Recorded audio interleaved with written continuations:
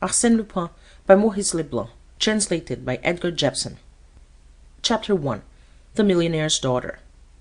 The rays of the September sun flooded the great halls of the old chateau of the Dukes of Charmerace, lighting up with their mellow glow the spoils of so many ages and many lands, jumbled together with the execrable taste which so often afflicts those whose only standard of value is money. The golden light warmed the panelled walls and old furniture to a dual lustre, and gave back to the fading gilt of the First Empire chairs and couches something of its old brightness. It illumined the long line of pictures on the walls, pictures of dead and gone Charmerace, the stern or debonair faces of the men, soldiers, statesmen, dandies, the gentle or imperious faces of beautiful women. It flashed back from armour of brightly polished steel, and drew dull gleams from armour of bronze. The hues of rare porcelain, of the rich inlays of Oriental or Renaissance cabinets, mingled with the hues of the pictures, the tapestry, the Persian rugs about the polished floor, to fill the hall with a rich glow of colour. But of all the beautiful and precious things which the sunrays warmed to a clearer beauty, the face of the girl who sat writing at a table in front of the long windows, which opened on to the centuries-old turf of the broad terrace, was the most beautiful and the most precious. It was a delicate, almost frail beauty. Her skin was clear with the transparent lustre of old porcelain, and her pale cheeks were only tinted with the pink of the faintest roses. Her straight nose was delicately cut, her rounded chin admirably moulded. A lover of beauty would have been at a loss whether more to admire her clear germander eyes, so melting and so adorable, or the sensitive mouth with its rather full lips inviting all the kisses. But assuredly he would have been grieved by the perpetual air of sadness which rested on the beautiful face, the wistful melancholy of the Slav, deepened by something of personal misfortune and suffering. Her face was framed by a mass of soft fair hair, shot with strands of gold where the sunlight fell on it, and little curls, rebellious to the comb, strayed over her white forehead, tiny feathers of gold. She was addressing envelopes, and a long list of names lay on her left hand. When she had addressed an envelope, she slipped into it a wedding card. On each was printed, "Monsieur Gournay Martin has the honour to inform you of the marriage of his daughter, Germaine, to the Duke of Charmerace." She wrote steadily on, adding envelope after envelope to the pile ready for the post, which rose in front of her. But now and again, when the flushed and laughing girls who were playing lawn tennis on the terrace raised their voices higher than usual as they called the score, and distracted her attention from her work, her gaze strayed through the open window, and lingered on them wistfully. And as her eyes came back to her task, she sighed, with so faint a wistfulness that she hardly knew she sighed. Then a voice from the terrace cried, "Sonia! Sonia!" "Yes, Mademoiselle Germaine," answered the writing girl. "Tea! Order tea, will you?" cried the voice, a petulant voice, rather harsh to the ear. "Very well, Mademoiselle Germaine," said Sonia. And having finished addressing the envelope under her pen, she laid it on the pile ready to be posted, and crossing the room to the old wide fireplace, she rang the bell. She stood by the fireplace a moment, restoring to its place a rose which had fallen from a vase on the mantelpiece, and her attitude, as with arms upraised she arranged the flowers, displayed the delightful line of a slender figure. As she let fall her arms to her side, a footman entered the room. "Will you please bring the tea, Alfred?" she said in a charming voice of that pure, bell-like tone which has been nature's most precious gift to but a few of the greatest actresses. "For how many, miss?" said Alfred. "For 4, unless your master has come back." "Oh, no, he's not back yet, miss. He went in the car to Rennes to lunch, and it's a good many miles away. He won't be back for another hour." "And the Duke? He's not back from his ride yet, is he?" "Not yet, miss," said Alfred, turning to go. "One moment," said Sonia. "Have all of you got your things packed for the journey to Paris? You'll have to start soon, you know. Are all the maids ready?" "Well, all the men are ready, I know, miss. But about the maids, miss, I can't say. They've been bustling about all day, but it takes them longer than it does us." "Tell them to hurry up, and be as quick as you can with the tea, please," said Sonia. Alfred went out of the room. Sonia went back to the writing-table. She did not take up her pen. She took up one of the wedding cards, and her lips moved slowly as she read it in a pondering depression. The petulant, imperious voice broke in upon her musing. "Whatever are you doing, Sonia? Aren't you getting on with those letters?" it cried angrily. And Germaine Gournay-Martin came through the long window into the hall. The heiress to the Gournay-Martin millions carried her tennis racket in her hand, and her rosy cheeks were flushed redder than ever by the game. She was a pretty girl, in a striking, high-coloured, rather obvious way, the very foil to Sonia's delicate beauty. Her lips were a little too thin, her eyes too shallow, and together they gave her a rather hard air, in strongest contrast to the gentle, sympathetic face of Sonia. The 2 friends with whom Germaine had been playing tennis followed her into the hall. Jeanne Gautier, tall, sallow, dark, with a somewhat malicious air; Marie Bouillet, short, round, commonplace, and sentimental. They came to the table at which Sonia was at work, and pointing to the pile of envelopes, Marie said, "Are these all wedding cards?" "Yes, and we've only got to the letter V," said Germaine, frowning at Sonia. "Princesse de Vernon, Duchesse de Vauviers, Marquise, Marchioness? You've invited the whole Faubourg Saint-Germain," said Marie, shuffling the pile of envelopes with an envious air. "You'll know very few people at your wedding," said Jeanne, with a spiteful little giggle. "I beg your pardon, my dear," said Germaine boastfully. "Madame de Rosiers, my fiancé's cousin, gave in at home the other day in my honour. At it she introduced half Paris to me. The Paris I'm destined to know, the Paris you'll see in my drawing-rooms." "But we shall no longer be fit friends for you when you're the Duchess of Charmerace," said Jeanne. "Why?" said Germaine, and then she added quickly, "Above everything, Sonia, don't forget VIII, 33 University Street. 33 University Street." "VIII, 33 University Street," said Sonia, taking a fresh envelope and beginning to address it. "Wait, wait! Don't close the envelope! I'm wondering whether VIII ought to have a cross, a double cross, or a triple cross," said Germaine, with an air of extreme importance. "What's that?" cried Marie and Jeanne together. "A single cross means an invitation to the church, a double cross an invitation to the marriage and the wedding breakfast, and the triple cross means an invitation to the marriage, the breakfast, and the signing of the marriage contract. What do you think the Duchess of VIII ought to have?" "Don't ask me, I haven't the honour of knowing that great lady," cried Jeanne. "Nor I," said Marie. "Nor I," said Germaine. "But I have here the visiting list of the late Duchess of Charmerace, Jacques' mother. The 2 duchesses were on excellent terms. Besides, the Duchess of VIII is rather worn out, but greatly admired for her piety. She goes to early service 3 times a week." "Then put 3 crosses," said Jeanne. "I shouldn't," said Marie quickly. "In your place, my dear, I shouldn't risk a slip.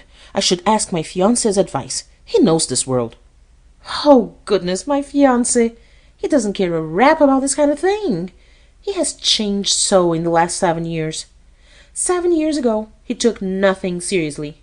Why, He set off on an expedition to the South Pole, just to show off. Oh, in those days he was truly a duke." "And today?" said Jean. "Oh, today he's a regular slow coach. Society gets on his nerves. He's as sober as a judge," said Germaine.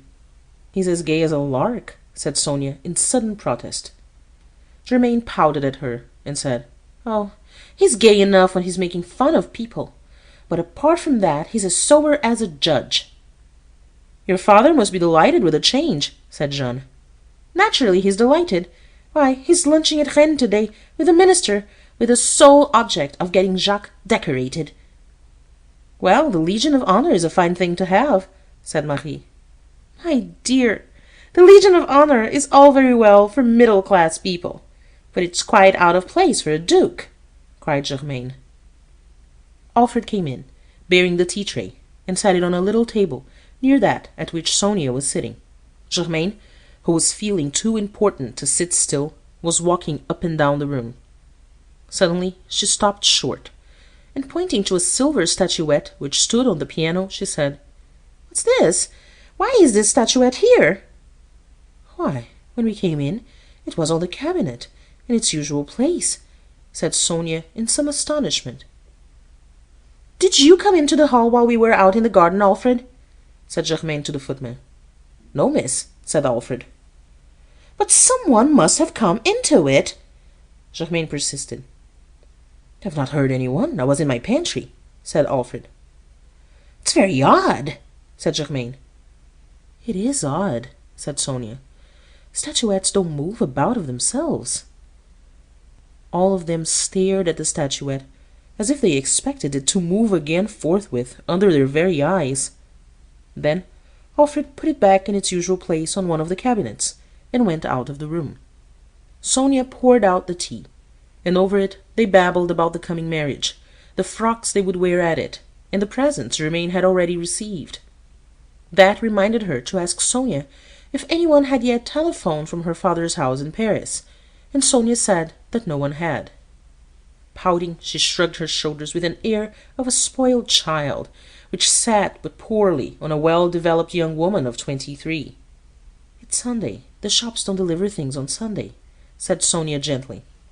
Germaine still pouted like a spoiled child. "Isn't your beautiful Duke coming to have tea with us?" said Jean, a little anxiously. "Oh, yes. I'm expecting him at 4:30. He had to go for a ride with the two Dubuis. They're coming to tea here too," said Germaine. "Gone for a ride with the two Dubuis? But when?" cried Marie quickly. "This afternoon." "It can't be," said Marie. "My brother went to the Dubuis' house after lunch to see André and Georges. They went for a drive this morning and won't be back till late tonight." "Well, but why did the Duke tell me so?" said Germaine, knitting her brow with a puzzled air. "If I were you, I should inquire into this thoroughly. Dukes, well, we know what dukes are. It will be just as well to keep an eye on him," said Jean maliciously. Germaine flushed quickly, and her eyes flashed. "Thank you. I have every confidence in Jacques.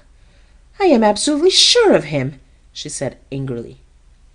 "Oh, well, if you're sure, it's all right," said Jean. The ringing of the telephone bell made a fortunate diversion. Germaine rushed to it, clapped the receiver to her ear, and cried, "Hello, is that you, Pierre? Oh, it's Victoire, is it? Some presents have come, have they? Well, what are they? What? A paper knife? Another paper knife? Another Louis XVI inkstand? Oh, bother. Who are they from? Oh, from the Countess Rudolph and the Baron de Valerie." Her voice rose high, thrilling with pride. Then she turned her face to her friends, with the receiver still at her ear, and cried, "Oh, girls, a pearl necklace too! A large one! The pearls are big ones!" "How jolly!" said Marie. "Who sent it?" said Germaine, turning to the telephone again. "Oh, a friend of Papa's," she added in a tone of disappointment. "Never mind. After all, it's a pearl necklace. You'll be sure and lock the doors carefully, Victoire, won't you? And lock up the necklace in the secret cupboard. Yes. Thanks very much, Victoire. I shall see you tomorrow." She hung up the receiver, and came away from the telephone, frowning. "It's preposterous," she said pettishly. "Papa's friends and relations give me marvellous presents, and all the swells send me paper knives. It's all Jack's fault. He's above all this kind of thing. The Faubourg Saint-Germain hardly knows that we're engaged." "He doesn't go about advertising it," said Jeanne, smiling. "You're joking, but all the same what you say is true," said Germaine. "That's exactly what his cousin Madame de Helzières said to me the other day at the at-home she gave in my honour. Wasn't it, Sonia?" And she walked to the window, and turning her back on them, stared out of it. "She has got her mouth full of that at-home," said Jean to Marie in a low voice. There was an awkward silence. Marie broke it. "Speaking of Madame de Helzières, do you know that she is on pins and needles with anxiety? Her son is fighting a duel today," she said. "With whom?" said Sonia. "No one knows. She got hold of a letter from the seconds," said Marie. "My mind is quite at rest about Helzières," said Germaine. "He's a first-class swordsman. No one could beat him." Sonia did not seem to share her freedom from anxiety. Her forehead was puckered in little lines of perplexity, as if she were puzzling out some problem. And there was a look of something very like fear in her gentle eyes. "Wasn't Helzières a great friend of your fiancé at one time?" said Jeanne. "A great friend? I should think he was," said Germaine. "Why, it was through Helzières that we got to know Jacques." "Where was that?" said Marie. "Here, in this very chateau," said Germaine. "Actually in his own house?" said Marie in some surprise. "Yes, actually, here. Isn't life funny?" said Germaine. "If a few months after his father's death Jacques had not found himself hard up and obliged to dispose of this chateau to raise the money for his expedition to the South Pole, and if Papa and I had not wanted an historic chateau, and lastly, if Papa had not suffered from rheumatism, I should not be calling myself in a month from now the Duchess of Charmerace." "Now what on earth has your father's rheumatism got to do with your being Duchess of Charmerace?" cried Jeanne. "Everything," said Germaine. "Papa was afraid that this chateau was damp. To prove to Papa that he had nothing to fear, Jacques, un grand seigneur, offered him his hospitality, here, at Charmerace, for 3 weeks." "That was truly ducal," said Marie. "But he's always like that," said Sonia. "Oh, he's all right in that way, little as he cares about society," said Germaine. "Well, by a miracle, my father got cured of his rheumatism here. Jacques fell in love with me. Papa made up his mind to buy the chateau, and I demanded the hand of Jacques in marriage." "You did? But you were only 16 then," said Marie with some surprise. "Yes, but even at 16 a girl ought to know that a duke is a duke. I did," said Germaine. "Then, since Jacques was setting out for the South Pole, and Papa considered me much too young to get married, I promised Jacques to wait for his return." "Why, it was everything that's romantic," cried Marie. "Romantic? Oh, yes," said Germaine, and she pouted.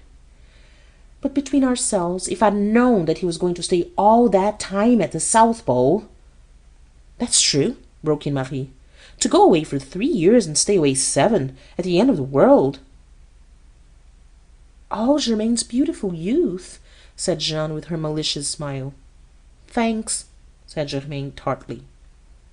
"Well, you are 23. It's the flower of one's age," said Jeanne. "Not quite 23, said Germaine hastily.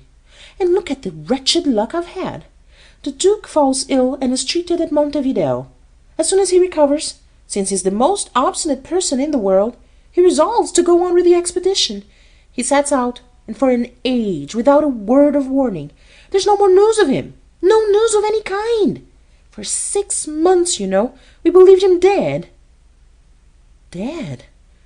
Oh, how unhappy you must have been," said Sonia. "Oh, don't speak of it.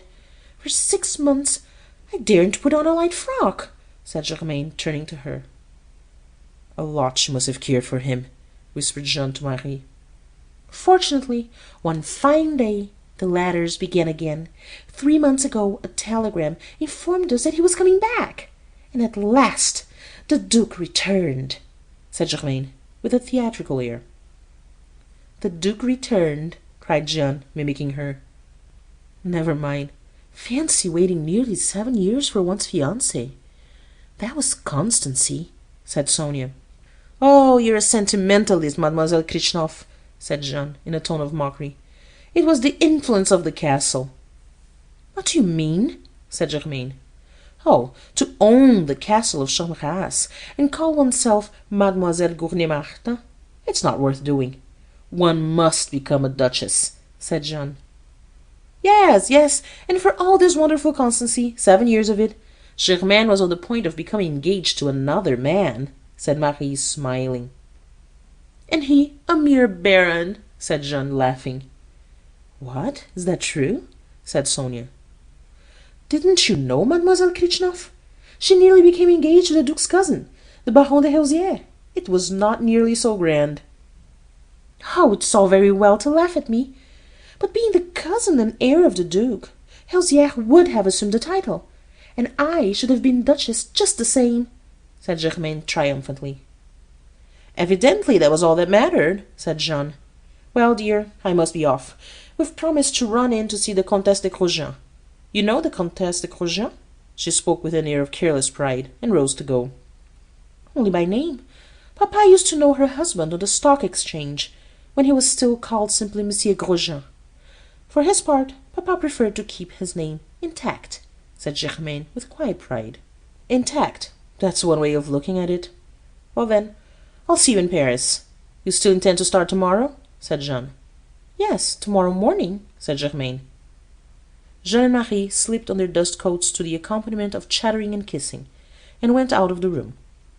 As she closed the door on them, Germaine turned to Sonia and said, "I do hate those 2 girls. They're such horrible snobs." "Oh, they're good-natured enough," said Sonia. "Good-natured? Why, you idiot! They're just bursting with envy of me, bursting," said Germaine. "Well, they have every reason to be," she added confidently, serving herself in a Venetian mirror with a petted child's self-content. End of chapter 1.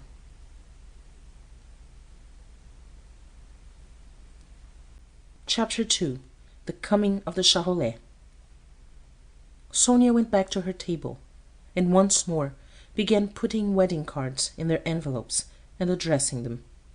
Germaine moved restlessly about the room, fidgeting with the bric-a-brac on the cabinets, shifting the pieces about, interrupting Sonia to ask whether she preferred this arrangement or that, throwing herself into a chair to read a magazine, getting up in a couple of minutes to straighten a picture on the wall, throwing out all the while idle questions not worth answering. 99 human beings would have been irritated to exasperation by her fidgeting. Sonia endured it with a perfect patience. 5 times Germaine asked her whether she should wear her heliotrope or her pink gown at a forthcoming dinner at Madame de Hausière. 5 times Sonia said, without the slightest variation in her tone, "I think you look better in the pink." And all the while the pile of addressed envelopes rose steadily. Presently the door opened, and Alfred stood on the threshold. "2 gentlemen have called to see you, miss," he said. "Ah, the 2 Dubuis!" cried Germaine. "They didn't give their names, miss." "A gentleman in the prime of life and a younger one?" said Germaine. "Yes, miss." "I thought so. Show them in." "Yes, miss. And have you any orders for me to give to Victoire when we get to Paris?" said Alfred. "No. Are you starting soon?" "Yes, miss. We're all going by the 7 o'clock train. It's a long way from here to Paris. We shall only reach it at 9 in the morning. That will give us just time to get the house ready for you by the time you get there tomorrow evening," said Alfred. "Is everything packed?" "Yes, miss, everything. The cart has already taken the heavy luggage to the station. All you'll have to do is to see after your bags." "That's all right. Show Monsieur Dubuis and his brother in," said Germaine. She moved to a chair near the window, and disposed herself in an attitude of studied and obviously studied grace. As she leant her head at a charming angle back against the tall back of the chair, Her eyes fell on the window, and they opened wide. "Why, whatever's this?" she cried, pointing to it. "Whatever's what?" said Sonia, without raising her eyes from the envelope she was addressing. "Why, the window! Look! One of the panes has been taken out. It looks as if it had been cut." "So it has, just at the level of the fastening," said Sonia, and the two girls stared at the gap. "Haven't you noticed it before?" said Germaine. "No, the broken glass must have fallen outside," said Sonia. The noise of the opening of the door drew their attention from the window. Two figures were advancing towards them, a short, round, tubby man of 55, red-faced, bald, with bright grey eyes, which seemed to be continually dancing away from meeting the eyes of any other human being. Behind him came a slim young man, dark and grave. For all the difference in their colouring, it was clear that they were father and son. Their eyes were set so close together. The son seemed to have inherited, along with her black eyes, his mother's nose, thin and aquiline. The nose of the father started thin from the brow, but ended in a scarlet bulb, eloquent of an exhaustive acquaintance with the vintages of the world. Germaine rose, looking at them with an air of some surprise and uncertainty. These were not her friends, the Dubuis. The elder man, advancing with a smiling bonhomie, bowed, and said in an adenoid voice, ingratiating of tone, "Ah, Monsieur Charolais, young ladies. Monsieur Charolais, retired brewer, Chevalier of the Legion of Honor, landowner at Rennes. Let me introduce my son." The young man bowed awkwardly. "We came from Rennes this morning, and we lunched at Keller's farm." "Shall I order tea for them?" whispered Sonia. "Gracious, no!" said Germaine sharply under her breath. Then louder she said to Monsieur Charolais, "And what is your object in calling?" "We asked to see your father," said Monsieur Charolais, smiling with broad amiability, while his eyes danced across her face, avoiding any meeting with hers. "The footman told me that Monsieur Gournay-Martin was out, but that his daughter was at home, and we were unable, quite unable, to deny ourselves the pleasure of meeting you." With that he sat down, and his son followed his example. Sonia and Germaine, taken aback, looked at one another in some perplexity. "What a fine chateau, papa!" said the young man. "Yes, my boy, it's a very fine chateau," said Monsieur Charolais, looking round the hall with appreciative but greedy eyes. There was a pause. "It's a very fine chateau, young ladies," said Monsieur Charolais. "Yes, but excuse me, what is it you have called about?" said Germaine. Monsieur Charolais crossed his legs, leant back in his chair, thrust his thumbs into the armholes of his waistcoat, and said, "Well, we've come about the advertisement we saw in the Rennes Advertiser, that Monsieur Gournay-Martin wanted to get rid of a motor car, and my son is always saying to me, 'I should like a motor car which rushes the hills, papa.' He means a 60 horsepower. "We've got a 60 horsepower, but it's not for sale. My father is even using it himself today," said Germaine. "Perhaps it's the car we saw in the stable yard," said Monsieur Charolais. "No, that's a 30 to 40 horsepower. It belongs to me. But if your son really loves rushing hills, as you say, we have a 100 horsepower car, which my father wants to get rid of. Wait, where's the photograph of it, Sonia? It ought to be here somewhere." The two girls rose, went to a table set against the wall beyond the window, and began turning over the papers with which it was loaded in the search for the photograph. They had barely turned their backs when the hand of young Charolais shot out as swiftly as the tongue of a lizard catching a fly, closed round the silver statuette on the top of the cabinet beside him, and flashed it into his jacket pocket. Charolais was watching the two girls. One would have said that he had eyes for nothing else, yet, without moving a muscle of his face, set in its perpetual beaming smile, he hissed in an angry whisper, "Drop it, you idiot! Put it back!" The young man scowled askance at him. "Curse you! Put it back!" hissed Charolais. The young man's arm shot out with the same quickness, and the statuette stood in its place. There was just the faintest sigh of relief from Charolais as Germaine turned and came to him with the photograph in her hand. She gave it to him. "Ah, here we are," he said, putting on a pair of gold-rimmed pince-nez. "A 100-horsepower car. Well, well, this is something to talk over. What's the least you'll take for it?" "I have nothing to do with this kind of thing," cried Germaine. "You must see my father. He will be back from Rennes soon. Then you can settle the matter with him." Monsieur Charolais rose and said, "Very good. We will go now and come back presently. I'm sorry to have intruded on you, young ladies, taking up your time like this." "Not at all, not at all," murmured Germaine politely. "Good-bye, good-bye," said Monsieur Charolais, and he and his son went to the door and bowed themselves out. "What creatures!" said Germaine, going to the window, as the door closed behind the two visitors. "All the same, if they do buy the 100-horsepower, Papa will be awfully pleased. It is odd about that pain. I wonder how it happened. It's odd, too, that Jacques hasn't come back yet. He told me that he would be here between 4:30 and 5. "And the Dupuis have not come either," said Sonia. "But it's hardly 5 yet." "Yes, that's so. The Dupuis have not come either. What on earth are you wasting your time for?" she added sharply, raising her voice. "Just finishing addressing those letters while you're waiting." "They're nearly finished," said Sonia. "Nearly isn't quite. Get on with them, can't you?" snapped Germaine. Sonia went back to the writing table.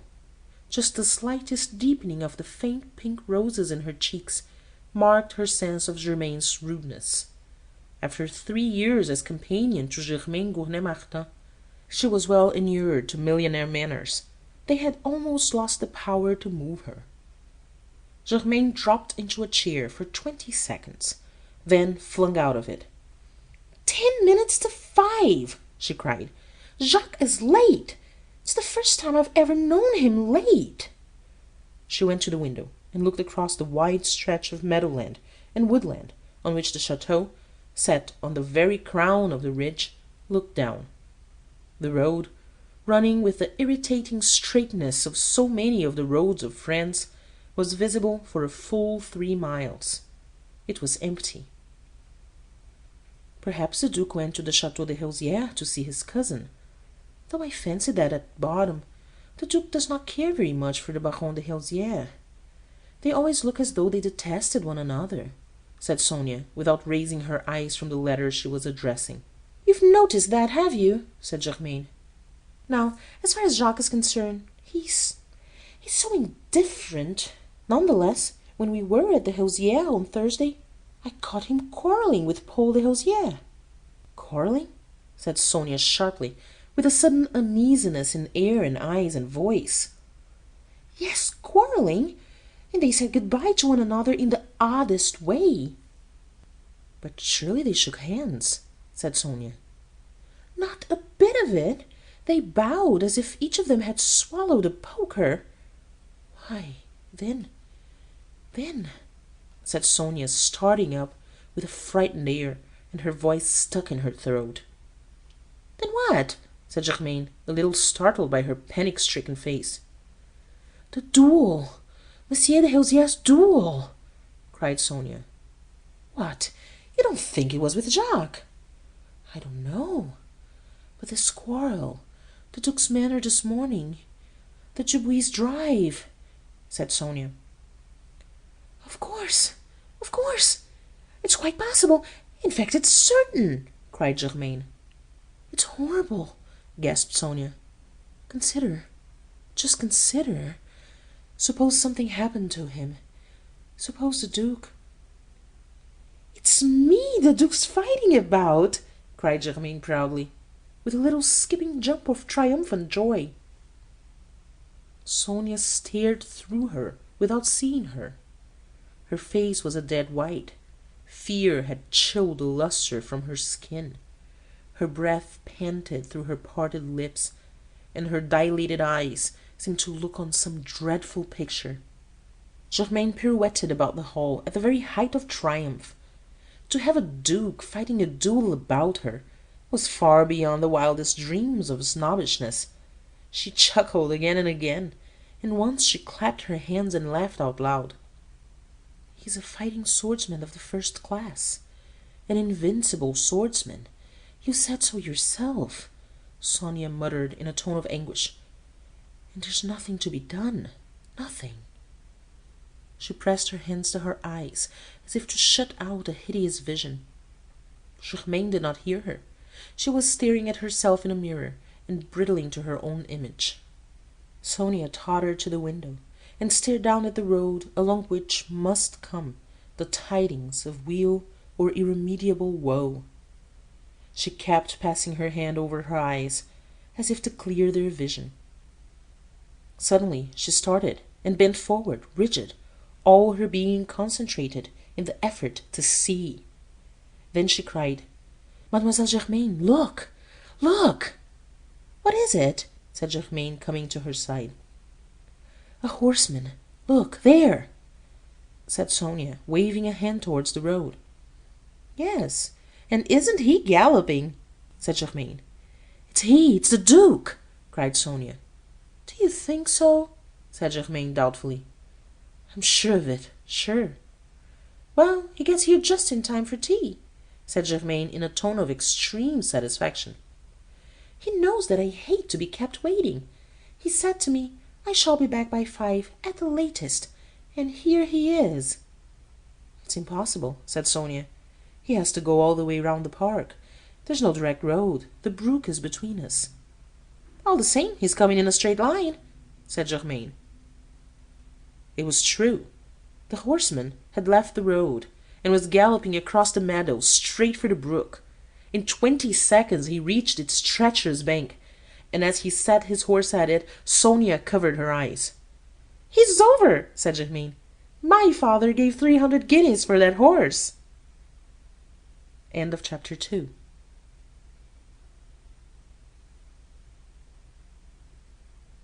Chapter 3. Lupin's Way. Sonia, in a sudden revulsion of feeling, in a reaction from her fears, slipped back and sat down at the tea-table, panting quickly, struggling to keep back the tears of relief. She did not see the Duke gallop up the slope, dismount, and hand over his horse to the groom, who came running to him. There was still a mist in her eyes to blur his figure as he came through the window. "If it's for me, plenty of tea, very little cream, and 3 lumps of sugar," he cried in a gay, ringing voice, and pulled out his watch. 5 to the minute, that's all right. And he bent down, took Germaine's hand, and kissed it with an air of gallant devotion. If he had indeed just fought a duel, there were no signs of it in his bearing. His air, his voice, were entirely careless. He was a man whose whole thought at the moment was fixed on his tea and his punctuality.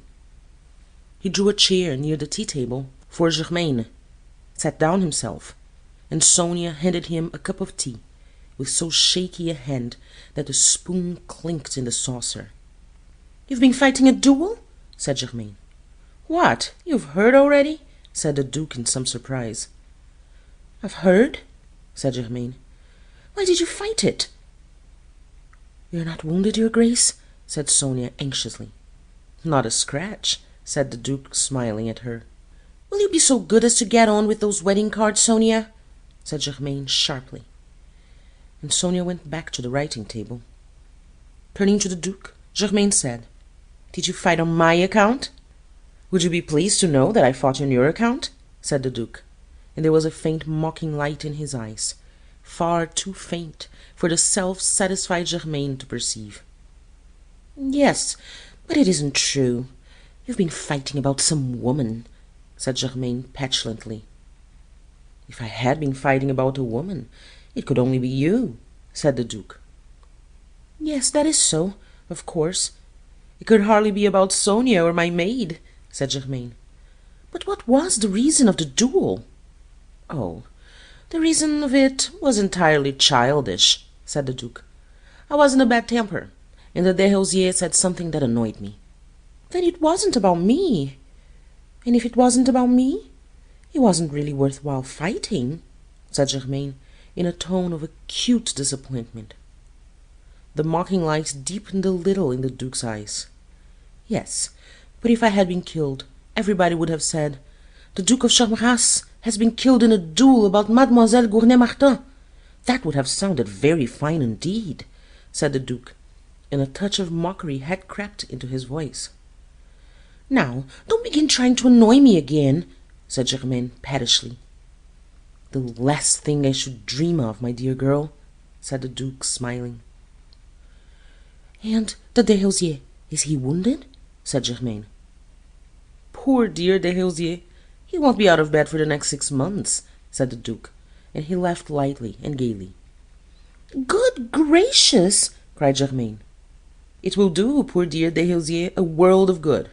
He has a touch of enteritis, and for enteritis there's nothing like rest," said the Duke. Sonia was not getting on very quickly with the wedding cards. Germaine was sitting with her back to her, and over her shoulder Sonia could watch the face of the Duke, an extraordinarily mobile face, changing with every passing mood. Sometimes his eyes met hers, and hers fell before them.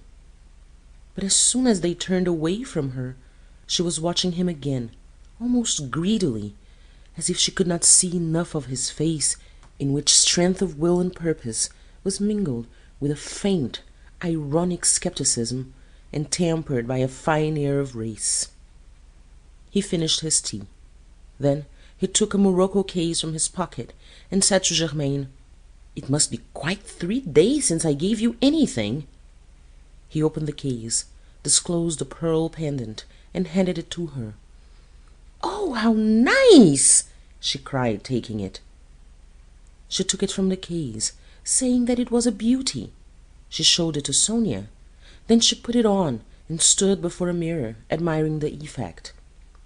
To tell the truth, the effect was not entirely desirable. The pearls did not improve the look of her rather coarse brown skin, and her skin added nothing to the beauty of the pearls. Sonia saw this, and so did the Duke. He looked at Sonia's white throat. She met his eyes and blushed. She knew that the same thought was in both their minds. The pearls would have looked infinitely better there. Germaine finished admiring herself. She was incapable even of suspecting that so expensive a pendant could not suit her perfectly. The Duke said idly, "Goodness, are all those invitations to the wedding?" "That's only down to the letter V," said Germaine proudly. "And there are 25 letters in the alphabet. You must be inviting the whole world. You'll have to have the Madeleine enlarged. It won't hold them all. There isn't a church in Paris that will," said the Duke. "Won't it be a splendid marriage?" said Germaine. "There'll be something like a crush. There are sure to be accidents." "If I were you, I should have careful arrangements made," said the Duke. "Oh, let people look after themselves. They'll remember it better if they're crushed a little," said Germaine. There was a flicker of contemptuous wonder in the Duke's eyes, but he only shrugged his shoulders, and turning to Sonia, said, "Will you be an angel and play me a little Grieg, Mademoiselle Kritchnoff? I heard you playing yesterday. No one plays Grieg like you." "Excuse me, Jacques, but Mademoiselle Kritchnoff has her work to do," said Germaine tartly. 5 minutes interval, just a morsel of Grieg, I beg," said the Duke with an irresistible smile. "All right," said Germaine grudgingly, "but I've something important to talk to you about." "By Jove, so have I. I was forgetting. I've the last photograph I took of you and Mademoiselle Sonia." Germaine frowned and shrugged her shoulders. "With your light frocks in the open air, you look like 2 big flowers," said the Duke. "You call that important?" cried Germaine. "It's very important. I call trifles," said the Duke, smiling. "Look, isn't it nice?"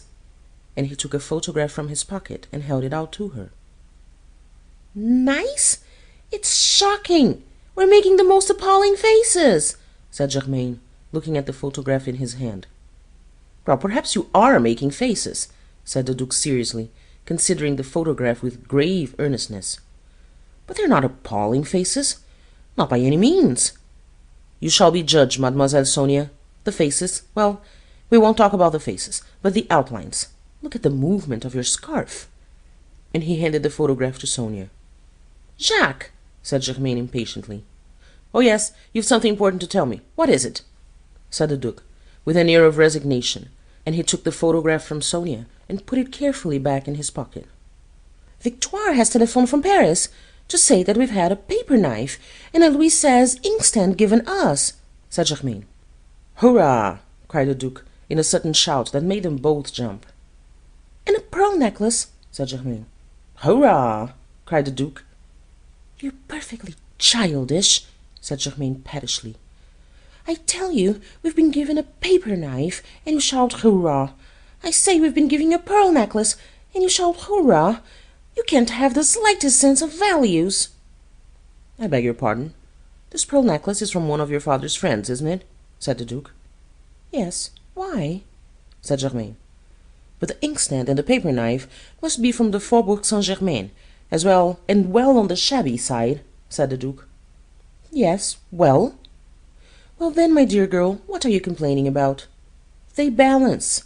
The equilibrium is restored. You can't have everything," said the Duke, and he laughed mischievously. Germaine flushed and bit her lip. Her eyes sparkled. "You don't care a rap about me," she said stormily. "But I find you adorable," said the Duke. "You keep annoying me," said Germaine pettishly, "and you do it on purpose. I think it's in very bad taste. I shall end by taking a dislike to you. I know I shall." "Wait till we're married for that, my dear girl," said the Duke, and he laughed again, with a blithe, boyish cheerfulness which deepened the angry flush in Germaine's cheeks. "Can't you be serious about anything?" she cried. "I am the most serious man in Europe," said the Duke. Germaine went to the window and stared out of it sulkily. The Duke walked up and down the hall, looking at the pictures of some of his ancestors, somewhat grotesque persons, with humorous appreciation. Between addressing the envelopes, Sonia kept glancing at him. Once he caught her eye and smiled at her. Germaine's back was eloquent of her displeasure. The Duke stopped at a gap in the line of pictures, in which there hung a strip of old tapestry. "I can never understand why you have left all these ancestors of mine staring from the walls, and have taken away the quite admirable and interesting portrait of myself," he said carelessly. Germaine turned sharply from the window. Sonia stopped in the middle of addressing an envelope, and both the girls stared at him in astonishment. "There certainly was a portrait of me where that tapestry hangs. What have you done with it?" said the Duke. "You're making fun of us again," said Germaine. "Surely your Grace knows what happened," said Sonia. "We wrote all the details to you, and sent you all the papers 3 years ago. Didn't you get them?" said Germaine. "Not a detail or a newspaper. 3 years ago I was in the neighbourhood of the South Pole, and lost at that," said the Duke. "But it was most dramatic, my dear Jacques. All Paris was talking of it," said Germaine. "Your portrait was stolen." "Stolen? Who stole it?" said the Duke.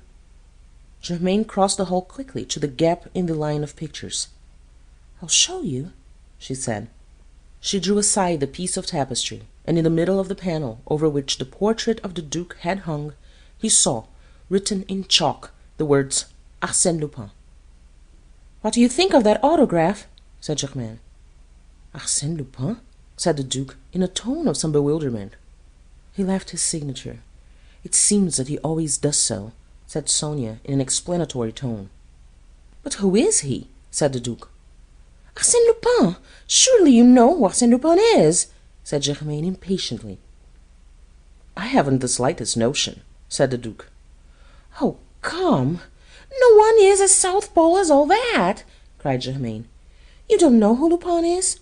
The most whimsical, the most audacious, and the most genial thief in France. For the last 10 years he has kept the police at bay. He has baffled Ganimard, Holmlock Shears, the great English detective, and even GUERCHARD, whom everybody says is the greatest detective we've had in France since Vidocq. In fact, he's our national robber. Do you mean to say you don't know him?" "Not even enough to ask him to lunch at a restaurant," said the Duke flippantly. "What's he like?" "Like? Nobody has the slightest idea. He has 1,000 disguises. He has dined 2 evenings running at the English embassy." "But if nobody knows him, how did they learn that?" said the Duke with a puzzled air. "Because the second evening, about 10 o'clock, they noticed that one of the guests had disappeared, and with him all the jewels of the ambassadress." "All of them?" said the Duke. "Yes, and Lupin left his card behind him with these words scribbled on it: 'This is not a robbery, it's a restitution. You took the Wallace collection from us.'" "But it was a hoax, wasn't it?" said the Duke. "No, your Grace, and he has done better than that. You remember the affair of the Duret Bank, the savings bank for poor people," said Sonia, her gentle face glowing with a sudden enthusiastic animation. "Let's see," said the Duke. "Wasn't that the financier who doubled his fortune at the expense of a heap of poor wretches and ruined 2,000 people?" "Yes, that's the man," said Sonia. "And Lupin stripped Duret's house and took from him everything he had in his strong-box. He didn't leave him a sou of the money, and then, when he had taken it from him, he distributed it among all the poor wretches whom Duret had ruined." "But this isn't the thief you're talking about. It's a philanthropist," said the Duke. "A fine sort of philanthropist," broke in Germain, in a peevish tone. "There was a lot of philanthropy about his robbing papa, wasn't there?" "Well," said the Duke, with an air of profound reflection, "if you come to think of it, that robbery was not worthy of this national hero. My portrait, if you accept the charm and beauty of the face itself, is not worth much." "If you think he was satisfied with your portrait, you're very much mistaken. All my father's collections were robbed," said Germain. "Your father's collections?" said the Duke. "But they're better guarded than the Bank of France.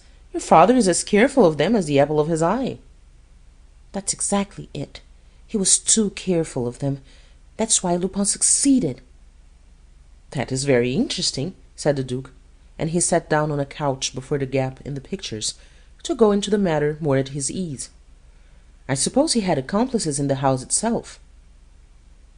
"Yes, one accomplice," said Germain. "Who was that?" asked the Duke. "Papa," said Germain. "Oh, come on, what on earth do you mean?" said the Duke. "You're getting quite incomprehensible, my dear girl." "Well, I'll make it clear to you. One morning papa received a letter. But wait, Sonia, get me the Lupin papers out of the bureau." Sonia rose from the writing-table and went to a bureau, an admirable example of the work of the great English maker, Chippendale.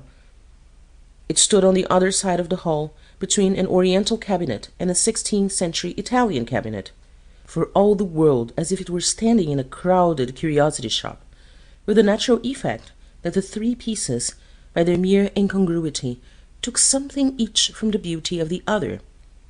Sonia raised the flap of the bureau, and taking from one of the drawers a small portfolio, turned over the papers in it, and handed a letter to the Duke. "This is the envelope," she said. "It's addressed to Monsieur Gournay-Martin, collector, at the Château de Charmerace, at Vienne." The Duke opened the envelope and took out a letter. "It's an odd handwriting," he said. "Read it carefully," said Germain. It was an uncommon handwriting. The letters of it were small, but perfectly formed. It looked the handwriting of a man who knew exactly what he wanted to say, and liked to say it with extreme precision. The letter ran: "Dear Sir, please forgive my writing to you without our having been introduced to one another, but I flatter myself that you know me, at any rate, by name. There is in the drawing-room next your hall a Gainsborough of admirable quality which affords me infinite pleasure. Your Goyas in the same drawing-room are also to my liking, as well as your Van Dyck. In the further drawing-room I note the Renaissance cabinets, a marvellous pair, the Flemish tapestry, the Fragonard, the clock signed Buis, and various other objects of less importance.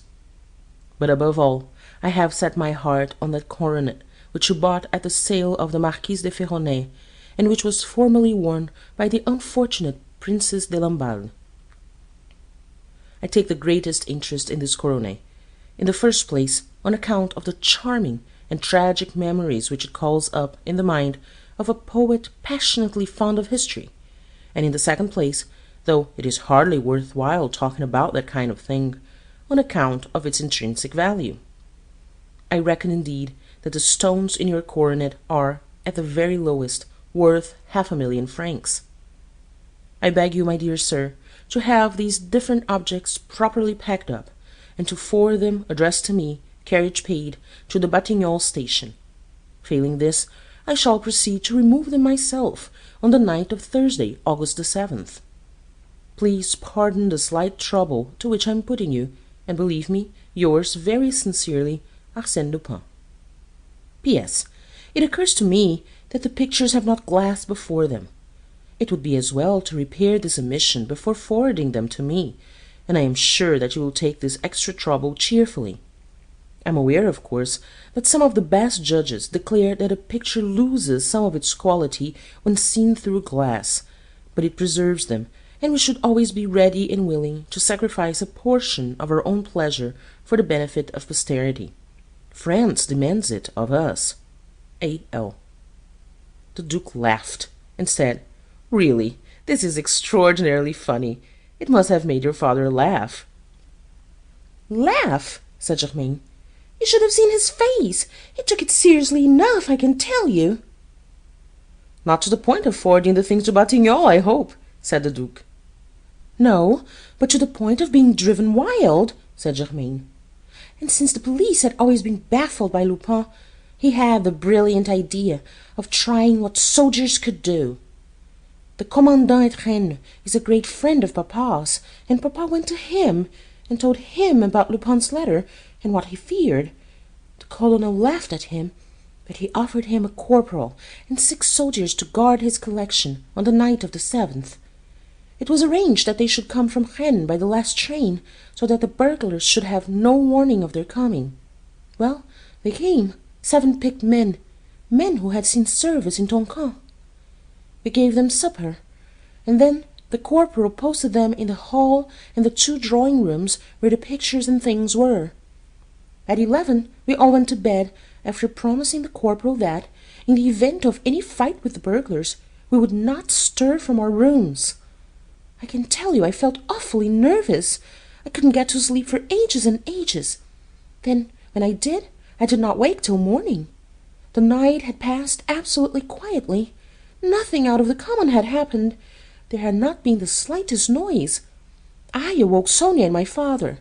We dressed as quickly as we could and rushed down to the drawing-room. She paused dramatically. "Well?" said the Duke. "Well, it was done." "What was done?" "Everything," said Germain. "Pictures had gone, tapestries had gone, cabinets had gone, and the clock had gone." "And the coronet too?" said the Duke. "Oh, no, that was at the Bank of France, and it was doubtless to make up for not getting it that Lupin stole your portrait. At any rate, he didn't say that he was going to steal it in his letter." "But come, this is incredible. Had he hypnotized the corporal and the 6 soldiers, or had he murdered them all?" said the Duke. "Corporal? There wasn't any corporal, and there weren't any soldiers. The corporal was Lupin, and the soldiers were part of his gang," said Germain. "I don't understand," said the Duke. "The colonel promised your father a corporal and 6 men. Didn't they come?" "They came to the railway station all right," said Germain. "But you know, the little inn, half between the railway station and the chateau. They stopped to drink there, and at 11 o'clock next morning one of the villagers found all 7 of them, along with the footman who was guiding them to the chateau, sleeping like logs in the little wood 1/2 mile from the inn. Of course, the innkeeper could not explain when their wine was drugged. He could only tell us that a motorist who had stopped at the inn to get some supper had called the soldiers in and insisted on standing them drinks. They had seemed a little fuddled before they left the inn, and the motorist had insisted on driving them to the chateau in his car. When the drug took effect, he simply carried them out of it one by one, and laid them in the wood to sleep it off." Lupin seemed to have made a thorough job of it, anyhow, said the Duke. I should think so, said Germain. Guerchard was sent down from Paris, but he could not find a single clue. It was not for want of trying, for he hates Lupin. It's a regular fight between them, and so far Lupin has scored every point. He must be as clever as they make him, said the Duke. He is, said Germain. Do you know, I shouldn't be at all surprised if he is in the neighbourhood now. What on earth do you mean? Said the Duke. I'm not joking, said Germain. Odd things are happening. Someone has been changing the place of things. That silver statuette now, it was on the cabinet, and we found it moved to the piano. Yet nobody had touched it. And look at this window. Someone has broken a pane in it just at the height of the fastening. The deuce they have, said the Duke. End of chapter 3.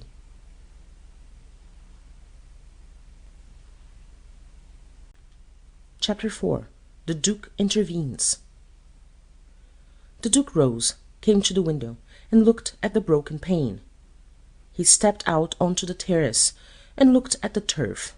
Then he came back into the room. "This looks serious," he said. "That pane has not been broken at all. If it had been broken, the pieces of glass would be lying on the turf. It has been cut out. We must warn your father to look to his treasures." "I told you so," said Germain. "I said that Arsène Lupin was in the neighbourhood." "Arsène Lupin is a very capable man," said the Duke, smiling, "but there is no reason to suppose that he is the only burglar in France, or even in XVIII. "I'm sure that he's in the neighbourhood. I have a feeling that he is," said Germain stubbornly. The Duke shrugged his shoulders, and said with a smile, "Far be it from me to contradict you. A woman's intuition is always... well, it's always a woman's intuition."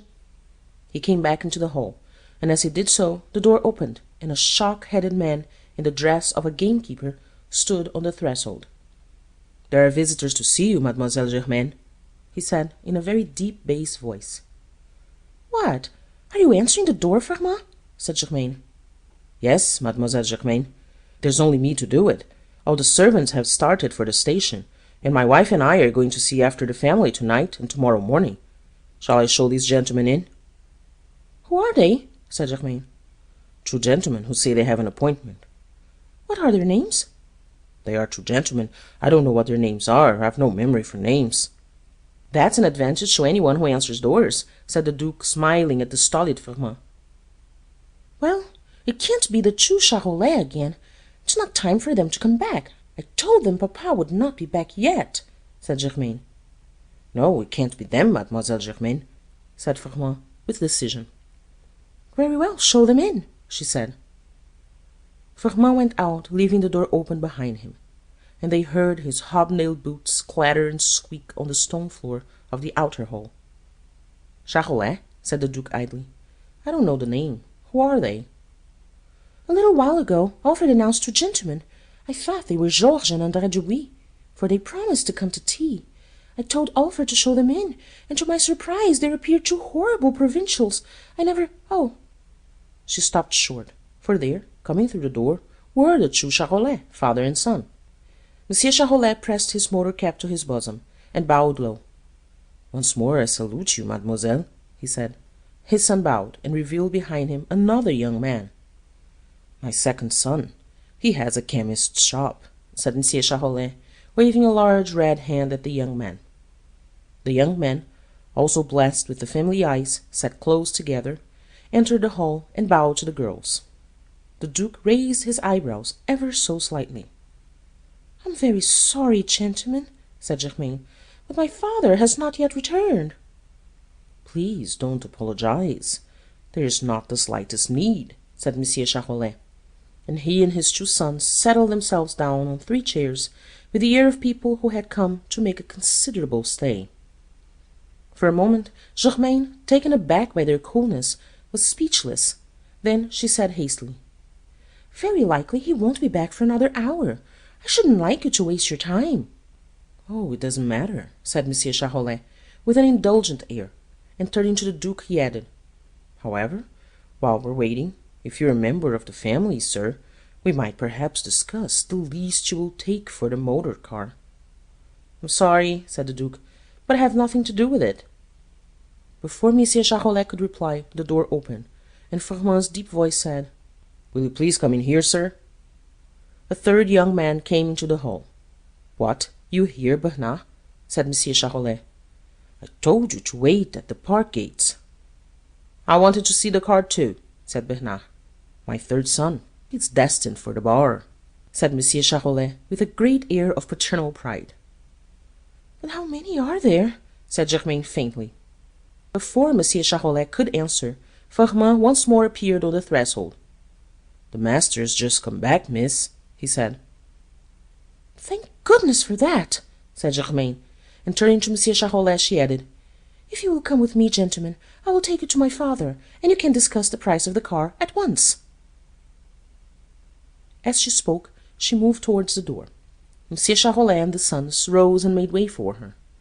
The father and the two eldest sons made haste to follow her out of the room. But Bernard lingered behind, apparently to admire the bric-a-brac on the cabinets.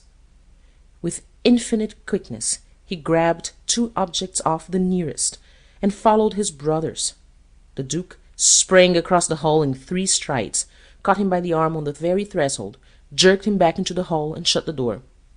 "No, you don't, my young friend," he said sharply. "Don't what?" said Bernard, trying to shake off his grip.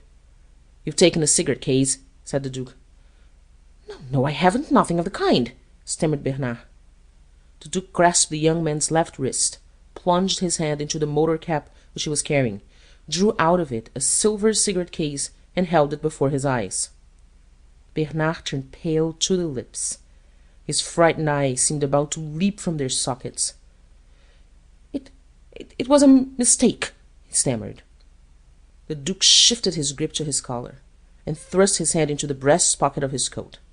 Bernard, helpless in his grip, and utterly taken aback by his quickness, made no resistance. The Duke drew out a morocco case, and said, "Is this a mistake too?" "Heavens! The pendant!" cried Sonia, who was watching the scene with parted lips and amazed eyes. Bernard dropped on his knees and clasped his hands. "Forgive me," he cried in a choking voice. "Forgive me. Don't tell anyone. For God's sake, don't tell anyone." And the tears came streaming from his eyes. "You young rogue," said the Duke quietly.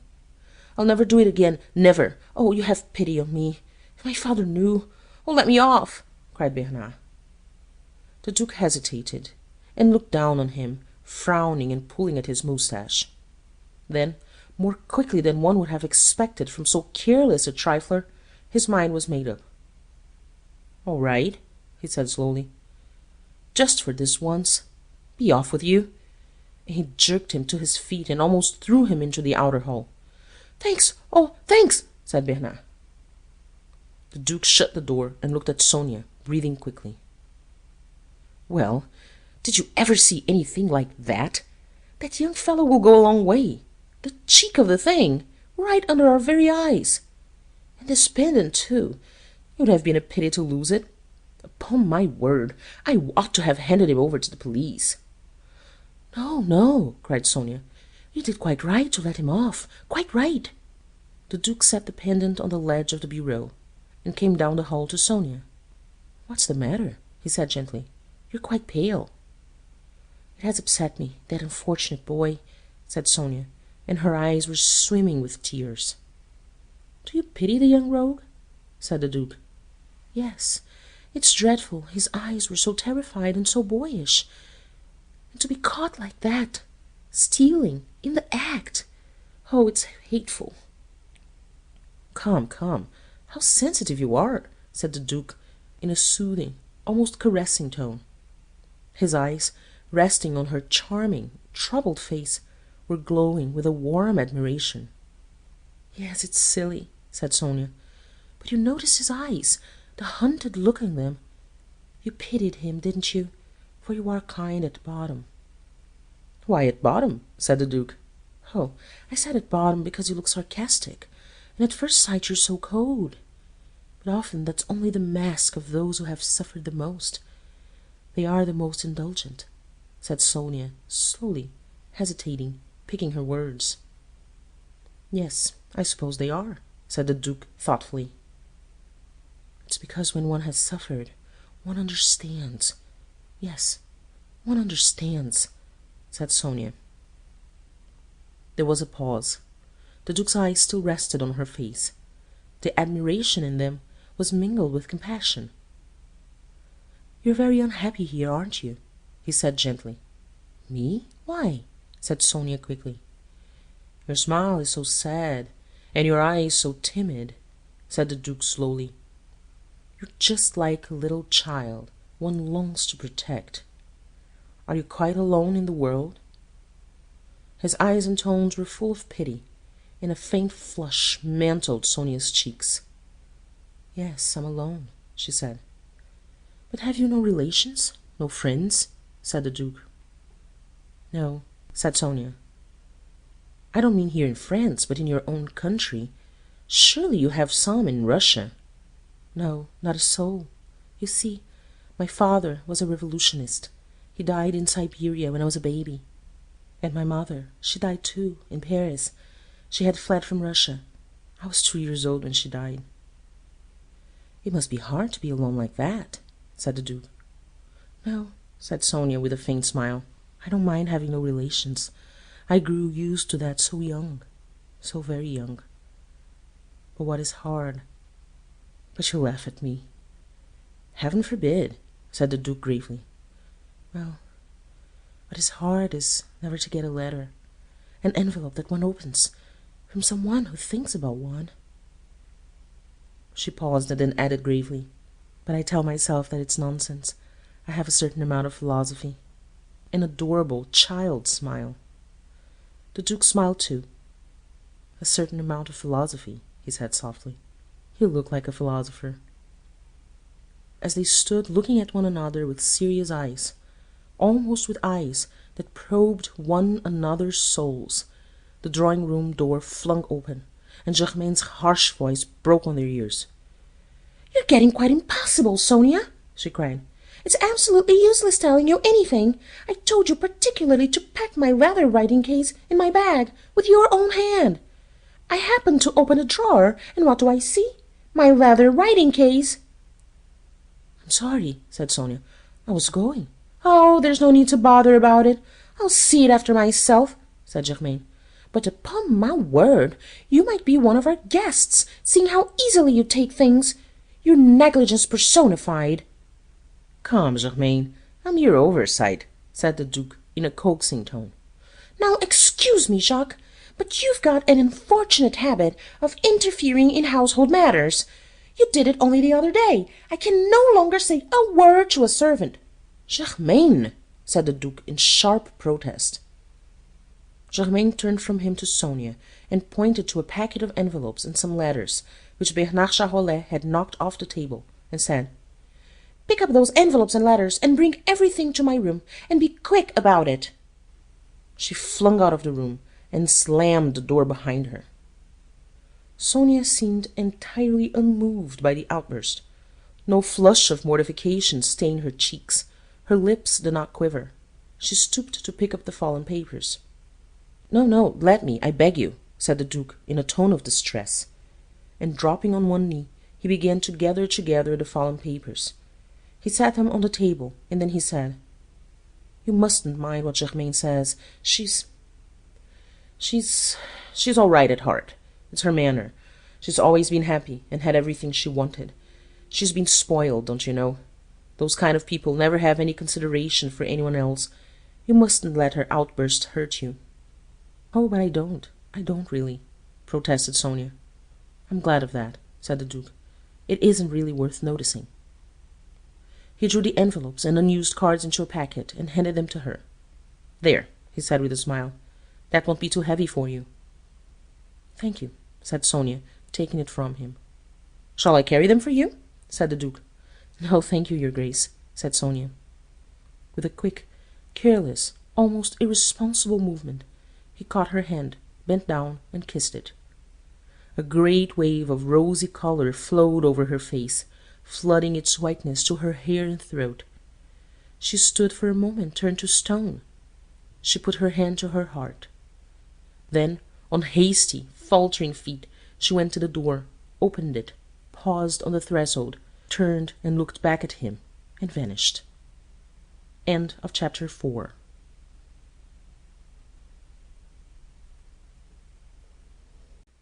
Chapter 5. A letter from Lupin. The Duke stood for a while, staring thoughtfully at the door through which Sonia had passed, a faint smile playing round his lips. He crossed the hall to the Chippendale bureau, took a cigarette from a box which stood on the ledge of it, beside the morocco case which held the pendant, lighted it, and went slowly out on to the terrace. He crossed it slowly, paused for a moment on the edge of it, and looked across the stretch of country with musing eyes, which saw nothing of its beauty. Then he turned to the right, went down a flight of steps to the lower terrace, crossed the lawn, and took a narrow path which led into the heart of a shrubbery of tall deodoras. In the middle of it he came to one of those old stone benches, moss-covered and weather-stained, which adorn the gardens of so many French chateaux. It faced a marble basin, from which rose the slender column of a pattering fountain. The figure of a Cupid danced joyously on a tall pedestal to the right of the basin. The Duke sat down on the bench, and was still, with that rare stillness which only comes of nerves in perfect harmony, his brow knitted in careful thought. Now and again the frown cleared from his face, and his intent features relaxed into a faint smile, a smile of pleasant memory. Once he rose, walked round the fountains frowning, came back to the bench, and sat down again. The early September dusk was upon him, when at last he rose, and with quick steps took his way through the shrubbery, with the air of a man whose mind, for good or ill, was at last made up. When he came on to the upper terrace, his eyes fell on a group, which stood at the further corner, near the entrance of the chateau, and he sauntered slowly up to it. In the middle of it stood Monsieur Gouvernet-Martin, a big, round, flabby hulk of a man. He was nearly as red in the face as Monsieur Charolais, and he looked a great deal redder, owing to the extreme whiteness of the whiskers which stuck out on either side of his vast expanse of cheek. As he came up, it struck the Duke as rather odd that he should have the Charolais eyes set close together. Any one who did not know that they were strangers to one another might have thought it a family likeness. The millionaire was waving his hands and roaring after the manner of a man who has cultivated the art of browbeating those with whom he does business, and as the Duke neared the group he caught the words, "No, that's the lowest I'll take. Take it or leave it. You can say yes or you can say good-bye, and I don't care a hang which." "It's very dear," said Monsieur Charolais in a mournful tone. "Dear!" roared Monsieur Gouvernet-Martin. "I should like to see any one else sell 100 horsepower car for 800 pounds. Why, my good sir, you're having me." "No, no," protested Monsieur Charolais feebly. "I tell you, you're having me," roared Monsieur Gouvernet-Martin. "I'm letting you have a magnificent car for which I paid 1,300 pounds for 800. It's scandalous the way you've beaten me down." "No, no," protested Monsieur Charolais. He seemed frightened out of his life by the vehemence of the big man. "You wait till you've seen how it goes," said Monsieur Gouvernet-Martin. 800 is very dear," said Monsieur Charolais. "Come, come, you're too sharp, that's what you are. But don't say any more till you've tried the car." He turned to his chauffeur, who stood by, watching the struggle with an appreciative grin on his brown face, and said, "Now, Jean, take these gentlemen to the garage, and run them down to the station. Show them what the car can do. Do whatever they ask you, everything." He winked at Jean, turned again to Monsieur Charolais, and said, "You know, Monsieur Charolais, you're too good a man of business for me. You're hot stuff, that's what you are, hot stuff. You go along and try the car. Good-bye, good-bye." The four Charolais murmured good-bye in deep depression, and went off with Jean, wearing something of the air of whipped dogs. When they had gone round the corner, the millionaire turned to the Duke and said, with a chuckle, "He'll buy the car all right. Had him fine." "No business success of yours could surprise me," said the Duke blandly, with a faint, ironical smile. Monsieur Gournay Martin's little pig's eyes danced and sparkled, and the smiles flowed over the distended skin of his face like little ripples over a stagnant pool, reluctantly. It seemed to be too tightly stretched for smiles. "The car's 4 years old," he said joyfully. "He'll give me 800 for it, and it's not worth a pipe of tobacco. And 800 pounds is just the price of a little Watteau I've had my eye on for some time. A first-class investment." They strolled down the terrace and through one of the windows into the hall. Formand had lighted the lamps, 2 of them. They made but a small oasis of light in a desert of dim hall. The millionaire let himself down very gingerly into an Empire chair, as if he feared, with excellent reason, that it might collapse under his weight. "Well, my dear Duke," he said, "you don't ask me the result of my official lunch, or what the minister said." "Is there any news?" said the Duke carelessly. "Yes, the decree will be signed tomorrow. You can consider yourself decorated. I hope you feel a happy man," said the millionaire, rubbing his fat hands together with prodigious satisfaction. "Oh, charmed, charmed," said the Duke, with entire indifference. "As for me, I'm delighted, delighted," said the millionaire. "I was extremely keen on your being decorated. After that, and after a volume or 2 of travels, and after you've published your grandfather's letters with a good introduction, you can begin to think of the Academy." "The Academy?" said the Duke, startled from his usual coolness. "But I've no title to become an academician." "How no title?" said the millionaire solemnly, and his little eyes opened wide. "You're a duke." "There's no doubt about that," said the Duke, watching him with admiring curiosity. "I mean to marry my daughter to a worker, my dear Duke," said the millionaire, slapping his big left hand with his bigger right. "I have no prejudices, not I. I wish to have for a son-in-law a duke who wears the Order of the Legion of Honor and belongs to the Académie Française, because that is personal merit. I'm no snob." A gentle, irrepressible laugh broke from the Duke. "What are you laughing at?" said the millionaire, and a sudden lowering gloom overspread his beaming face. "Nothing, nothing," said the Duke quietly. "Only you're so full of surprises." "I've startled you, have I? I thought I should. It's true that I'm full of surprises. It's my knowledge. I understand so much. I understand business, and I love art, pictures, a good bargain, bric-a-brac, fine tapestry. They're first-class investments. Yes, certainly, I do love the beautiful. And I don't want to boast, but I understand it. I have taste, and I've something better than taste. I have a flair, the dealer's flair." "Yes, your collections, especially your collection in Paris, prove it," said the Duke, stifling a yawn. "And yet you haven't seen the finest thing I have. The coronet of the Princesse de Lamballe. It's worth 500,000 francs." "So I've heard," said the Duke, a little wearily. "I don't wonder that Arsène Lupin envied you it." The Empire chair creaked as the millionaire jumped. "Don't speak of the swine!" he roared. "Don't mention his name before me." "Germain showed me his letter," said the Duke.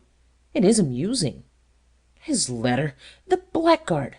I just missed a fit of apoplexy from it," roared the millionaire. "I was in this very hall where we are now, chatting quietly, when all at once in comes Firmin and hands me a letter." He was interrupted by the opening of the door. Firmin came clumping down the room, and said in his deep voice, "A letter for you, sir." "Thank you," said the millionaire, taking the letter. And as he fitted his eyeglass into his eye, he went on. "Yes, Firmin brought me a letter, of which the handwriting—" He raised the envelope he was holding to his eyes, and bellowed, "Good heavens!" "What's the matter?" said the Duke, jumping in his chair at the sudden, startling burst of sound. "The handwriting! The handwriting! "It's the same handwriting!" gasped the millionaire, and he let himself fall heavily backwards against the back of his chair. There was a crash. The Duke had a vision of huge arms and legs waving in the air as the chair back gave.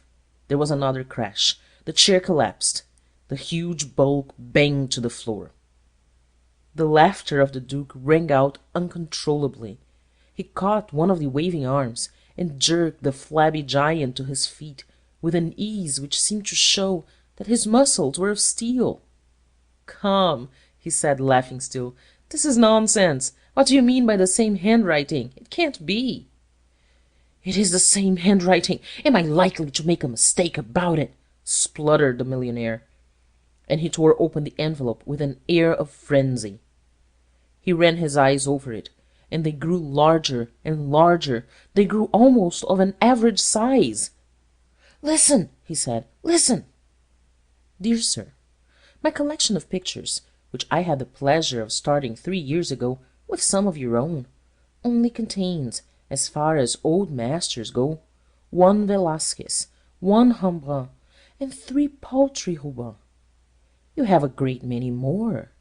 Since it is a shame such masterpieces should be in your hands, I propose to appropriate them, and I shall set about a respectful acquisition of them in your Paris house to-morrow morning. Yours very sincerely, Arsène Lupin." "He's humbugging," said the Duke. "Wait, wait!" gasped the millionaire. "There's a postscript. Listen. P.S. You must understand that since you have been keeping the coronet of the Princesse de Lamballe during these 3 years, I shall avail myself of the same occasion to compel you to restore that piece of jewellery to me. A.L." "The thief! The scoundrel! I'm joking!" gasped the millionaire, clutching at his collar. To judge from the blackness of his face and the way he staggered and dropped on to a couch, which was fortunately stronger than the chair, he was speaking the truth. "Firmin! Firmin!" shouted the Duke. "A glass of water! Quick! Your master's ill!" He rushed to the side of the millionaire, who gasped, "Telephone! Telephone to the Prefecture of Police! Be quick!" The Duke loosened his collar with deft fingers, tore a Van Loo fan from its case hanging on the wall, and fanned him furiously. Firmin came clumping into the room with a glass of water in his hand. The drawing-room door opened, and Germain and Sonia, alarmed by the Duke's shout, hurried in. "Quick! You're smelling salts!" said the Duke. Sonia ran across the hall, opened one of the drawers in the oriental cabinet, and ran to the millionaire with a large bottle of smelling salts in her hand. The Duke took it from her and applied it to the millionaire's nose. The millionaire sneezed thrice with terrific violence. The Duke snatched the glass from Firmin and dashed the water into his host's purple face. The millionaire gasped and spluttered. Germain stood staring helplessly at her gasping sire. "Whatever's the matter?" she said. "It's this letter," said the Duke. "A letter from Lupin." "I told you so! I said that Lupin was in the neighbourhood!" cried Germain triumphantly. "Firmin! Where's Firmin?" said the millionaire, dragging himself upright. He seemed to have recovered a great deal of his voice. "Oh, there you are!" He jumped up, caught the gamekeeper by the shoulder, and shook him furiously. "This letter! Where did it come from? Who brought it?" he roared. "It was in the letter box of the lodge at the bottom of the park. My wife found it there," said Firmin, as he twisted out of the millionaire's grasp. "Just as it was 3 years ago!" roared the millionaire, with an air of desperation. "It's exactly the same coup. Oh, what a catastrophe! What a catastrophe!" He made as if to tear out his hair, then, remembering its scantiness, refrained. "Now, come, it's no use losing your head," said the Duke with quiet firmness. "If this letter isn't a hoax—" "Hoax!" bellowed the millionaire. "Was it a hoax 3 years ago?" "Very good," said the Duke. "But if this robbery with which you're threatened is genuine, it's just childish." "How?" said the millionaire. "Look at the date of the letter. Sunday, September the 3rd. This letter was written today." "Yes, well, what of it?" said the millionaire. Look at the letter. I shall set about a respectful acquisition of them in your Paris house to-morrow morning. To-morrow morning? Yes, yes, to-morrow morning. What of it? Said the millionaire. One of two things, said the Duke. Either it's a hoax, and we needn't bother about it, or the threat is genuine, and we have time to stop the robbery. Of course we have. Whatever was I thinking of? Said the millionaire, and his anguish cleared from his face. For once, in a way, our dear Lupin's fondness for warning people, we have given him a painful jar, said the Duke. Come on, let me get at the telephone, cried the millionaire. But the telephone's no good, said Sonia quickly. No good? Why? Roared the millionaire, dashing heavily across the room to it. Look at the time, said Sonia. The telephone doesn't work as late as this. It's Sunday. The millionaire stopped dead. It's true. It's appalling, he groaned. That doesn't matter. You can always telegraph, said Germaine. But you can't. It's impossible, said Sonia. You can't get a message through. It's Sunday, and the telegraph office is shut at 12 o'clock. Oh, what a government! Groaned the millionaire. And he sank down gently on a chair beside the telephone, and mopped the beads of anguish from his brow. They looked at him, and they looked at one another, cudgelling their brains for yet another way of communicating with the Paris police. Hang it all, said the Duke. There must be some way out of the difficulty. What way? Said the millionaire. The Duke did not answer. He put his hands in his pockets, and walked impatiently up and down the hall. Germaine sat down on a chair. Sonia put her hands on the back of a couch, and leaned forward, watching him. Firmin stood by the door, whither he had retired to be out of the reach of his excited master, with a look of perplexity on his stolid face. They all watched the Duke with the air of people waiting for an oracle to deliver its message. The millionaire kept mopping the beads of anguish from his brow.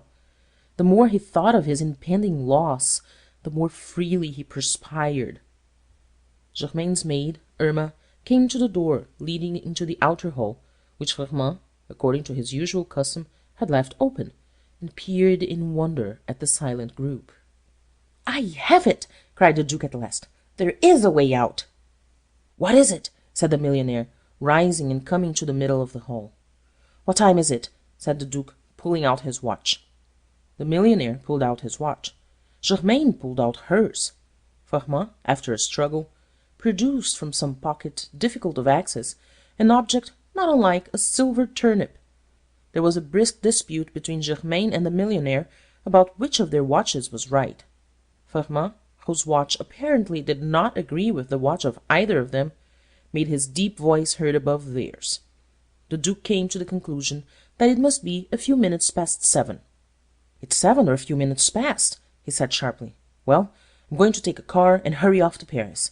I ought to get there, bar accidents, between 2 and 3 in the morning, just in time to inform the police and catch the burglars in the very midst of their burglary.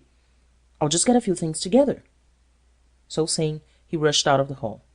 "Excellent, excellent," said the millionaire. "Your young man is a man of resource, Germaine. It seems almost a pity that he's a duke. He'd do wonders in the building trade. But I'm going to Paris too, and you're coming with me. I couldn't wait idly here to save my life, and I can't leave you here either. This scoundrel may be going to make a simultaneous attempt on the chateau. Not that there's much here that I really value. There's that statuette that moved, and the pane cut out of the window. I can't leave you two girls with burglars in the house. After all, there's the 60 horsepower and the 30 horsepower car. There'll be lots of room for all of us." "Oh, but it's nonsense, papa. We shall get there before the servants," said Germaine pettishly. "Think of arriving at an empty house in the dead of night." "Nonsense," said the millionaire. "Hurry off and get ready. Your bag ought to be packed. Where are my keys? Sonia, where are my keys? The keys of the Paris house." "They're in the bureau," said Sonia. "Well, see that I don't go without them. Now hurry up. Firmin, go and tell Jean that we shall want both cars. I'll drive one, the Duke the other. Jean must stay with you and help guard the chateau." So saying, he bustled out of the hall, driving the two girls before him. End of chapter 5.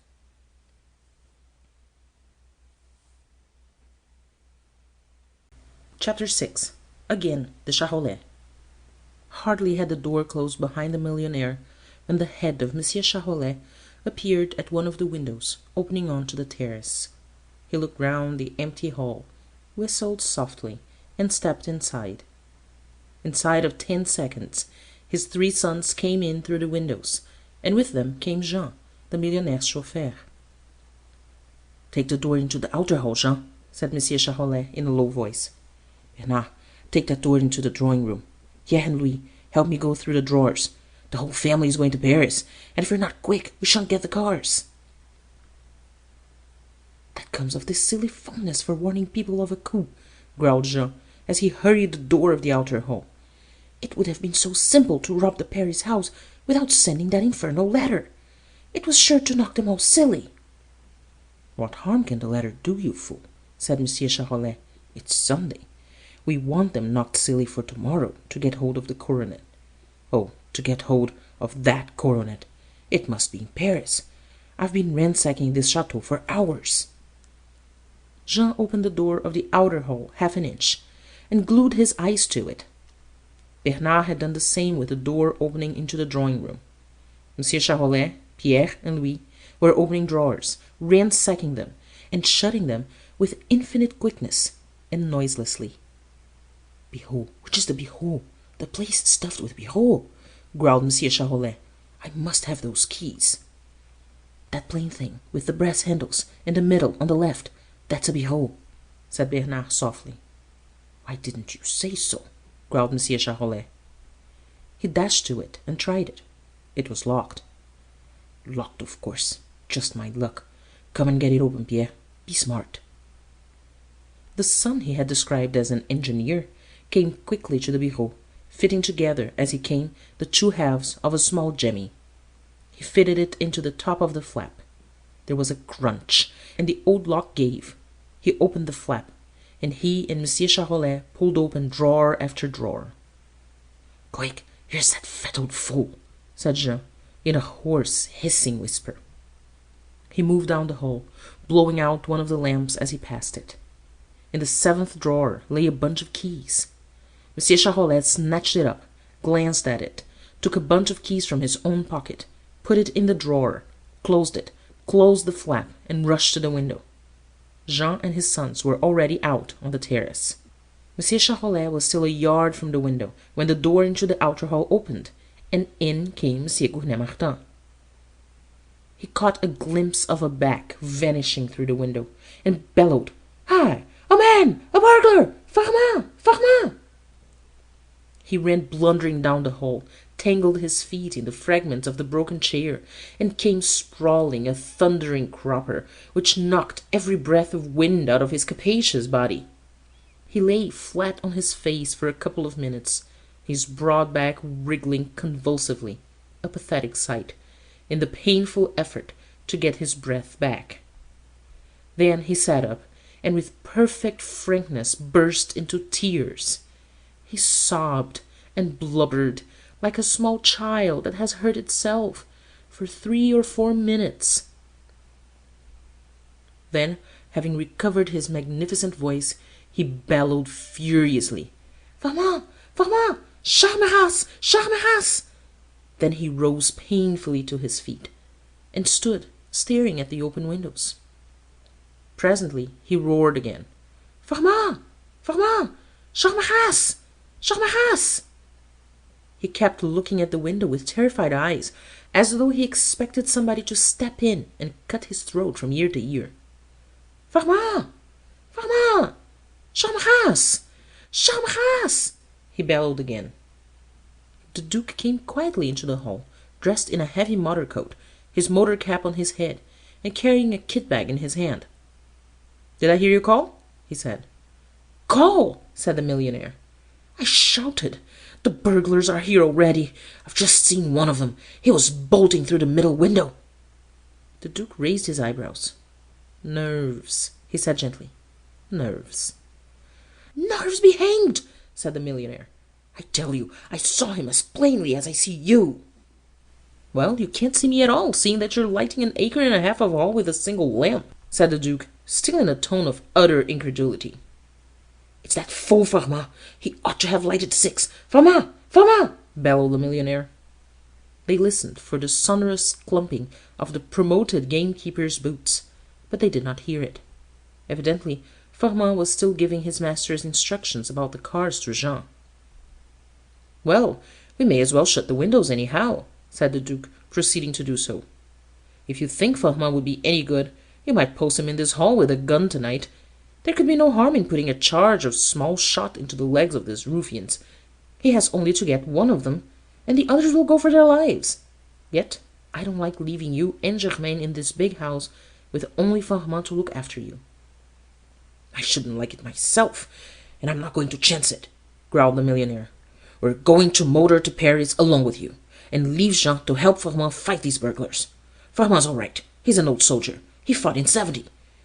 Not that I have much belief in soldiers against this cursed Lupin, after the way he dealt with that corporal and his men 3 years ago."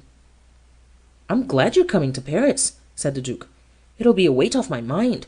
I'd better drive the limousine, and you take the landaulet." "That won't do," said the millionaire. "Germain won't go in the limousine. You know she has taken a dislike to it." "Nevertheless, I'd better buck it on to Paris, and let you follow slowly with Germain. The sooner I get to Paris, the better for your collection. I'll take Mademoiselle Kritchnoff with me, and, if you like, Irma, though the lighter I travel, the sooner I shall get there." "No, I'll take Irma and Germain," said the millionaire. "Germain would prefer to have Irma with her, in case you had an accident. She wouldn't like to get to Paris and have to find a fresh maid." The drawing-room door opened, and in came Germain, followed by Sonia and Irma. They wore motor cloaks and hoods and veils. Sonia and Irma were carrying handbags. "I think it's extremely tiresome you're dragging us off to Paris like this in the middle of the night," said Germain pettishly. "Do you?" said the millionaire. "Well, then you'll be interested to hear that I've just seen a burglar here in this very room. I frightened him, and he bolted through the window onto the terrace." "He was a greenish pink, slightly tinged with yellow," said the Duke softly. "Greenish pink! Oh, do stop your jesting, Jacques. Is this a time for idiocy?" cried Germain, in a tone of acute exasperation. "It was dim light which made your father see him in those colours. In a bright light, I think he would have been an Alsatian blue," said the Duke suavely. "You'll have to break yourself of this silly habit of trifling, my dear Duke, if ever you expect to be a member of the Académie Française," said the millionaire with some acrimony. "I tell you, I did see a burglar." Yes, I admitted it frankly. It was his collar I was talking about," said the Duke with an ironical smile. "Oh, stop your idiotic jokes. We're all sick to death of them," said Germain, with something of the fine fury which so often distinguished her father.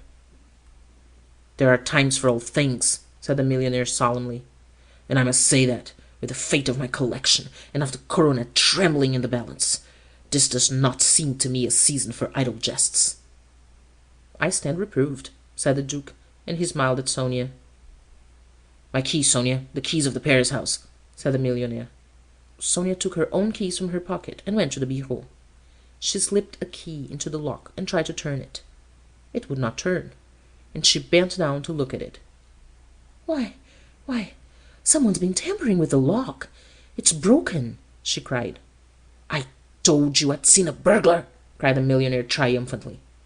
"He was after the keys." Sonia drew back the flap of the bureau and hastily pulled open the drawer in which the keys had been. "They're here," she cried, taking them out of the drawer and holding them up. "Then I was just in time," said the millionaire. "I startled him in the very act of stealing the keys." I withdraw," said the Duke. "You did see a burglar, evidently. But still, I believe he was greenish pink. They often are. However, you'd better give me those keys, Mademoiselle Sonia, since I'm to get to Paris first. I should look rather silly if, when I got there, I had to break into the house to catch the burglars." Sonia handed the keys to the Duke. He contrived to take her little hand, keys and all, into his own as he received them, and squeezed it. The light was too dim for the others to see the flush which flamed in her face. She went back and stood beside the bureau. "Now, papa, are you going to motor to Paris in a thin coat and linen waistcoat? If you're going, we'd better go. You always do keep us waiting half an hour whenever we start to go anywhere," said Germain firmly. The millionaire bustled out of the room. With a gesture of impatience, Germain dropped into a chair. Irma stood waiting by the drawing-room door. Sonia sat down by the beehole. There came a sharp patter of rain against the windows. "Rain! It only wanted that. It's going to be perfectly beastly," cried Germain. "Oh, well, you must make the best of it. At any rate, you're well wrapped up, and the night is warm enough, though it's raining," said the Duke. "Still, I could have wished that Lupin confined his operations to fine weather." He paused, and added cheerfully, "But, after all, it will lay the dust." They sat for 3 or 4 minutes in a dull silence, listening to the pattering of the rain against the panes. The Duke took his cigarette case from his pocket and lighted a cigarette. Suddenly he lost his bored air. His face lighted up, and he said joyfully, "Of course! Why didn't I think of it? Why should we start from a pit of gloom like this? Let us have the proper illumination which our enterprise deserves." With that he set about lighting all the lamps in the hall. There were lamps on stands, lamps on brackets, lamps on tables, and lamps which hung from the roof, old-fashioned lamps with new reservoirs, new lamps of what is called chaste design, brass lamps, silver lamps, and lamps in porcelain. The Duke lighted them, one after another, patiently, missing none, with a cold perseverance. The operation was punctuated by exclamations from Germain. They were all to the effect that she could not understand how he could be such a fool. The Duke paid no attention whatever to her. His face illuminated with boyish glee. He lighted lamp after lamp. Sonia watched him with a smiling admiration of the childlike enthusiasm with which he performed the task. Even the stolid face of the ox-eyed Irma relaxed into grins, which she smoothed quickly out with a respectful hand. The Duke had just lighted the 22nd lamp, when in bustled the millionaire. "What's this? What's this?" he cried, stopping short, blinking. "Just some more of Jacques' foolery," cried Germain, in tones of the last exasperation. "But, my dear Duke, the oil, the oil!" cried the millionaire, in a tone of bitter distress. "Do you think it's my object in life to swell the Rockefeller millions? We never have more than 6 lamps burning, unless we are holding a reception." "I think it looks so cheerful," said the Duke, looking round on his handiwork with a beaming smile of satisfaction. "But where are the cars? Jean seems a deuce of a time bringing them round. Does he expect us to go to the garage through this rain? We'd better hurry him up. Come on, you've got a good carrying voice." He caught the millionaire by the arm, hurried him through the outer hall, opened the big door of the chateau, and said, "Now shout!" The millionaire looked at him, shrugged his shoulders, and said, "You don't beat about the bush when you want anything." "Why should I?" said the Duke simply. "Shout, my good chap, shout." The millionaire raised his voice in a terrific bellow of, "Jean! Jean! Farmer! Farmer!" There was no answer. End of chapter 6.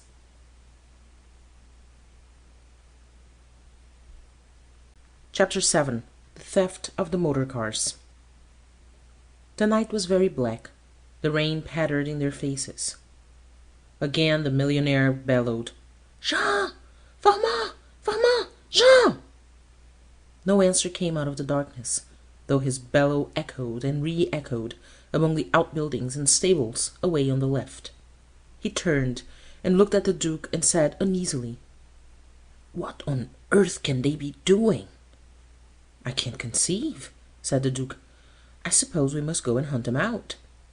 "What, in this darkness, with these burglars about?" said the millionaire, starting back. "If we don't, nobody else will," said the Duke.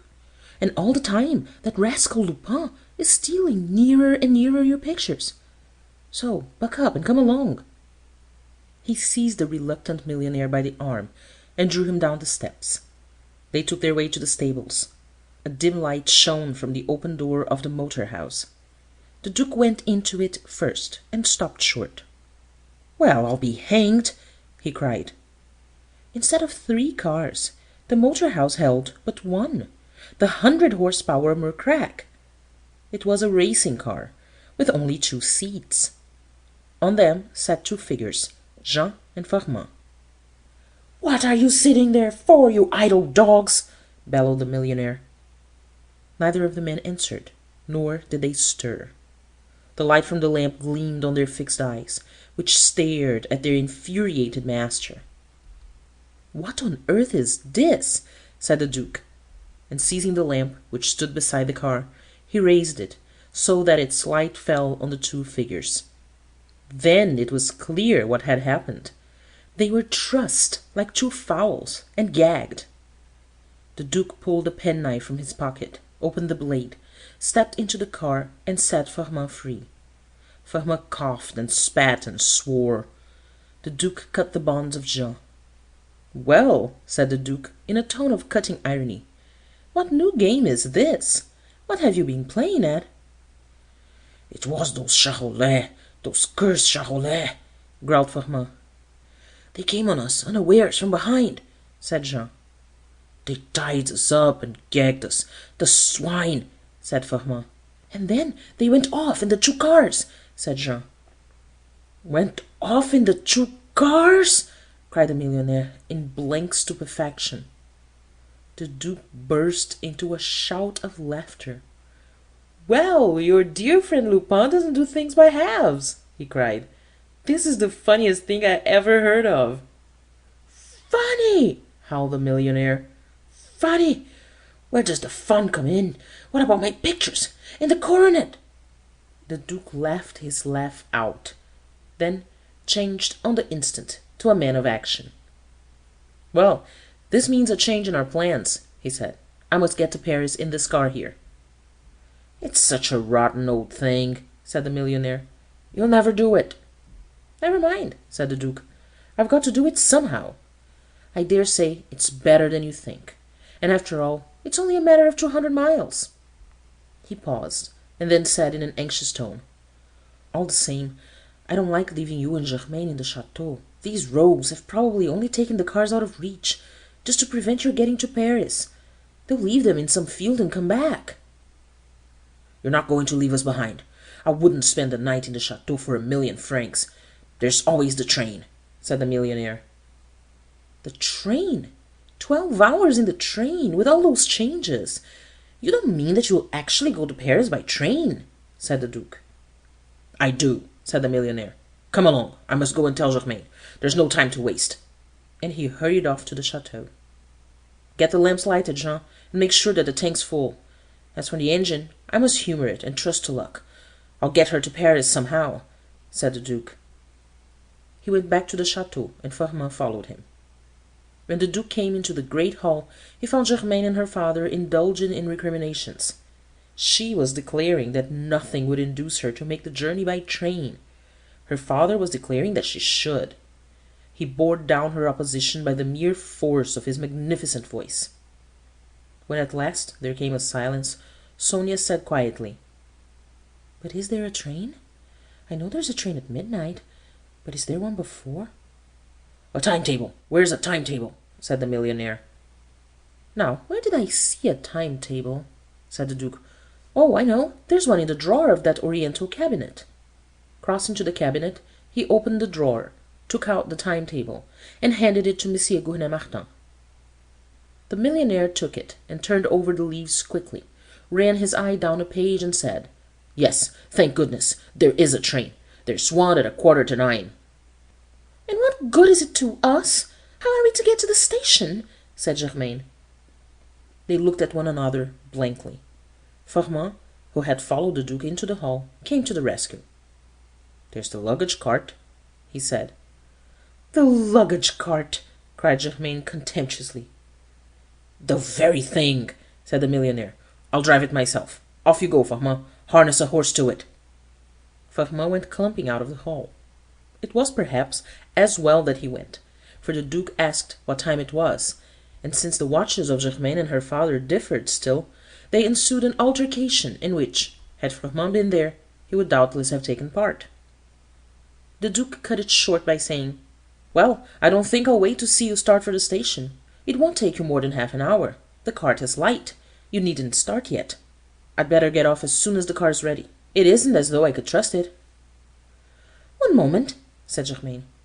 "Is there a dining car on the train? I'm not going to be starved as well as have my night's rest cut to pieces."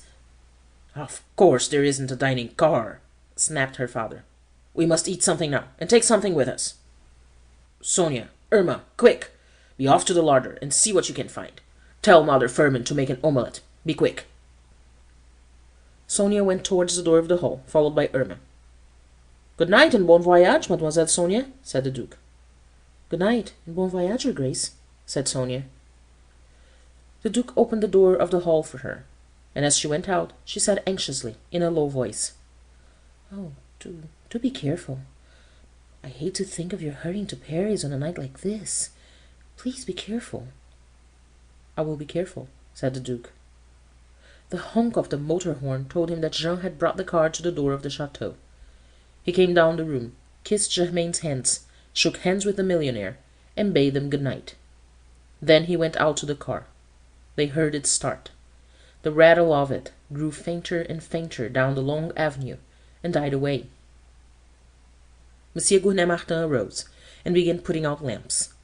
As he did so, he kept casting fearful glances at the window, as if he feared lest, now that the Duke had gone, the burglars should dash in upon him. There came a knock at the door, and Jean appeared on the threshold. "His Grace told me that I was to come into the house, and help Firmin look after it," he said. The millionaire gave him instructions about the guarding of the house. Firmin said he was an old soldier, was to occupy the post of honor, and guard the hall, armed with his gun. Jean was to guard the two drawing-rooms, as being less likely points of attack. He also was to have a gun, and the millionaire went with him to the gun-room, and gave him one and a dozen cartridges. When they came back to the hall, Sonia called them into the dining-room, and there, to the accompaniment of an unsubdued grumbling from Germain at having to eat cold food at 8 at night, they made a hasty but excellent meal, since the chef had left an elaborate cold supper ready to be served. They had nearly finished it when Jean came in, his gun on his arm, to say that Firmin had harnessed the horse to the luggage cart, and it was awaiting them at the door of the chateau. "Send him in to me, and stand by the horse till we come out," said the millionaire. Firmin came clumping in. The millionaire gazed at him solemnly and said, "Firmin, I'm relying on you. I'm leaving you in a position of honor and danger, a position which an old soldier of France loves." Firmin did his best to look like an old soldier of France. He pulled himself up out of the slouch which long years of loafing through woods with a gun on his arm had given him. He lacked also the old soldier of France's fiery gaze. His eyes were lackluster. "I'd look for anything, Firmin. Burglary, violence, and armed assault," said the millionaire. "Don't be afraid, sir. I saw the War of '70," said Firmin boldly, rising to the occasion.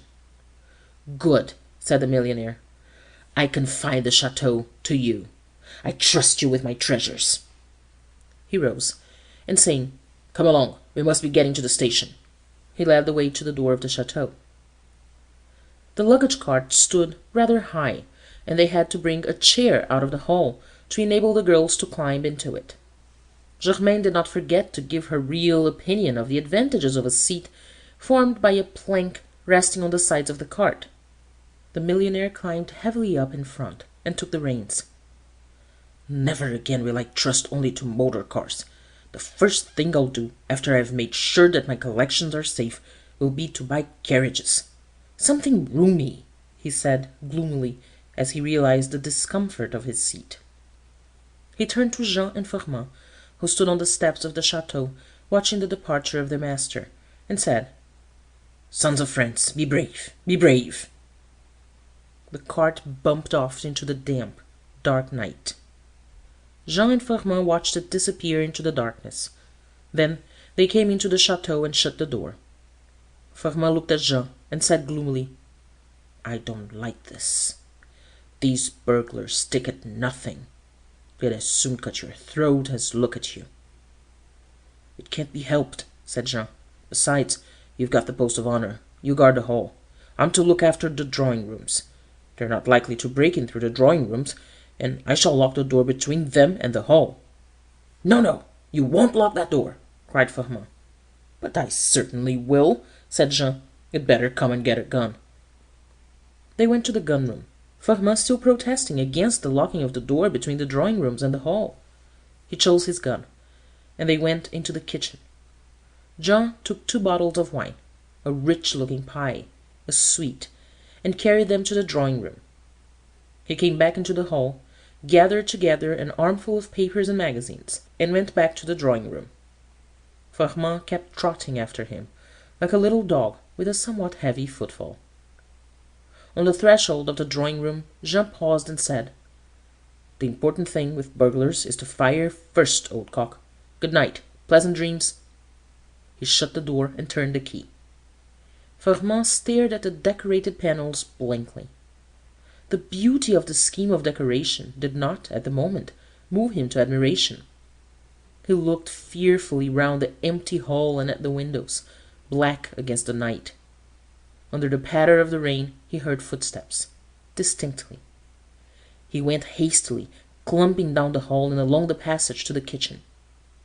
His wife was setting his supper on the table. "My God!" he said, "I haven't been so frightened since '70." And he mopped his glistening forehead with a dishcloth. It was not a clean dishcloth, but he did not care. "Frightened? What of?" said his wife. "Burglars. Cutthroats," said Formand.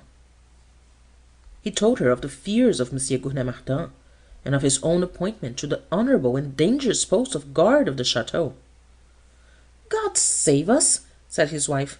"You lock the door of that beastly hall and come into the kitchen. Burglars won't bother about the kitchen." "But the master's treasures," protested Formand. "He confided them to me. He said so, distinctly." "Let the master look after his treasures himself," said Madame Formand, with decision. "You've only one throat, and I'm not going to have it cut. You sit down and eat your supper. Go and lock that door first, though." Formand locked the door of the hall. Then he locked the door of the kitchen. Then he sat down and began to eat his supper. His appetite was hearty, but none the less he derived little pleasure from the meal. He kept stopping, with the food poised on his fork, midway between the plate and his mouth, for several seconds at a time, while he listened with straining ears for the sound of burglars breaking in the windows of the hall. He was much too far from those windows to hear anything that happened to them, but that did not prevent him from straining his ears. Madame Formand ate her supper with an air of perfect ease. She felt sure that burglars would not bother with the kitchen. Formand's anxiety made him terribly thirsty. Tumbler after tumbler of wine flowed down the throat for which he feared. When he had finished his supper, he went on satisfying his thirst. Madame Formand lighted his pipe for him, and went and washed up the supper dishes in the scullery. Then she came back and sat down on the other side of the hearth, facing him. About the middle of his 3rd bottle of wine, Formand's cold, relentless courage was suddenly restored to him. He began to talk firmly about his duty to his master, his resolve to die, if need were, in defence of his interests, of his utter contempt for burglars, probably Parisians. But he did not go into the hall. Doubtless the pleasant warmth of the kitchen fire held him in his chair. He had described to his wife, with some ferocity, the cruel manner in which he would annihilate the first 3 burglars who entered the hall, and was proceeding to describe his method of dealing with the 4th, when there came a loud knocking on the front of the chateau. Stricken silent, turned to stone, Formand sat with his mouth open, in the midst of an unfinished word. Madame Formand scuttled to the kitchen door she had left unlocked on her return from the scullery, and locked it. She turned, and they stared at one another. The heavy knocker fell again, and again, and again. Between the knocking there was a sound like the roaring of lions. Husband and wife stared at one another with white faces. Formand picked up his gun with trembling hands, and the movement seemed to set his teeth chattering. They chattered like castanets. The knocking still went on, and so did the roaring. It had gone on at least for 5 minutes, when a slow gleam of comprehension lightened Madame Formont's face. "I believe it's the master's voice," she said. "The master's voice," said Formont in a hoarse, terrified whisper. "Yes," said Madame Formont, and she unlocked the thick door and opened it a few inches. The barrier removed, the well-known bellow of the millionaire came distinctly to their ears. Formont's courage rushed upon him in full flood. He clumped across the room, brushed his wife aside, and trotted to the door of the chateau. He unlocked it, drew the bolts, and threw it open. On the steps stood the millionaire, Germain, and Sonia. Irma stood at the horse's head. "What the devil have you been doing?" bellowed the millionaire.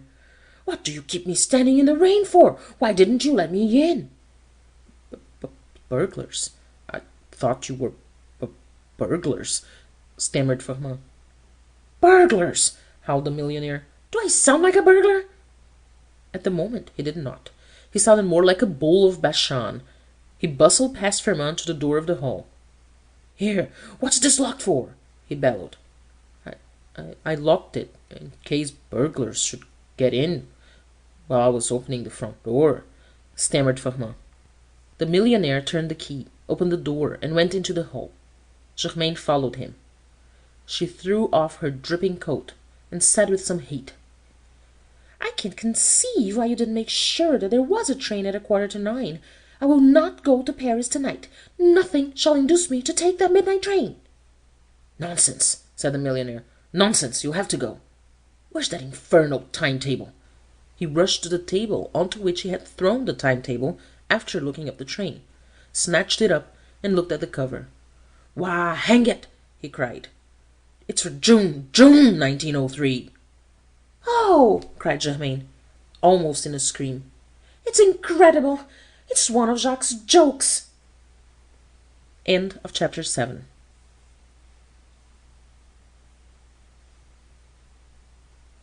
Chapter 8. The Duke arrives. The morning was gloomy, and the police station, with its bare, whitewashed walls, their white expanse was only broken by notice boards to which were pinned portraits of criminals with details of their appearance, their crime, and the reward offered for their apprehension, with its shabby furniture and its dingy fireplace, presented a dismal and sordid appearance, entirely in keeping with the September grey. The inspector sat at his desk, yawning after a night which had passed without an arrest. He was waiting to be relieved. The policeman at the door and the two policemen sitting on a bench by the wall yawned in sympathy. The silence of the street was broken by the rattle of an uncommonly noisy motor car.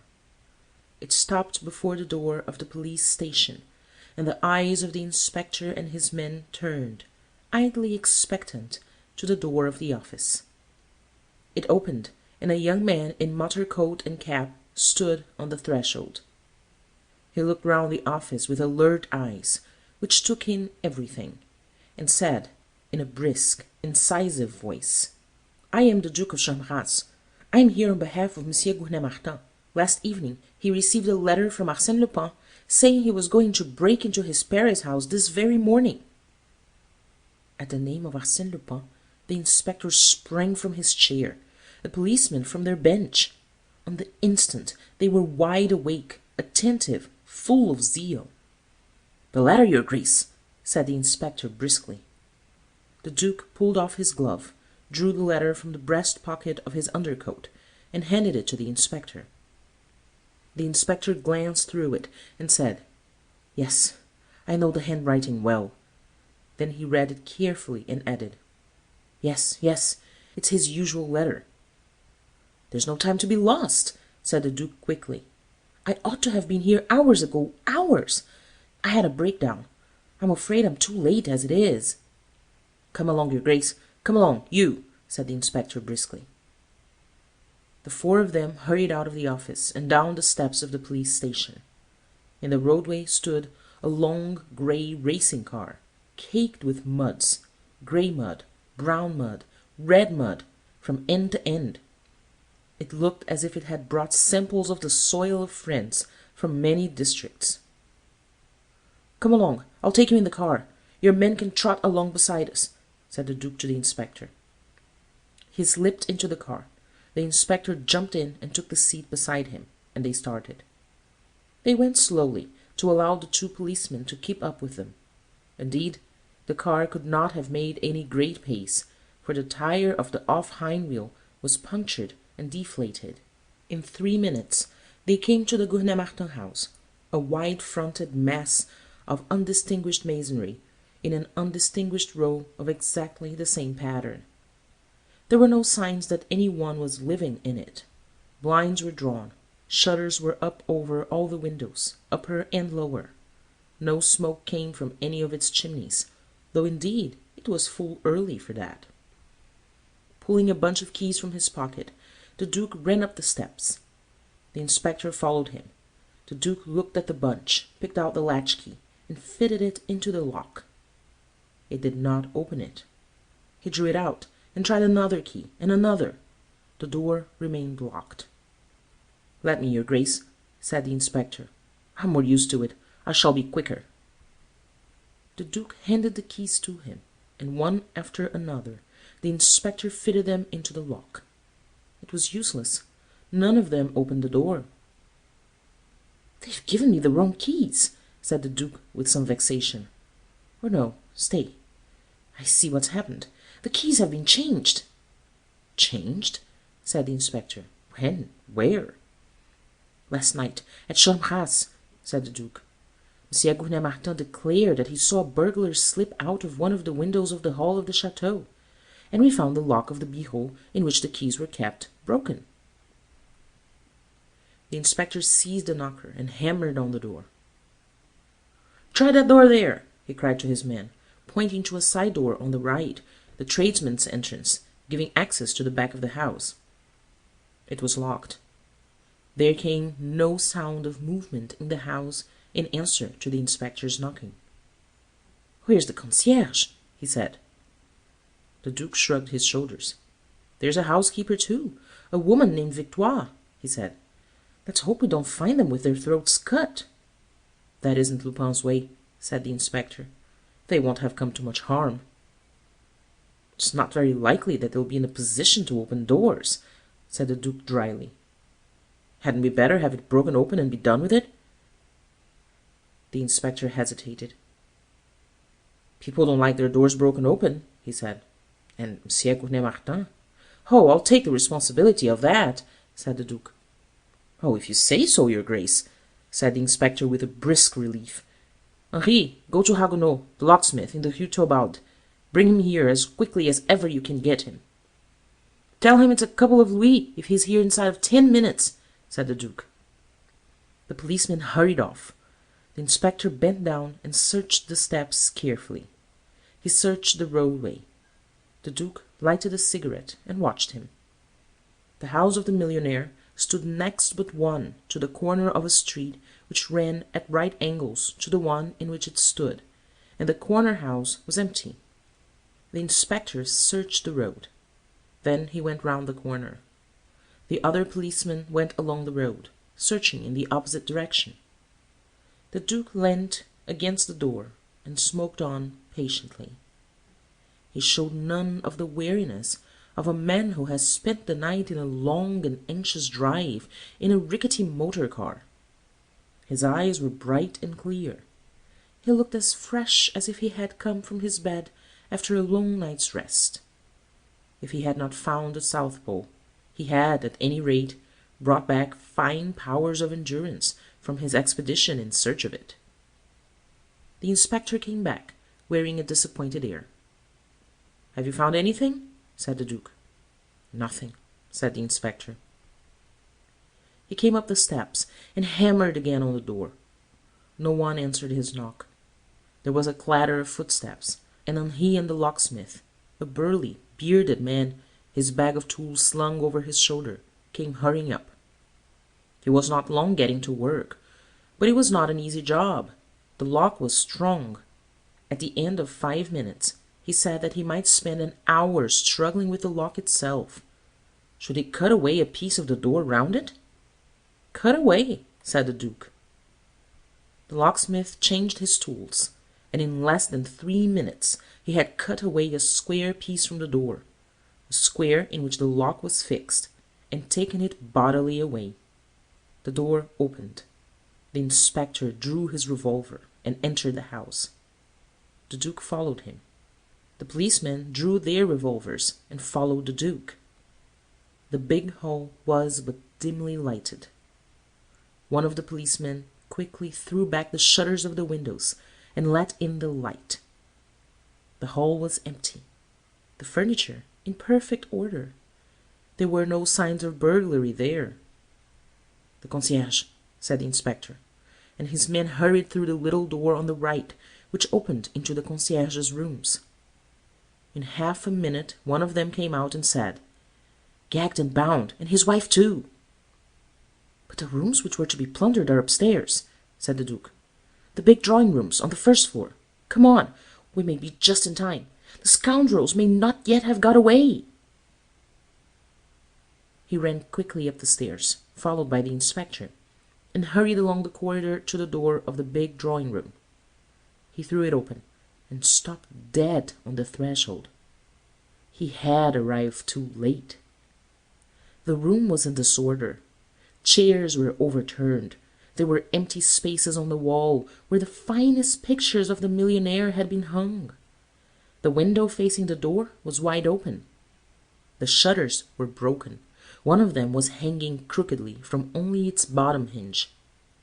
The top of a ladder rose above the window-sill, and beside it, astraddle the sill, was an Empire card table, half inside the room, half out. On the hearth-rug, before a large tapestry fire-screen, which masked the wide fireplace, built in imitation of the big, wide fireplaces of our ancestors, and rose to the level of the chimney-piece, a magnificent chimney-piece in carved oak, were some chairs, tied together, ready to be removed. The Duke and the inspector ran to the window and looked down into the garden. It was empty. At the further end of it, on the other side of its wall, rose the scaffolding of a house a-building. The burglars had found every convenience to their hand.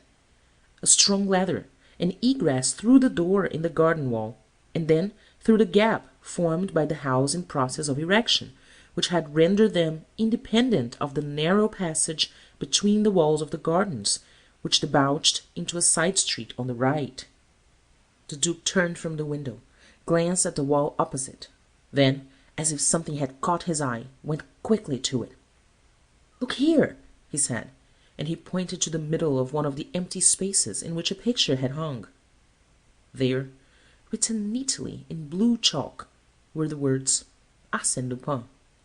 "This is a job for Guerchard," said the inspector, "but I had better get an examining magistrate to take the matter in hand first." And he ran to the telephone. The Duke opened the folding doors which led into the second drawing-room. The shutters of the windows were open, and it was plain that Arsène Lupin had plundered it also of everything that had struck his fancy. In the gaps between the pictures on the walls was again the signature, "Arsène Lupin." The inspector was shouting impatiently into the telephone, bidding a servant wake her master instantly. He did not leave the telephone till he was sure that she had done so, that her master was actually awake, and had been informed of the crime. The Duke sat down in an easy-chair and waited for him. When he had finished telephoning, the inspector began to search the 2 rooms for traces of the burglars. He found nothing, not even a finger-mark. When he had gone through the 2 rooms, he said, "The next thing to do is to find the housekeeper. She may be sleeping still. She may not even have heard the noise of the burglars." "I find all this extremely interesting," said the Duke, and he followed the inspector out of the room. The inspector called up the 2 policemen, who had been freeing the concierge and going through the rooms on the ground floor. They did not then examine any more of the rooms on the first floor to discover if they also had been plundered. They went straight up to the top of the house, the servants' quarters. The inspector called, "Victoire! Victoire!" 2 or 3 times, but there was no answer. They opened the door of room after room, and looked in, the inspector taking the rooms on the right, the policeman the rooms on the left. "Here we are," said one of the policemen. "This room's been recently occupied." They looked in, and saw that the bed was unmade. Plainly Victoire had slept in it. "Where can she be?" said the Duke. "Be?" said the inspector. "I expect she's with the burglars, an accomplice." "I gather that Monsieur Gouvernet-Martin had the greatest confidence in her," said the Duke. "Well, he'll have less now," said the inspector dryly. "It's generally the confidential ones who let their masters down." The inspector and his men set about a thorough search of the house. They found the other rooms undisturbed. In half an hour they had established the fact that the burglars had confined their attention to the 2 drawing-rooms. They found no traces of them, and they did not find Victoire. The concierge could throw no light on her disappearance. He and his wife had been taken by surprise in their sleep and in the dark. They had been gagged and bound, they declared, without so much as having set eyes on their assailants. The Duke and the inspector came back to the plundered drawing-room. The inspector looked at his watch and went to the telephone. "I must let the prefecture know," he said. "Be sure you ask them to send Guerchard," said the Duke. "Guerchard?" said the inspector doubtfully. "Monsieur Formery, the examining magistrate, does not get on very well with Guerchard." "What sort of a man is Monsieur Formery? Is he capable?" said the Duke. "Oh, yes, yes, he's very capable," said the inspector quickly. "But he doesn't have very good luck. Monsieur Gouvernet-Martin particularly asked me to send for Guerchard if I arrived too late, and found the burglary already committed," said the Duke. "It seems that there is war to the knife between Guerchard and this Arsène Lupin. In that case, Guerchard will leave no stone unturned to catch the rascal and recover the stolen treasures." Monsieur Gouvernet-Martin felt that Guerchard was the man for this piece of work very strongly indeed. "Very good, your Grace," said the inspector, and he rang up the prefecture of police. The Duke heard him report the crime, and asked that Guerchard should be sent. The official in charge at the moment seemed to make some demur. The Duke sprang to his feet, and said in an anxious tone, "Perhaps I'd better speak to him myself." He took his place at the telephone, and said, "I am the Duke of Charmerace. Monsieur Gouvernet-Martin begged me to secure the services of Monsieur Guerchard. He laid the greatest stress on my securing them, if on reaching Paris I found that the crime had already been committed." The official at the other end of the line hesitated. He did not refuse on the instant as he had refused the inspector. It may be that he reflected that Monsieur Gouvernet-Martin was a millionaire and a man of influence, that the Duke of Charmerace was a duke, that he, at any rate, had nothing whatever to gain by running counter to their wishes. He said that the chief inspector Guerchard was not at the prefecture, that he was off duty, that he would send down 2 detectives who were on duty at once, and summon Chief Inspector Guerchard with all speed. The Duke thanked him and rang off. "That's all right," he said cheerfully, turning to the inspector. "What time will Monsieur Formery be here?" "Well, I don't expect him for another hour," said the inspector. "He won't come till he's had his breakfast. He always makes a good breakfast before setting out to start an inquiry, lest he shouldn't find time to make one after he's begun it." "Breakfast! Breakfast! That's a great idea," said the Duke. "Now you come to remind me, I'm absolutely famished. I got some supper on my way late last night, but I've had nothing since. I suppose nothing interesting will happen till Monsieur Formery comes, and I may as well get some food. But I don't want to leave the house. I think I'll see what the concierge can do for me." So saying, he went downstairs and interviewed the concierge. The concierge seemed to be still doubtful whether he was standing on his head or his heels, but he undertook to supply the needs of the Duke. The Duke gave him a louis, and he hurried off to get food from a restaurant. The Duke went upstairs to the bathroom and refreshed himself with a cold bath. By the time he had bathed and dressed, the concierge had a meal ready for him in the dining-room. He ate it with the heartiest appetite. Then he sent out for a barber and was shaved. He then repaired to the pillaged drawing-room, disposed himself in the most restful attitude on a sofa, and lighted an excellent cigar. In the middle of it, the inspector came to him. He was not wearing a very cheerful air, and he told the Duke that he had found no clue to the perpetrators of the crime, though M. Dieuzy and M. Bonavent, the detectives from the Prefecture of Police, had joined him in the search. The Duke was condoling with him on this failure, when they heard a knocking at the front door, and then voices on the stairs. "Ha! Here is M. Formery," said the inspector cheerfully. "Now we can get on." End of chapter 8.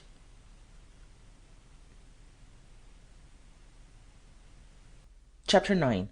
Monsieur Formery opens the inquiry. The examining magistrate came into the room. He was a plump and pink little man, with very bright eyes. His bristly hair stood up straight all over his head, giving it the appearance of a broad, dapple-grey clothes-brush. He appeared to be of the opinion that nature had given the world the tooth-brush as a model of what a moustache should be, and his own was clipped to that pattern. "The Duke of Charmerace, Monsieur Formery," said the inspector. The little man bowed and said, "Charmed, charmed to make your acquaintance, your Grace, though the occasion is somewhat painful. The treasures of Monsieur Gournay-Martin are known to all the world. France will deplore his losses." He paused, and added hastily, "But we shall recover them, we shall recover them." The Duke rose, bowed, and protested his pleasure at making the acquaintance of Monsieur Formery. "Is this the scene of the robbery, Inspector?" said Monsieur Formery, and he rubbed his hands together with a very cheerful air. "Yes, sir," said the inspector. "These 2 rooms seem to be the only ones touched, though of course we can't tell till Monsieur Gournay-Martin arrives. Jewels may have been stolen from the bedrooms." "I fear that Monsieur Gournay-Martin won't be of much help for some days," said the Duke. "When I left him he was nearly distracted, and he won't be any better after a night journey to Paris from Chartres. But probably these are the only 2 rooms touched, for in them Monsieur Gournay-Martin had gathered together the gems of his collection. Over the door hung some pieces of Flemish tapestry, marvels, the composition admirable, the colouring delightful." "It is easy to see that your Grace was very fond of them," said Monsieur Formery. "I should think so," said the Duke. "I looked on them as already belonging to me, for my father-in-law was going to give them to me as a wedding present." "A great loss, a great loss! But we will recover them sooner or later, you can rest assured of it. I hope you have touched nothing in this room. If anything has been moved, it may put me off the scent altogether. Let me have the details, Inspector." The inspector reported the arrival of the Duke at the police station, with Arsène Lupin's letter to M. Gournay-Martin, the discovery that the keys had been changed and would not open the door of the house, the opening of it by the locksmith, the discovery of the concierge and his wife gagged and bound. "Probably accomplices," said M. Formery. "Does Lupin always work with accomplices?" said the Duke. "Pardon my ignorance, but I've been out of France for so long, before he attained to this height of notoriety." "Lupin? Why Lupin?" said M. Formery sharply. "Why, there is the letter from Lupin which my future father-in-law received last night. Its arrival was followed by the theft of his 2 swiftest motor cars. And then these signatures on the wall here," said the Duke in some surprise at the question. "Lupin, Lupin! Everybody has Lupin on the brain," said M. Formery impatiently. "I'm sick of hearing his name. This letter and these signatures are just as likely to be forgeries as not." "I wonder if Guerchard will take that view," said the Duke. "Guerchard! Surely we're not going to be cluttered up with Guerchard. He has Lupin on the brain worse than anyone else." "But Monsieur Gournay-Martin particularly asked me to send for Guerchard if I arrived too late to prevent the burglary. He would never forgive me if I had neglected his request. So I telephoned for him to the Prefecture of Police," said the Duke. "Oh, well, if you've already telephoned for him. But it was unnecessary, absolutely unnecessary," said M. Formery sharply. "I didn't know," said the Duke politely. "Oh, there was no harm in it. It doesn't matter," said M. Formery, in a discontented tone, with a discontented air. He walked slowly round the room, paused by the windows, looked at the ladder, and scanned the garden. "Arsène Lupin!" he said scornfully. "Arsène Lupin doesn't leave traces all over the place. There's nothing but traces. Are we going to have that silly Lupin joke all over again?" "I think, sir, that this time joke is the word, for this is a burglary pure and simple," said the inspector. "Yes, it's plain as daylight," said M. Formery. "The burglars came in by this window, and they went out by it." He crossed the room to a tall safe which stood before the unused door. The safe was covered with velvet, and velvet curtains hung before its door. He drew the curtains and tried the handle of the door of the safe. It did not turn. The safe was locked. "As far as I can see, they haven't touched this," said M. Formery. "Thank goodness for that," said the Duke. "I believe, or at least my fiancé does, that M. Gurney-Martin keeps the most precious thing in his collection in that safe, the coronet." "What! The famous coronet of the Princesse de Lamballe?" said M. Formery. "Yes," said the Duke. "But according to your report, Inspector, the letter signed Lupin announced that he was going to steal the coronet also." "It did, in so many words," said the Duke. "Well, here is a further proof that we're not dealing with Lupin. That rascal would certainly have put his threat into execution, M. Formery," said the inspector. "Who is in charge of the house?" said M. Formery. "The concierge, his wife, and a housekeeper, a woman named Victoire," said the inspector. "I'll see to the concierge and his wife presently. I've sent one of your men round for their dossier. When I get it, I'll question them. You found them gagged and bound in their bedroom?"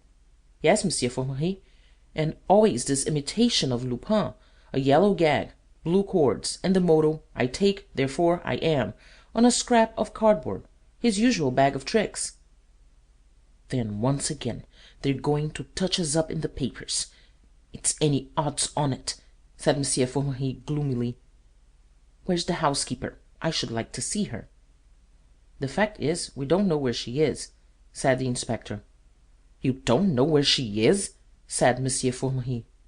"We can't find her anywhere," said the inspector. "That's excellent, excellent. We've found the accomplice," said M. Formery with lively delight, and he rubbed his hands together. "At least we haven't found her, but we know her." "I don't think that's the case," said the Duke. "At least my future father-in-law and my fiancé had both of them the greatest confidence in her. Yesterday she telephoned to us at the Château de Charmerace. All the jewels were left in her charge, and the wedding presents as they were sent in."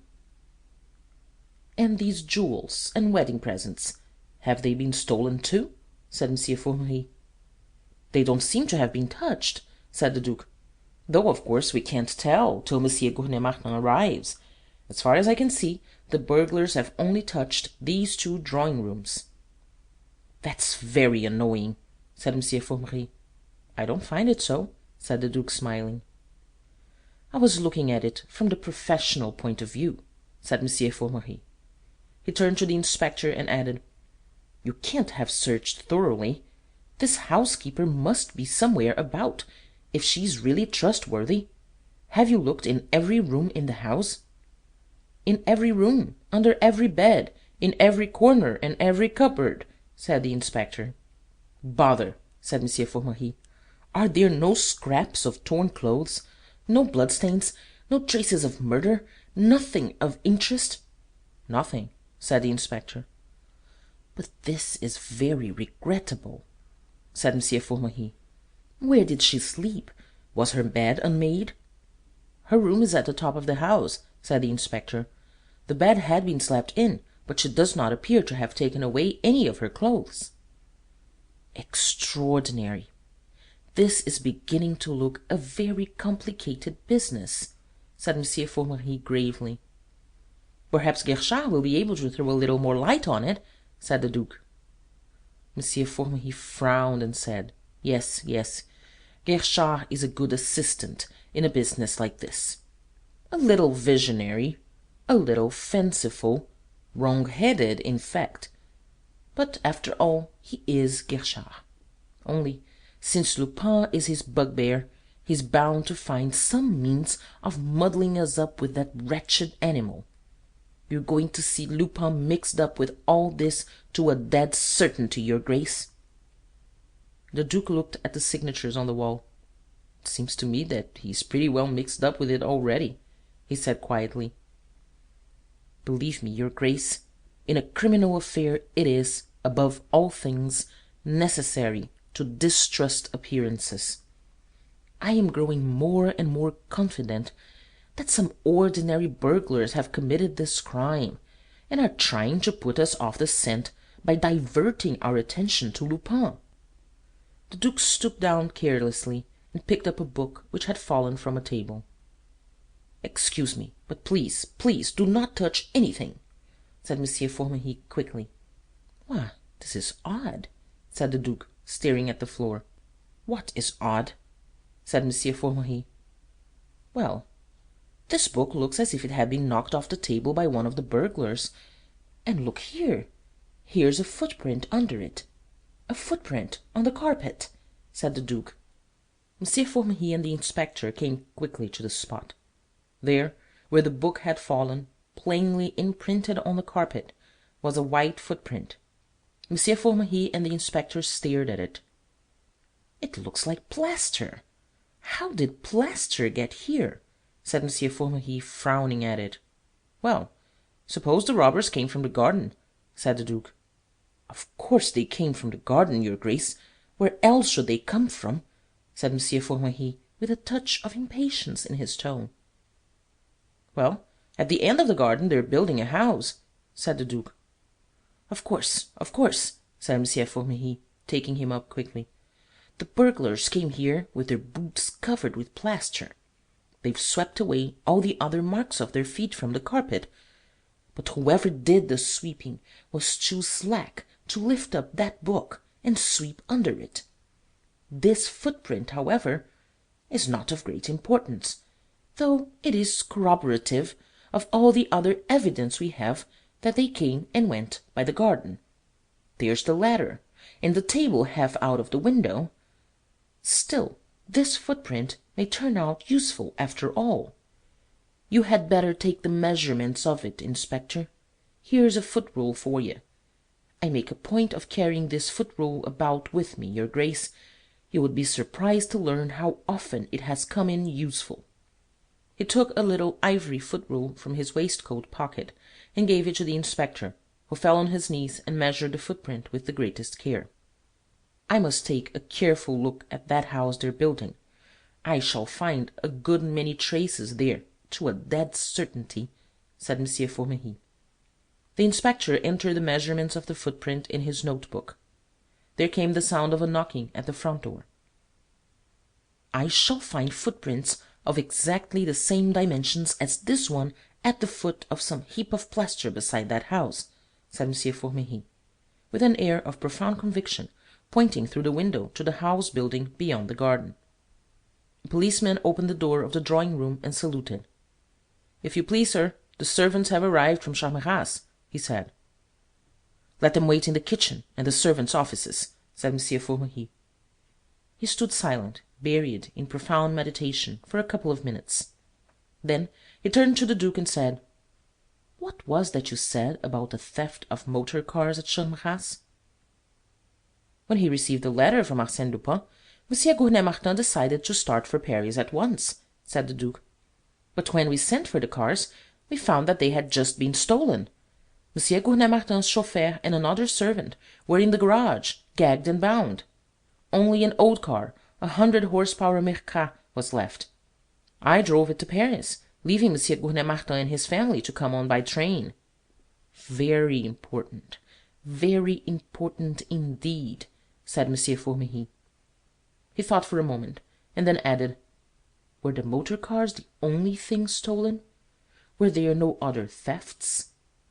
"Well, as a matter of fact, there was another theft, or rather an attempt at theft," said the Duke with some hesitation.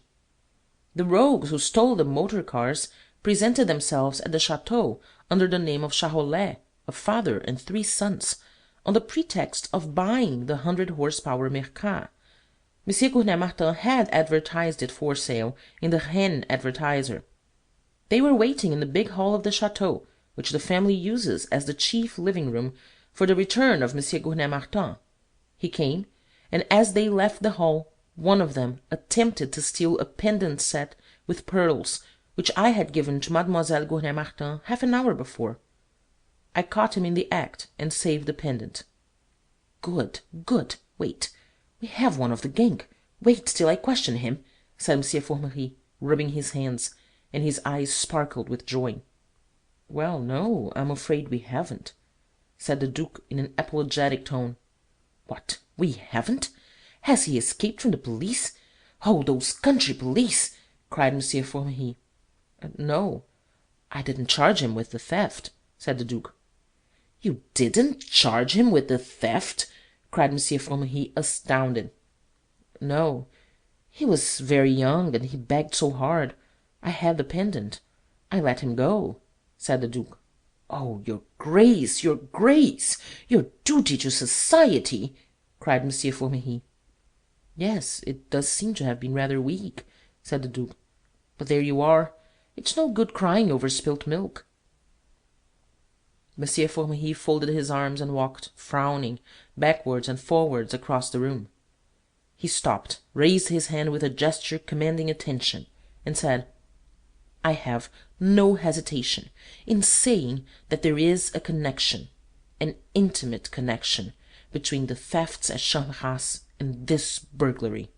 The Duke and the inspector gazed at him with respectful eyes.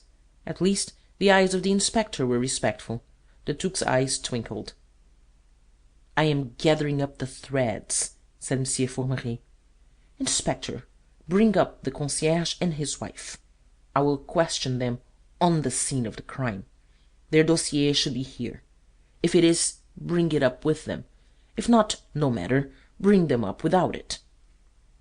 The inspector left the drawing-room. M. Formerie plunged at once into frowning meditation. "I find all this extremely interesting," said the Duke.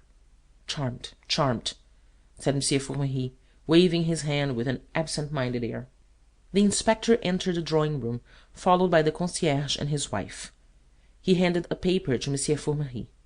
The concierge, a bearded man of about 60, and his wife, a somewhat bearded woman of about 55, stared at M. Formerie with fascinated, terrified eyes. He sat down in a chair, crossed his legs, read the paper through, and then scrutinized them keenly. "Well, have you recovered from your adventure?" he said. "Oh, yes, sir," said the concierge. "They hustled us a bit, but they did not really hurt us." "Nothing to speak of, that is," said his wife. "But all the same, it's a disgraceful thing that an honest woman can't sleep in peace in her bed of a night without being disturbed by rascals like that. And if the police did their duty, things like this wouldn't happen, and I don't care who hears me say it." "You say that you were taken by surprise in your sleep," said M. Formerie. "You say you saw nothing and heard nothing." "There was no time to see anything or hear anything. They trussed us up like greased lightning," said the concierge. "But the gag was the worst," said the wife. "To lie there and not be able to tell the rascals what I thought about them." "Didn't you hear the noise of footsteps in the garden?" said M. Formerie.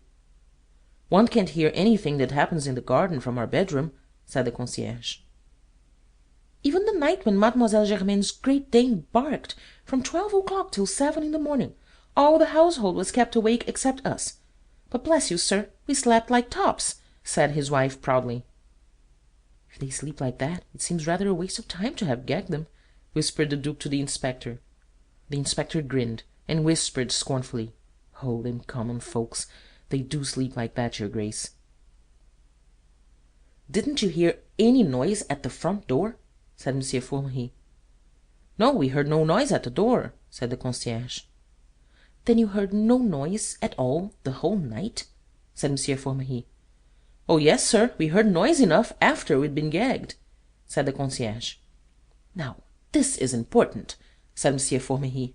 "What kind of a noise was it?" "Well, it was a bumping kind of noise," said the concierge, "and there was a noise of footsteps walking about the room." "What room? Where did these noises come from?" said M. Formery. "From the room over our heads, the big drawing-room," said the concierge. "Didn't you hear any noise of a struggle, as if somebody was being dragged about? No screaming or crying?" said M. Formery. The concierge and his wife looked at one another with inquiring eyes. "No, I didn't," said the concierge. "Neither did I," said his wife. M. Formery paused. Then he said, "How long have you been in the service of M. Gurney-Martin?" "A little more than a year," said the concierge. M. Formery looked at the paper in his hand, frowned, and said severely, "I see you've been convicted twice, my man." "Yes, sir, but—" "My husband's an honest man, sir, perfectly honest," broke in his wife. "You've only to ask M. Gurney-Martin. He'll—" "Be so good as to keep quiet, my good woman," said M. Formery. And turning to her husband, he went on, "At your first conviction you were sentenced to a day's imprisonment with costs. At your second conviction you got 3 days' imprisonment. I'm not going to deny it, sir," said the concierge, "but it was an honourable imprisonment." "Honourable?" said M. Formery.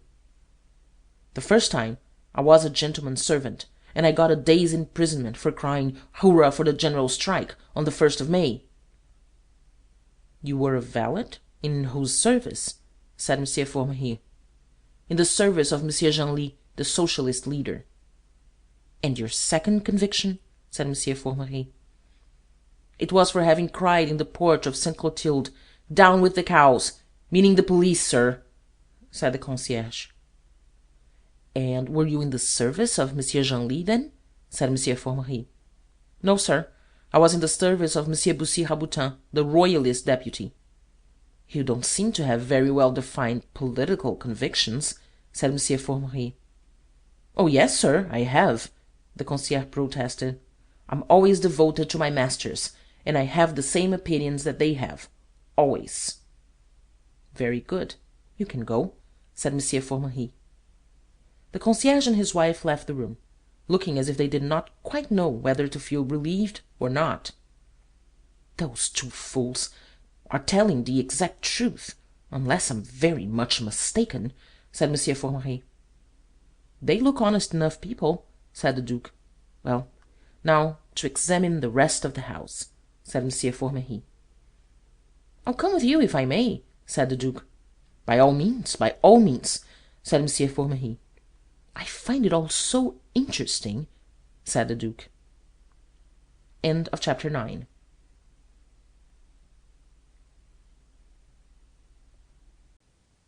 Chapter 10. Guerchard assists. Leaving a policeman on guard at the door of the drawing-room, M. Formery, the Duke, and the inspector set out on their tour of inspection. It was a long business, for M. Formery examined every room with the most scrupulous care, with more care, indeed, than he had displayed in his examination of the drawing-rooms.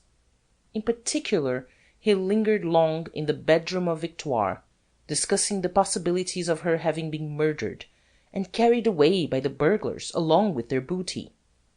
He seemed, if anything, disappointed at finding no bloodstains, but to find real consolation in the thought that she might have been strangled. He found the inspector in entire agreement with every theory he enunciated, and he grew more and more disposed to regard him as a zealous and trustworthy officer.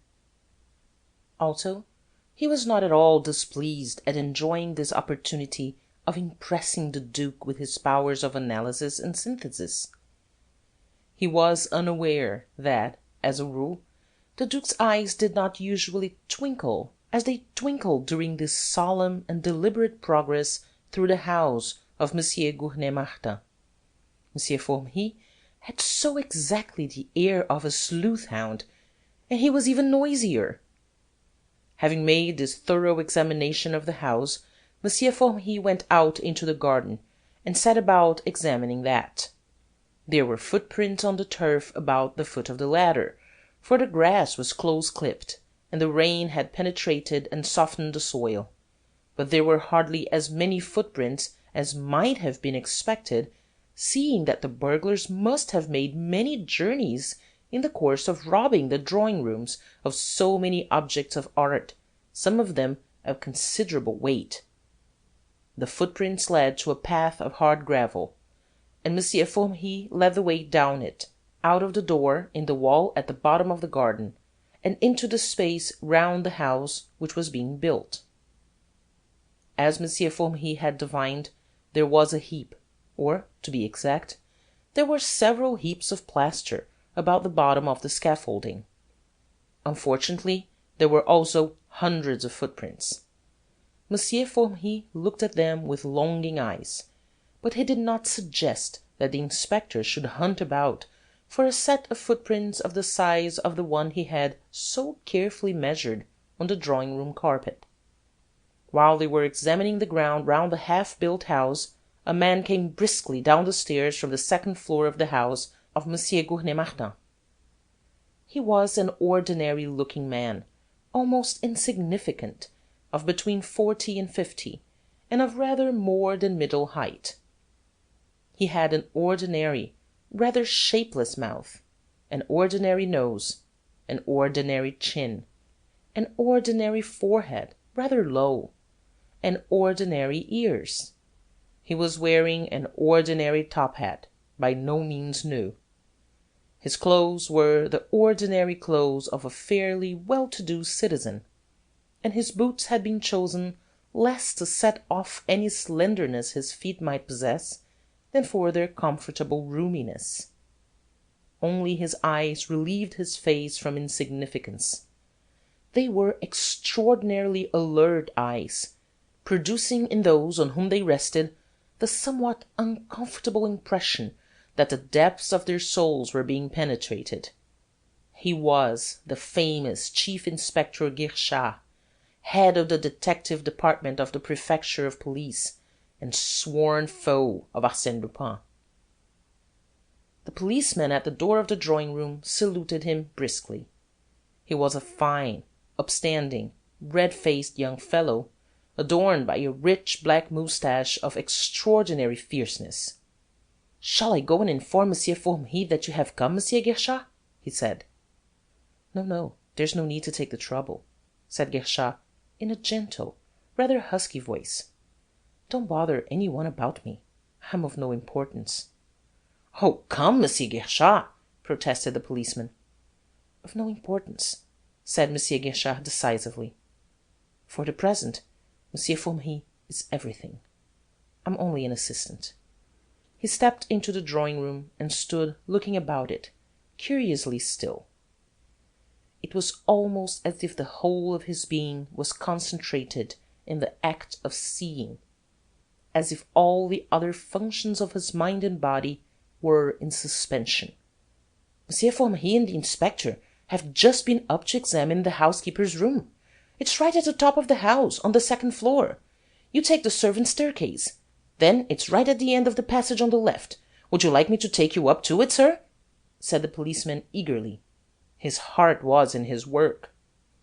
"Thank you, I know where it is. I've just come from it," said Guerchard gently. A grin of admiration widened the already wide mouth of the policeman, and showed a row of very white, able-looking teeth. "Ah, Monsieur Guerchard," he said, "you're cleverer than all the examining magistrates in Paris put together." "You ought not to say that, my good fellow.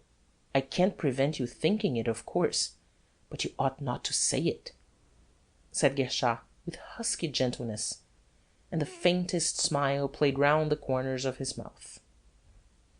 He walked slowly to the window, and the policeman walked with him. "Have you noticed this, sir?"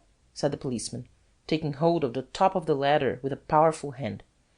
"It's probable that the burglars came in and went away by this ladder." "Thank you," said Guerchard. They have even left this card-table on the window-sill," said the policeman, and he patted the card-table with his other powerful hand. Thank you," said Guerchard. "They don't think it's Lupin's work at all," said the policeman. "They think that Lupin's letter announcing the burglary and these signatures on the walls are only a ruse." "Is that so?" said Guerchard. "Is there any way I can help you, sir?" said policeman. "Yes," said Guerchard. "Take up your post outside that door, and admit no one but Monsieur Formery, the inspector, Bonavent, or Dieuzy, without consulting me." And he pointed to the drawing-room door. "Shan't I admit the Duke of Charmerace? He's taking a great interest in this affair," said the policeman. "The Duke of Charmerace? Oh, yes, admit the Duke of Charmerace," said Guerchard. The policeman went to his post of responsibility, a proud man. Hardly had the door closed behind him when Guerchard was all activity and eyes. He examined the letter, the gaps on the wall from which the pictures had been taken, the signatures of Arsène Lupin. The very next thing he did was to pick up the book which the Duke had set on the top of the footprint again, to preserve it. And he measured, pacing it, the distance between the footprint and the window. The result of this measuring did not appear to cause him any satisfaction, for he frowned, measured the distance again, and then stared out of the window with a perplexed air, thinking hard. It was curious that, when he concentrated himself on a process of reasoning, his eyes seemed to lose something of their sharp brightness and grew a little dim. At last he seemed to come to some conclusion. He turned away from the window, drew a small magnifying glass from his pocket, dropped on his hands and knees, and began to examine the surface of the carpet with the most minute care. He examined the space of it nearly 6 feet square, stopped and gazed round the room. His eyes rested on the fireplace, which he could see under the bottom of the big tapestried fire-screen, which was raised on legs about a foot high, fitted with big castors. His eyes filled with interest. Without rising, he crawled quickly across the room, peeped round the edge of the screen, and rose, smiling. He went on to the further drawing-room, and made the same careful examination of it, again examining a part of the surface of the carpet with his magnifying glass. He came back to the window to which the ladder had been raised, and examined very carefully the broken shutter. He whistled softly to himself, lighted a cigarette, and leaned against the side of the window. He looked out of it with dull eyes which saw nothing, the while his mind worked upon the facts he had discovered. He had stood there, plunged in reflection, for perhaps 10 minutes, when there came a sound of voices and footsteps on the stairs. He awoke from his absorption, seemed to prick his ears, then slipped a leg over the window ledge, and disappeared from sight down the ladder. The door opened, and in came Monsieur Formery, the Duke, and the inspector. Monsieur Formery looked round the room with eyes which seemed to expect to meet a familiar sight, then walked to the other drawing-room, and looked round that.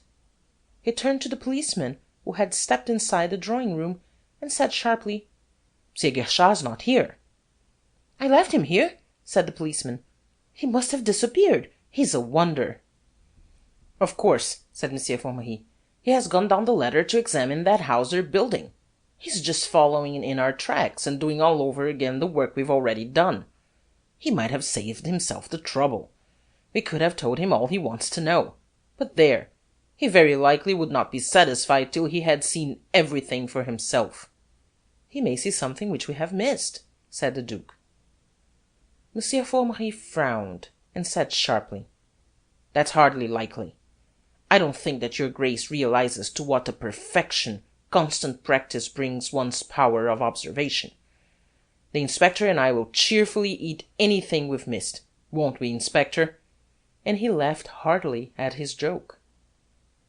"It might always prove a large mouthful," said the Duke with an ironical smile. Monsieur Formery assumed his air of profound reflection, and walked a few steps up and down the room, frowning. "The more I think about it," he said, "the clearer it grows that we have disposed of the Lupin theory. This is the work of far less expert rogues than Lupin. What do you think, Inspector?" "Yes, I think you have disposed of that theory, sir," said the inspector with ready acquiescence. "All the same, I'd wager anything that we haven't disposed of it to the satisfaction of Guerchard," said Monsieur Formery. "Then he must be very hard to satisfy," said the Duke. "Oh, in any other matter he's open to reason," said Monsieur Formery. "But Lupin is his fixed idea. It's an obsession, almost a mania." "But yet he never catches him," said the Duke. "No, and he never will. His very obsession by Lupin hampers him.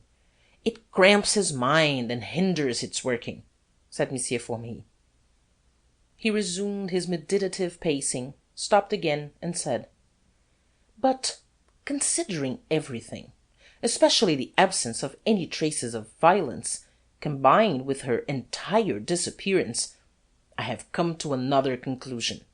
Victoire is the key to the mystery. She is the accomplice. She never slept in her bed. She unmade it to put us off the scent. That, at any rate, is something gained, to have found the accomplice. We shall have this good news, at least, to tell Monsieur Gouvernet-Martin on his arrival." "Do you really think that she's the accomplice?" said the Duke. "I'm dead sure of it," said Monsieur Formery. "We will go up to her room and make another thorough examination of it." Guerchard's head popped up above the window-sill. "My dear Monsieur Formery," he said, "I beg that you will not take the trouble." Monsieur Formery's mouth opened. "What? You, Guerchard?" he stammered. "Myself," said Guerchard, and he came to the top of the ladder and slipped lightly over the window-sill into the room. He shook hands with Monsieur Formery and nodded to the inspector. Then he looked at the Duke with an air of inquiry. "Let me introduce you," said Monsieur Formery. "Chief Inspector Guerchard, head of the detective department, the Duke of Charmerace." The Duke shook hands with Guerchard, saying, "I'm delighted to make your acquaintance, Monsieur Guerchard. I've been expecting your coming with the greatest interest. Indeed, it was I who begged the officials at the Prefecture of Police to put this case in your hands. I insisted on it." "What were you doing on that ladder?" said Monsieur Formery, giving Guerchard no time to reply to the Duke. "I was listening," said Guerchard simply. "Listening. I like to hear people talk when I'm engaged on a case. It's a distraction, and it helps. I really must congratulate you, my dear Monsieur Formery, on the admirable manner in which you have conducted this inquiry." Monsieur Formery bowed, and regarded him with a touch of suspicion. "There are one or two minor points on which we do not agree, but on the whole your method has been admirable," said Guerchard. "Well, about Victoire," said Monsieur Formery, "you're quite sure that an examination, a more thorough examination, of her room is unnecessary?" "Yes, I think so," said Guerchard. "I have just looked at it myself." The door opened, and in came Bonavent, one of the detectives who had come earlier from the prefecture. In his hand he carried a scrap of cloth. He saluted Guerchard and said to Monsieur Formery, "I have just found this scrap of cloth on the edge of the well at the bottom of the garden. The concierge's wife tells me that it has been torn from Victoire's dress." "I feared it," said Monsieur Formery, taking the scrap of cloth from him. "I feared foul play. We must go to the well at once. Send someone down it, or have it dragged." He was moving hastily to the door, when Guerchard said, in his husky, gentle voice, "I don't think there's any need to look for Victoire in the well." "But this scrap of cloth," said Monsieur Formery, holding it out to him. Yes, that scrap of cloth," said Guerchard, and turning to the Duke he added, "Do you know if there's a dog or cat in the house, your Grace? I suppose that, as the fiancé of Mademoiselle Gouvernet-Martin, you are familiar with the house." "What on earth?" said Monsieur Formery. "Excuse me," interrupted Guerchard. "But this is important, very important." "Yes, there's a cat," said the Duke. "I've seen a cat at the door of the concierge's rooms." "It must have been that cat which took the scrap of cloth to the edge of the well," said Guerchard gravely. "This is ridiculous, preposterous!" cried M. Formerie, beginning to flush. "Here we're dealing with a most serious crime, a murder, the murder of Victoire, and you talk about cats!" "Victoire has not been murdered," said Guerchard, and his husky voice was gentler than ever, only just audible. "But we don't know that. We know nothing of the kind," said M. Formerie. "I do," said Guerchard. "You?" said M. Formerie. "Yes," said Guerchard. "Then how do you explain her disappearance?" "If she had disappeared, I shouldn't explain it," said Guerchard. "But since she has disappeared," cried M. Formerie in a tone of exasperation. "She hasn't," said Guerchard. "You know nothing about it!" cried M. Formerie, losing his temper. "Yes, I do," said Guerchard with the same gentleness. "Come, do you mean to say that you know where she is?" cried M. Formerie. "Certainly," said Guerchard. "Do you mean to tell us straight out that you've seen her?" cried M. Formerie. "Oh, yes, I've seen her," said Guerchard. "You've seen her when?" cried M. Formerie. Guerchard paused to consider. Then he said gently, "It must have been between 4 and 5 minutes ago." "But hang it all, you haven't been out of this room!" cried M. Formerie. "No, I haven't," said Guerchard. "And you've seen her!" cried M. Formerie. "Yes," said Guerchard, raising his voice a little. "Well, why the devil don't you tell us where she is? Tell us!" cried M. Formerie, purple with exasperation. "But you won't let me get a word out of my mouth," protested Guerchard with aggravating gentleness. "Well, speak!" cried M. Formerie, and he sank, gasping, onto a chair. "Ah, well, she's here," said Guerchard. "Here? How did she get here?" said M. Formerie. "On a mattress," said Guerchard. M. Formerie sat upright, almost beside himself, glaring furiously at Guerchard. "What do you stand there pulling all our legs for?" he almost howled. "Look here," said Guerchard. He walked across the room to the fireplace, pushed the chairs which stood bound together on the hearth rug to one side of the fireplace, and ran the heavy fire-screen on its casters to the other side of it, revealing to their gaze the wide, old-fashioned fireplace itself. The iron brazier which held the coals had been moved into the corner, and the mattress lay on the floor of the fireplace. On the mattress lay the figure of a big, middle-aged woman, half-dressed. There was a yellow gag in her mouth, and her hands and feet were bound together with blue cords. "She is sleeping soundly," said Guerchard. He stooped and picked up a handkerchief and smelt it. "There's the handkerchief they chloroformed her with. It still smells of chloroform." They stared at him and the sleeping woman. "Lend a hand, Inspector," he said.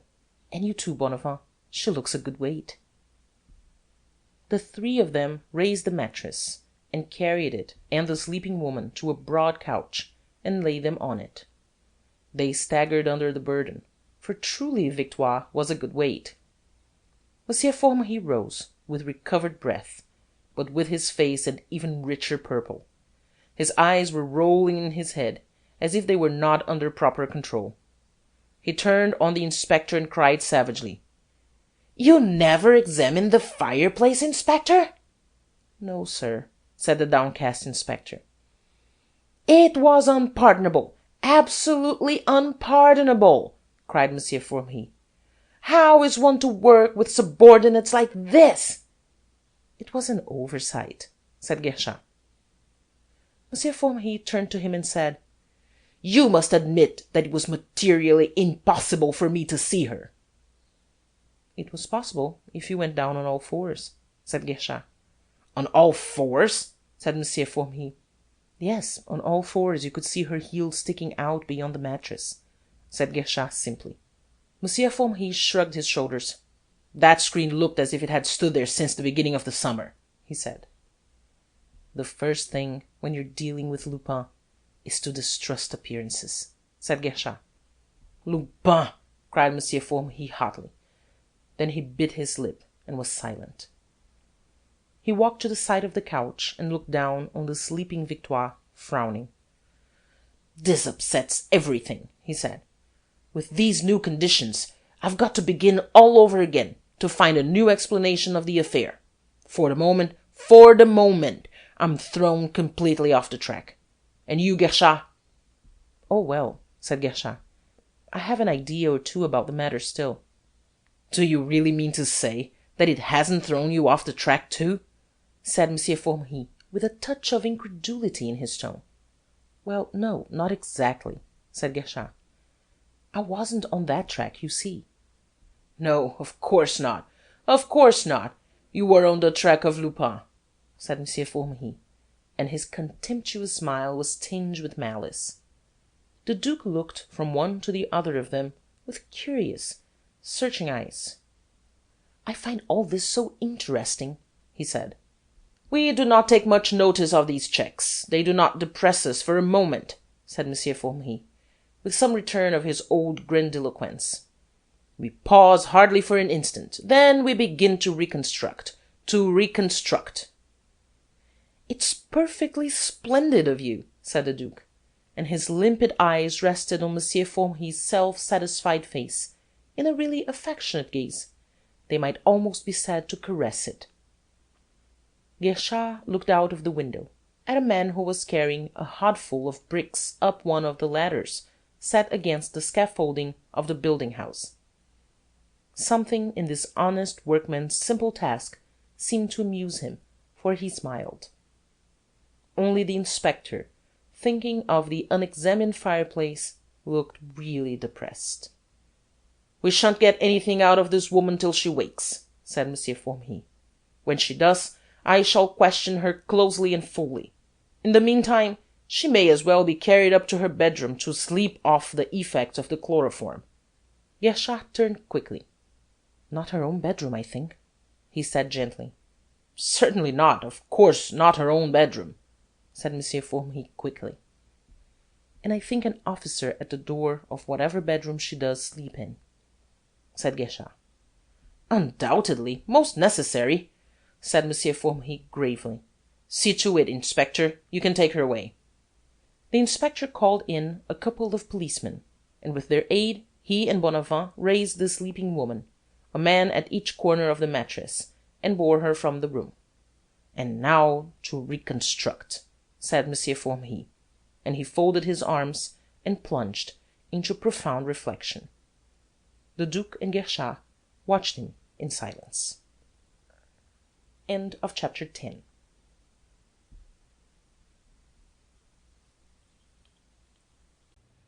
Chapter 11. The family arrives. In carrying out Victoire, the inspector had left the door of the drawing-room open. After he had watched Monsieur Formery reflect for 2 minutes, Guerchard faded, to use an expressive Americanism, through it. The Duke felt in the breast pocket of his coat, murmured softly, "My cigarettes," and followed him. He caught up Guerchard on the stairs, and said, "I'll come with you, if I may, Monsieur Guerchard. I find all these investigations extraordinarily interesting. I have been observing Monsieur Formery's methods. I should like to watch yours for a change." "By all means," said Guerchard. "And there are several things I want to hear about from your Grace. Of course, it might be an advantage to discuss them together with Monsieur Formery, but—" and he hesitated. "It would be a pity to disturb Monsieur Formery in the middle of the process of reconstruction," said the Duke, and a faint, ironical smile played round the corners of his sensitive lips. Guerchard looked at him quickly. "Perhaps it would," he said. They went through the house, out of the back door, and into the garden. Guerchard moved about 20 yards from the house. Then he stopped and questioned the Duke at great length. He questioned him first about the Charolais, their appearance, their actions, especially about Bernard's attempt to steal the pendant and the theft of the motor cars. "I have been wondering whether Monsieur Charolais might not have been Arsène Lupin himself," said the Duke. "It's quite possible," said Guerchard. "There seem to be no limits whatever to Lupin's powers of disguising himself. My colleague, Ganimard, has come across him at least 3 times that he knows of as a different person, and no single time could he be sure that it was the same man. Of course, he had a feeling that he was in contact with some one he had met before, but that was all. He had no certainty. He may have met him half a dozen times besides without knowing him. And the photographs of him, they're all different. Ganimard declares that Lupin is so extraordinarily successful in his disguises because he is a great actor. He actually becomes, for the time being, the person he pretends to be. He thinks and feels absolutely like that person. Do you follow me? Oh, yes. But he must be rather fluid, this Lupin," said the Duke. And then he added thoughtfully, "It must be awfully risky to come so often into actual contact with men like Ganimard and you." "Lupin has never let any consideration of danger prevent him doing anything that caught his fancy. He has odd fancies, too. He's a humorist of the most varied kind, grim, ironic, farcical, as the mood takes him. He must be awfully trying to live with," said Guerchard. "Do you think humorists are trying to live with?" said the Duke, in a meditative tone. "I think they brighten life a good deal. But of course there are people who do not like them, the middle classes." Yes, they're all very well in their place, but to live with they must be trying," said Guerchard quickly. He went on to question the Duke closely and at length about the household of M. Gouvernet-Martin, saying that Arsène Lupin worked with the largest gang a burglar had ever captained, and it was any odds that he had introduced one, if not more, of that gang into it. Moreover, in the case of a big affair like this, Lupin himself often played 2 or 3 parts under as many disguises. "If he was Charolais, I don't see how he could be one of M. Gouvernet-Martin's household too," said the Duke in some perplexity. "I don't say that he was Charolais," said Guerchard. "It is quite a moot point. On the whole, I'm inclined to think that he was not. The theft of the motor cars was a job for a subordinate. He would hardly bother himself with it."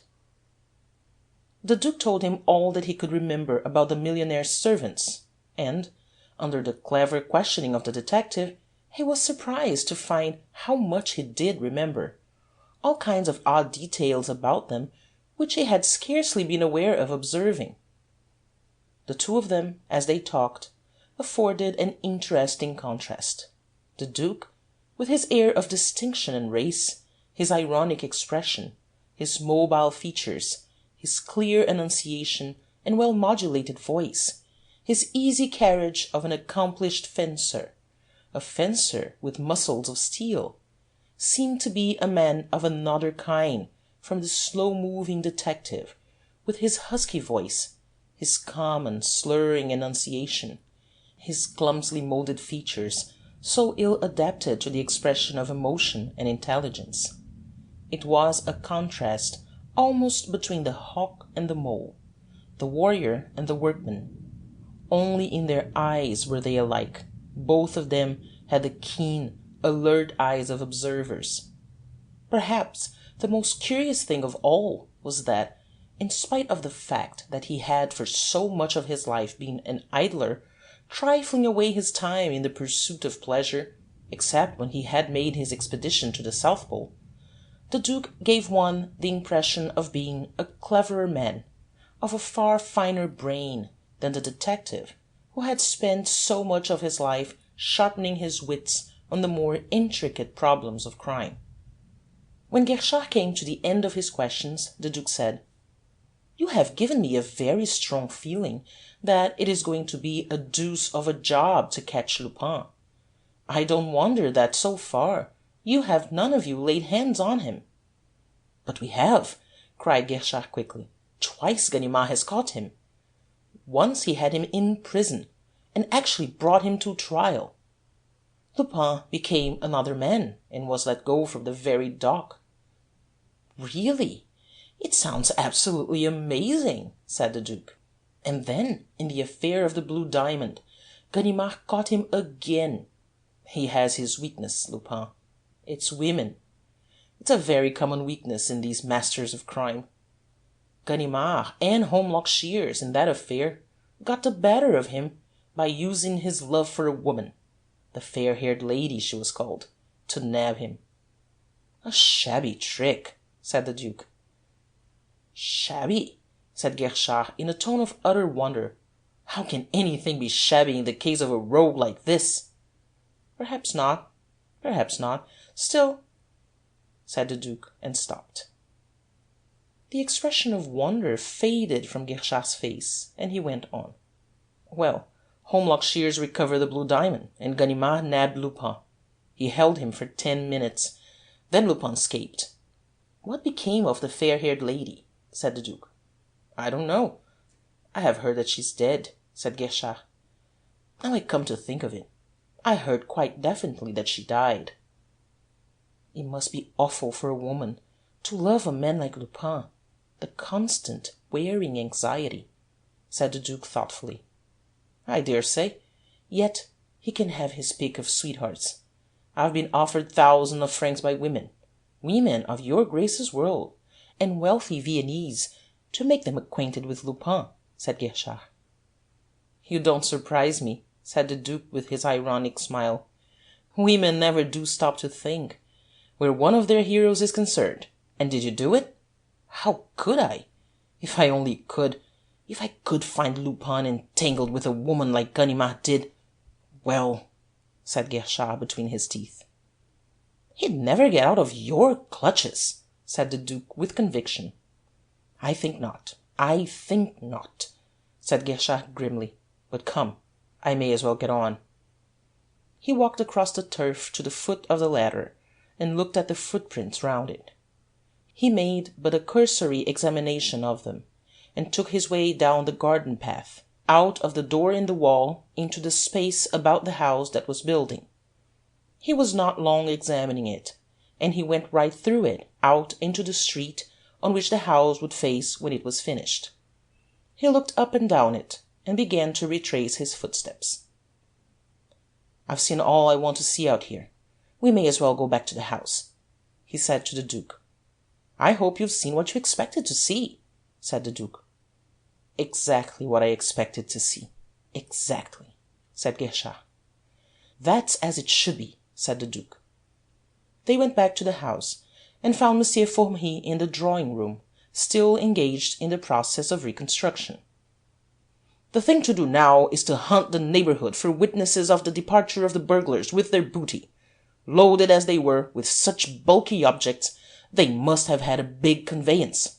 Somebody must have noticed it. They must have wondered why it was standing in front of a half-built house. Somebody may have actually seen the burglars loading it, though it was so early in the morning. Bonavent had better inquire at every house in the street on which that half-built house faces. Did you happen to notice the name of it?" said Monsieur Formery. "It's Sureau Street," said Guerchard, "but DSE has been hunting the neighbourhood for someone who saw the burglars loading their conveyance, or saw it waiting to be loaded, for the last hour." "Good," said Monsieur Formery. "We are getting on." Monsieur Formery was silent. Guerchard and the Duke sat down and lighted cigarettes. "You found plenty of traces," said Monsieur Formery, waving his hand towards the window. "Yes, I've found plenty of traces," said Guerchard. "Of Lupin?" said Monsieur Formery, with a faint sneer. "No, not of Lupin," said Guerchard. A smile of warm satisfaction illumined Monsieur Formery's face. "What did I tell you?" he said. "I'm glad that you've changed your mind about that." "I have hardly changed my mind," said Guerchard, in his husky, gentle voice. There came a loud knocking on the front door. the sound of excited voices on the stairs. The door opened, and in burst Monsieur Gouvernet-Martin. He took one glance round the devastated room, raised his clenched hands towards the ceiling, and bellowed, "The scoundrels! The dirty scoundrels!" And his voice stuck in his throat. He tottered across the room to a couch, dropped heavily to it, gazed round the scene of desolation, and burst into tears. Germaine and Sonia came into the room. The Duke stepped forward to greet them. "Do stop crying, papa. You're as hoarse as a crow as it is," said Germaine impatiently. Then, turning on the Duke with a frown, she said, "I think that the joke of yours about the train was simply disgraceful, Jacques. A joke's a joke, but to send us out to the station on a night like last night, through all that heavy rain, when you knew all the time that there was no 9:15 train, it was simply disgraceful." "I really don't know what you're talking about," said the Duke quietly. "Wasn't there a 9:15 train?" "Of course there wasn't," said Germaine. "The timetable was years old. I think it was the most senseless attempt at a joke I have ever heard of." "It doesn't seem to me to be a joke at all," said the Duke quietly. "At any rate, it isn't the kind of a joke I make. It would be detestable. I never thought to look at the date of the timetable. I keep a box of cigarettes in that drawer, and I have noticed the timetable there. Of course, it may have been lying there for years. It was stupid of me not to look at the date." "I said it was a mistake. I was sure that his Grace would not do anything so unkind as that," said Sonia. The Duke smiled at her.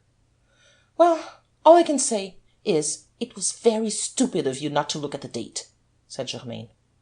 Monsieur Gouvernet-Martin rose to his feet and wailed, in the most heart-rending fashion, "My pictures! My wonderful pictures! Such investments! And my cabinets! My Renaissance cabinets! They can't be replaced. They were unique. They were worth 150,000 francs." Monsieur Formery stepped forward with an air and said, "I'm distressed, Monsieur Gouvernet-Martin, truly distressed by your loss. I am Monsieur Formery, examining magistrate." "It's a tragedy, Monsieur Formery, a tragedy," groaned the millionaire. "Do not let it upset you too much. We shall find your masterpieces. We shall find them. Only give us time," said Monsieur Formery, in a tone of warm encouragement. The face of the millionaire brightened a little. "And after all, you have the consolation that the burglars did not get hold of the gem of your collection. They have not stolen the coronet of the Princess de Lamballe," said Monsieur Formery. "No," said the Duke, "they have not touched the safe. It is unopened." "What that has got to do with it?" growled the millionaire quickly. "That safe's empty." "Empty? But your coronet!" cried the Duke. "Good heavens! Then they have stolen it!" cried the millionaire hoarsely, in a panic-stricken voice. "But they can't have. The safe hasn't been touched," said the Duke. "But the coronet never was in that safe. It was— Have they entered my bedroom?" said the millionaire. "No," said Monsieur Formery. "They don't seem to have gone through any of the rooms except these two," said the Duke. "Ah! Then my mind is at rest about that. The safe in my bedroom has only 2 keys. Here's one." He took a key from his waistcoat pocket and held it out to them. "And the other is in this safe." The face of Monsieur Formery was lighted up with a splendid satisfaction. He might have rescued the coronet with his own hand. He cried triumphantly, "There, you see!" "See? See?" cried the millionaire in a sudden bellow. "I see that they have robbed me, plundered me. Oh, my pictures, my wonderful pictures! Such investments!" End of chapter 11.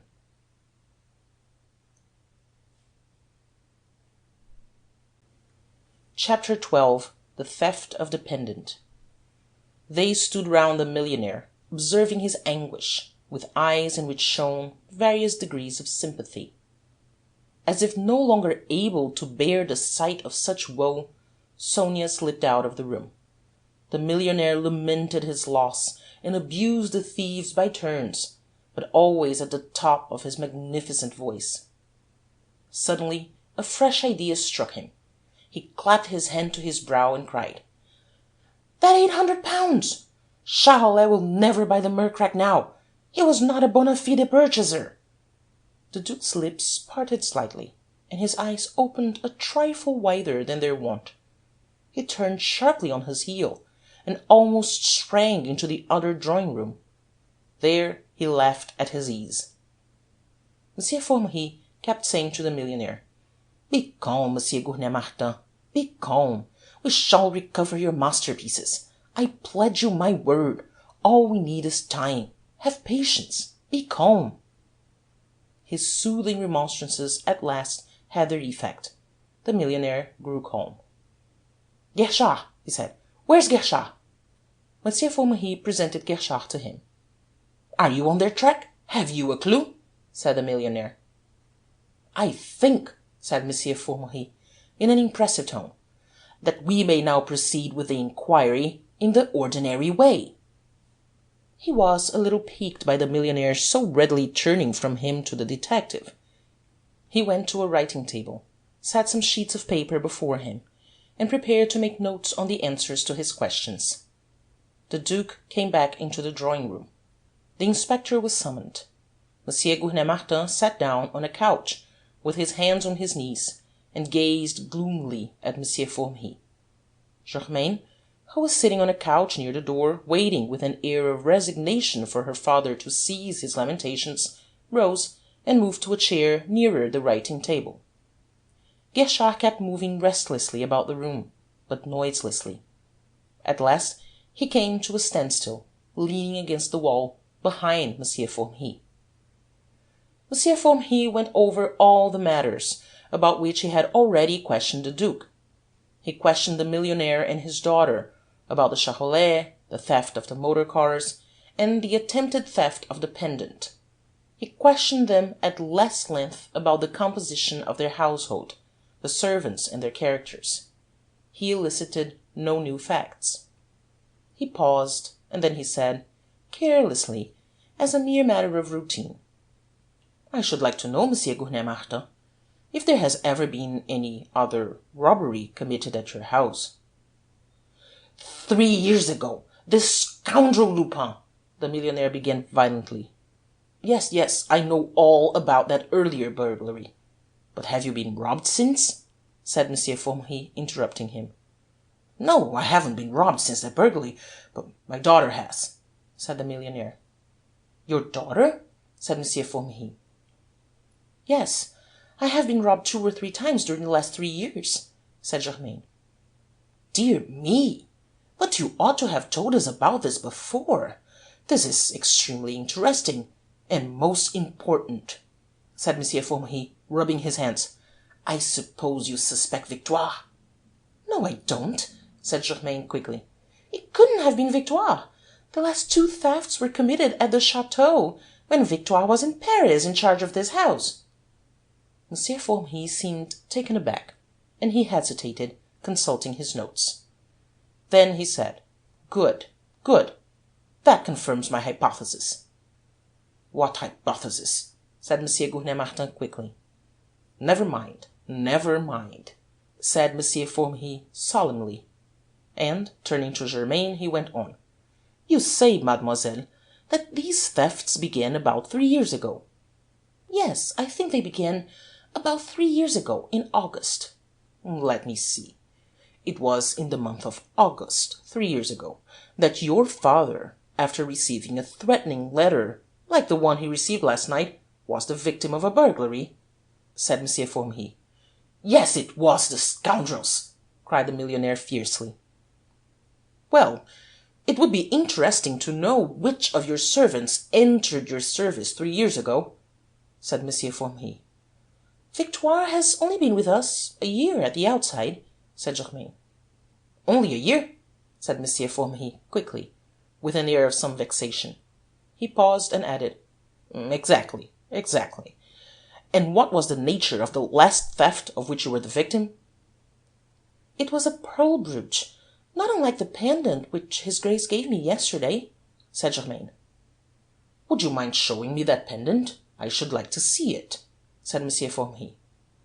Certainly. Show it to him, Jacques. You have it, haven't you? Said Germain, turning to the Duke. Me? No. How should I have it? Said the Duke in some surprise. Haven't you got it? I've only got the case, the empty case, said Germain with a startled air. The empty case? Said the Duke with growing surprise. Yes, said Germain. It was after we came back from our useless journey to the station. I remembered suddenly that I had started without the pendant. I went to the bureau and picked up the case, and it was empty. One moment, said Monsieur Formery. Didn't you catch this young Bernard Charolais with the case in his hands, your Grace? Yes, said the Duke. I caught him with it in his pocket. Then you may depend upon it that the young rascal had slipped the pendant out of its case, and you only recovered the empty case from him, said Monsieur Formery triumphantly. No, said the Duke. That is not so. Nor could the thief have been the burglar who broke open the bureau to get at the keys.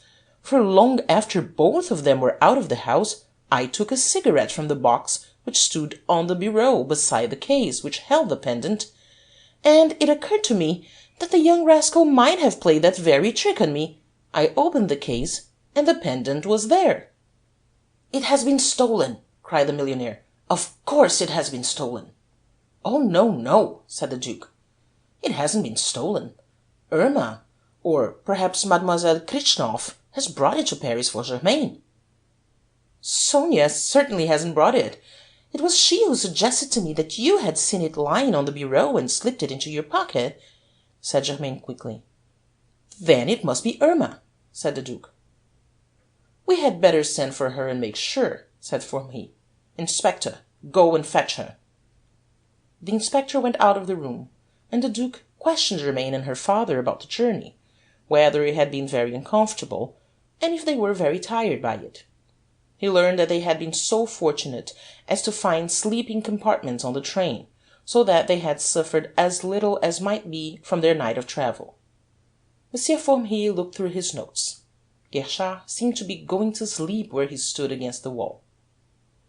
The inspector came back with Irma. She wore the frightened, half-defensive, half-defiant air which people of her class wear when confronted by the authorities. Her big, cow's eyes rolled uneasily. "Oh, Irma!" Germain began. Monsieur Formery cut her short, somewhat brusquely. Excuse me. I am conducting this inquiry," he said. And then, turning to Irma, he added, "Now, don't be frightened, Mademoiselle Irma. I want to ask you a question or two. Have you brought up to Paris the pendant which the Duke of Charmerace gave your mistress yesterday?" "Me, sir? No, sir, I haven't brought the pendant," said Irma. "You're quite sure?" said Monsieur Formery. "Yes, sir, I haven't seen the pendant." "Didn't Mademoiselle Germain leave it on the bureau?" said Irma. "How do you know that?" said Monsieur Formery. "I heard Mademoiselle Germain say that it had been on the bureau. I thought that perhaps Mademoiselle Krichnoff had put it in her bag." "Why should Mademoiselle Krichnoff put it in her bag?" said the Duke quickly. "To bring it up to Paris for Mademoiselle Germain," said Irma. "But what made you think that?" said Guerchard, suddenly intervening. "Oh, I thought Mademoiselle Krichnoff might have put it in her bag, because I saw her standing by the bureau," said Irma. "Ah, and the pendant was on the bureau," said Monsieur Formery. "Yes, sir," said Irma. There was a silence. Suddenly the atmosphere of the room seemed to have become charged with an oppression, a vague menace. Guerchard seemed to have become wide awake again. Germain and the Duke looked at one another uneasily. "Have you been long in the service of Mademoiselle Gournay-Martin?" said Monsieur Formery. 6 months, sir," said Irma. "Very good. Thank you. You can go," said Monsieur Formery. "I may want you again presently." Irma went quickly out of the room with an air of relief. Monsieur Formery scribbled a few words on the paper before him, and then said, "Well, I will proceed to question Mademoiselle Krichnoff." "Mademoiselle Krichnoff is quite above suspicion," said the Duke quickly. "Oh, yes, quite," said Germain. "How long has Mademoiselle Krichnov been in your service, mademoiselle?" said Guerchard. "Let me think," said Germaine, knitting her brow. "Can't you remember?" said Monsieur Formery. "Just about 3 years," said Germaine. "That's exactly the time at which the thefts began," said Monsieur Formery. "Yes," said Germaine reluctantly. "Ask Mademoiselle Krichnov to come here, Inspector," said Monsieur Formery. "Yes, sir," said the inspector. "I'll go and fetch her. I know where to find her," said the Duke quickly, moving toward the door. "Please, please, your Grace," protested Guerchard. "The inspector will fetch her." The Duke turned sharply and looked at him. "I beg your pardon, but do you—" he said. "Please don't be annoyed, your Grace," Guerchard interrupted. "But Monsieur Formery agrees with me. It would be quite irregular." Yes, your Grace," said Monsieur Formery. "We have our method of procedure. It is best to adhere to it, much the best. It is the result of years of experience of the best way of getting the truth." "Just as you please," said the Duke, shrugging his shoulders. The inspector came into the room. "Mademoiselle Krichnov will be here in a moment. She was just going out." "She was going out?" said Monsieur Formery. "You don't mean to say you're letting members of the household go out?" "No, sir," said the inspector. "I mean that she was just asking if she might go out." Monsieur Formery beckoned the inspector to him, and said to him in a voice too low for the others to hear, "Just slip up to her room and search her trunks." "There's no need to take the trouble," said Guerchard, in the same low voice, but with sufficient emphasis. "No, of course not. There's no need to take the trouble," Monsieur Formery repeated after him. The door opened, and Sonia came in. She was still wearing her travelling costume, and she carried her cloak on her arm. She stood looking round her with an air of some surprise. Perhaps there was even a touch of fear in it. The long journey of the night before did not seem to have dimmed at all her delicate beauty. The Duke's eyes rested on her in an inquiring, wondering, even searching gaze. She looked at him, and her own eyes fell. "Will you come a little nearer, mademoiselle?" said Monsieur Formery. "There are 1 or 2 questions." "Will you allow me?" said Guerchard, in a tone of such deference that it left Monsieur Formery no grounds for refusal. Monsieur Formery flushed and ground his teeth. "Have it your own way," he said, ungraciously. "Mademoiselle Krichnov," said Guerchard, in a tone of the most good-natured courtesy, "there is a matter on which Monsieur Formery needs some information. The pendant which the Duke of Charmerace gave Mademoiselle Gournay-Martin yesterday has been stolen." "Stolen? Are you sure?" said Sonia, in a tone of mingled surprise and anxiety. "Quite sure," said Guerchard. "We have exactly determined the conditions under which the theft was committed. But we have every reason to believe that the culprit, to avoid detection, has hidden the pendant in the travelling bag or trunk of somebody else in order to—" "My bag's upstairs, in my bedroom, sir," Sonia interrupted quickly. "Here's the key of it." In order to free her hands to take the key from her wrist-bag, she set her cloak on the back of a couch. It slipped off it and fell to the ground at the feet of the Duke, who had not returned to his place beside Germaine. While she was groping in her bag for the key, and all eyes were on her, the Duke, who had watched her with a curious intentness ever since her entry into the room, stooped quietly down and picked up the cloak. His hand slipped into the pocket of it. His fingers touched a hard object wrapped in tissue paper. They closed round it, drew it from the pocket, and, sheltered by the cloak, transferred it to his own. He set the cloak on the back of the sofa, and very softly moved back to his place by Germaine's side. No one in the room observed the movement, not even Guerchard. He was watching Sonia too intently. Sonia found the key and held it out to Guerchard. He shook his head and said, "There's no reason to search your bag, none whatever. Have you any other luggage?"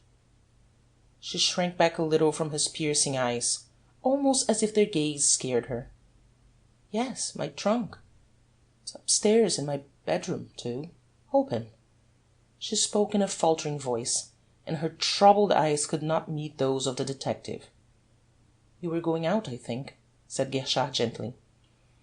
"I was asking leave to go out. There is some shopping that must be done," said Sonia. "You do not see any reason why Mademoiselle Krishnoff should not go out, Monsieur Formery, do you?" said Guerchard. "Oh, no, none whatever. Of course she can go out," said Monsieur Formery. Sonia turned round to go. "One moment," said Guerchard, coming forward. "You've only got that wrist-bag with you?" "Yes," said Sonia. "I have my money and my handkerchief in it," and she held it out to him. Guerchard's keen eyes darted into it, and he muttered, "No point in looking in that. I don't suppose anyone would have had the audacity—" and he stopped.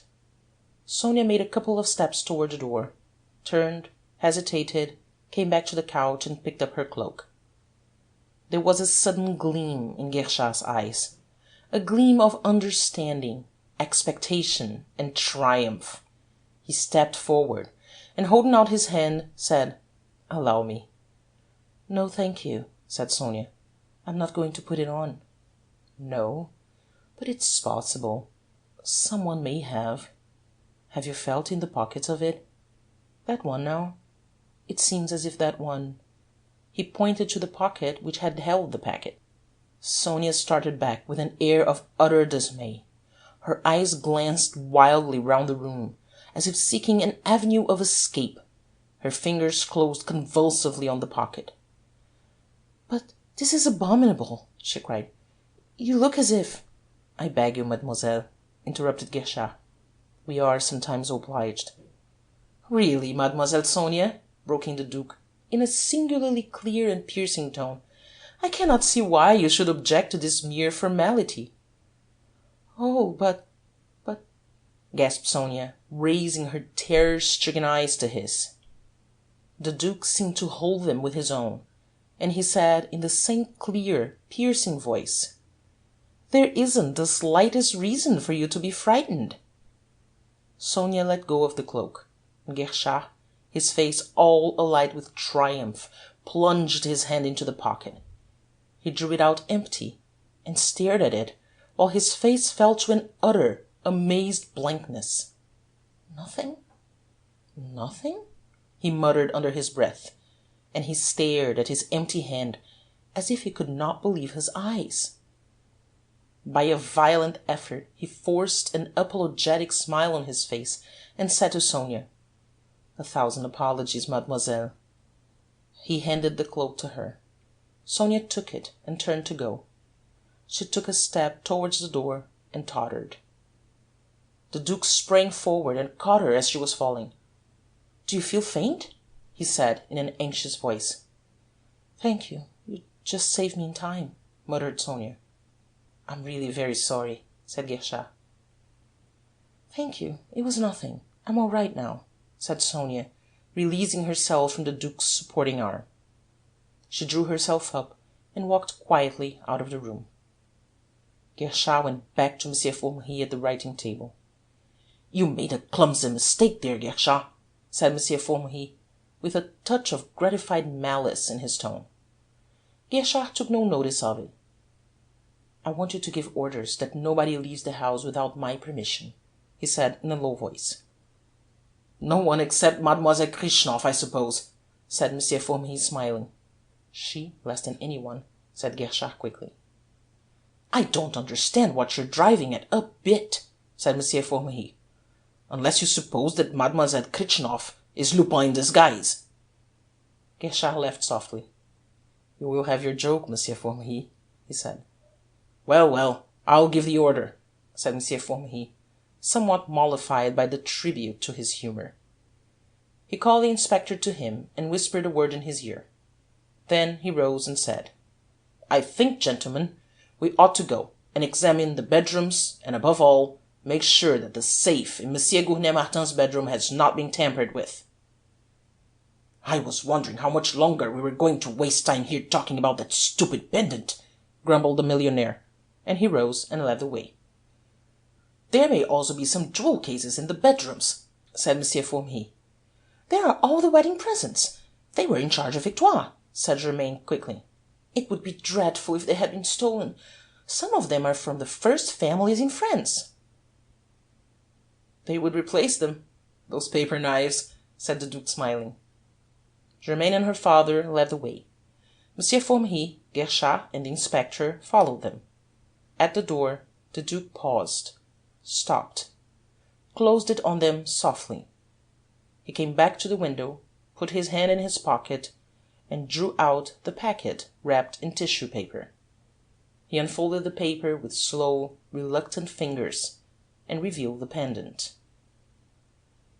End of chapter 12.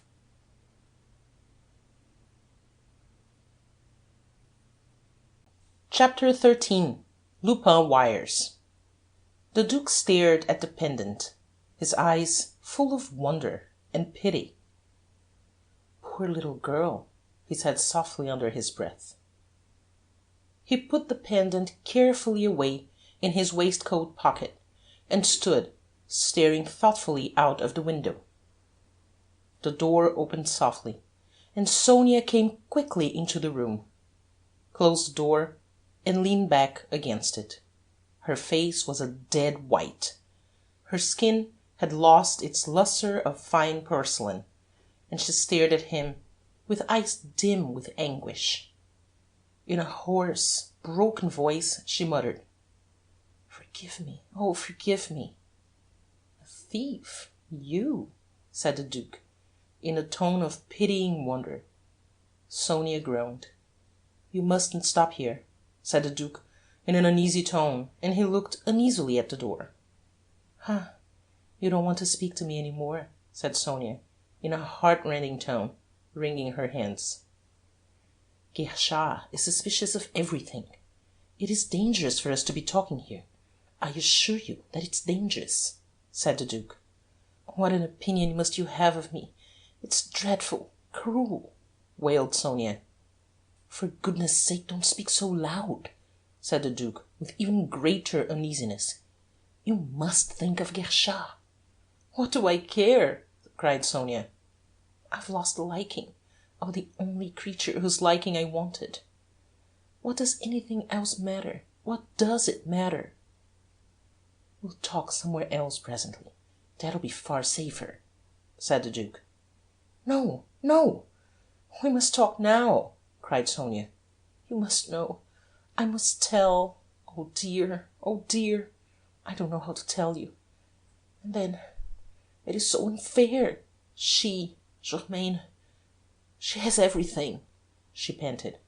"Yesterday, before me, you gave her that pendant. She smiled. She was proud of it. I saw her pleasure. Then I took it. I took it. And if I could, I'd take her fortune too. I hate her. Oh, how I hate her!" "What?" said the Duke. "Yes, I do. I hate her," said Sonia, and her eyes, no longer gentle, glowed with the sombre resentment, the dull rage of the weak who turn on fortune. Her gentle voice was harsh with rebellious wrath. "You hate her," said the Duke quickly. "I should never have told you that. But now I dare speak out.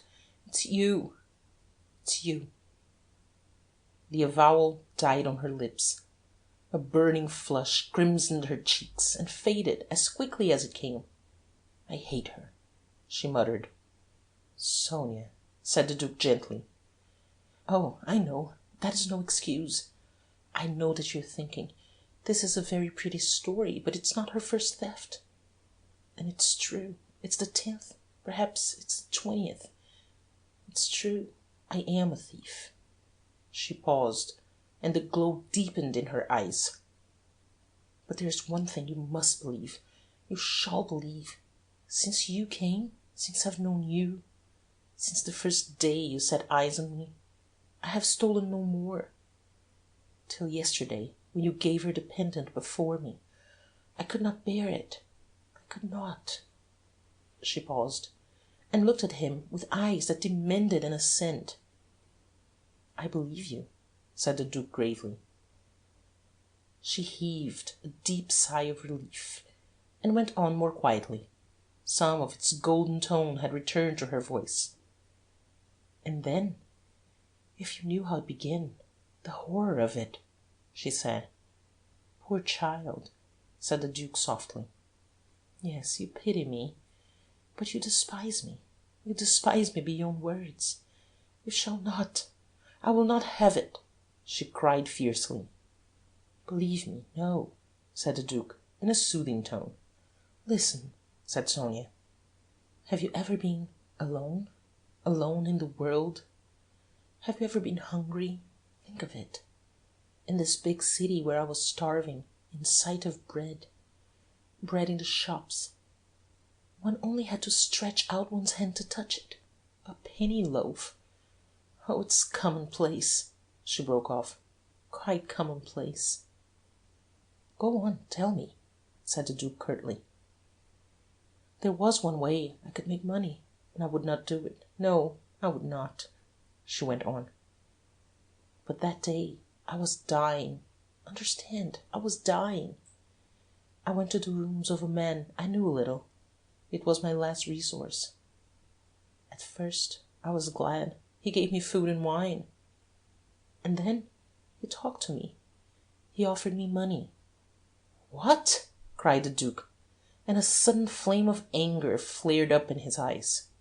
"No, I could not. And then I robbed him. I preferred to. It was more decent.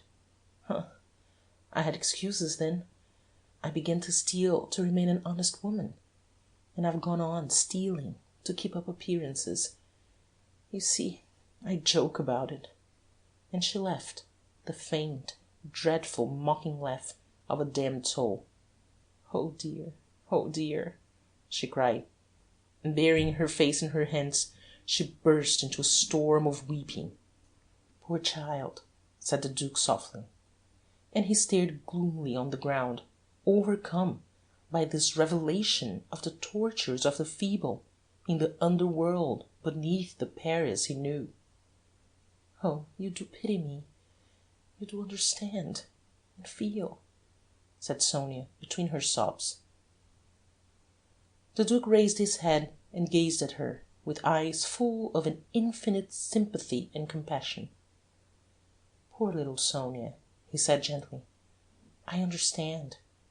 She gazed at him with incredulous eyes, in which joy and despair mingled, struggling. He came slowly towards her, and stopped short.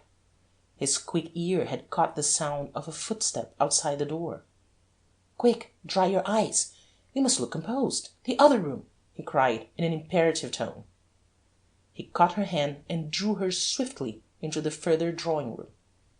With the quickness which came of long practice in hiding her feelings, Sonia composed her face to something of its usual gentle calm. There was even a faint tinge of colour in her cheeks. They had lost their dead whiteness. A faint light shone in her eyes. The anguish had cleared from them. They rested on the Duke with a look of ineffable gratitude. She sat down on a couch. The Duke went to the window and lighted a cigarette. They heard the door of the outer drawing-room open, and there was a pause. Quick footsteps crossed the room, and Guerchard stood in the doorway. He looked from one to the other with keen and eager eyes. Sonia sat staring rather listlessly at the carpet. The Duke turned and smiled at him. "Well, Monsieur Guerchard," he said, "I hope the burglars have not stolen the coronet." "The coronet is safe, your Grace," said Guerchard. "And the paper knives?" said the Duke. "The paper knives?" said Guerchard with an inquiring air. "The wedding presents," said the Duke. "Yes, your Grace, the wedding presents are safe," said Guerchard. "I breathe again," said the Duke languidly.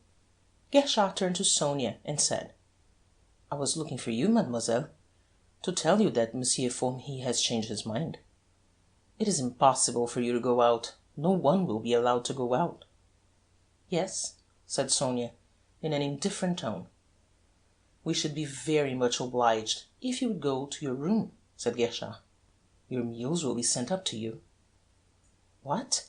said Sonia, rising quickly, and she looked from Guerchard to the Duke. The Duke gave her the faintest nod. "Very well, I will go to my room," she said coldly. They accompanied her to the door of the outer drawing-room. Guerchard opened it for her and closed it after her.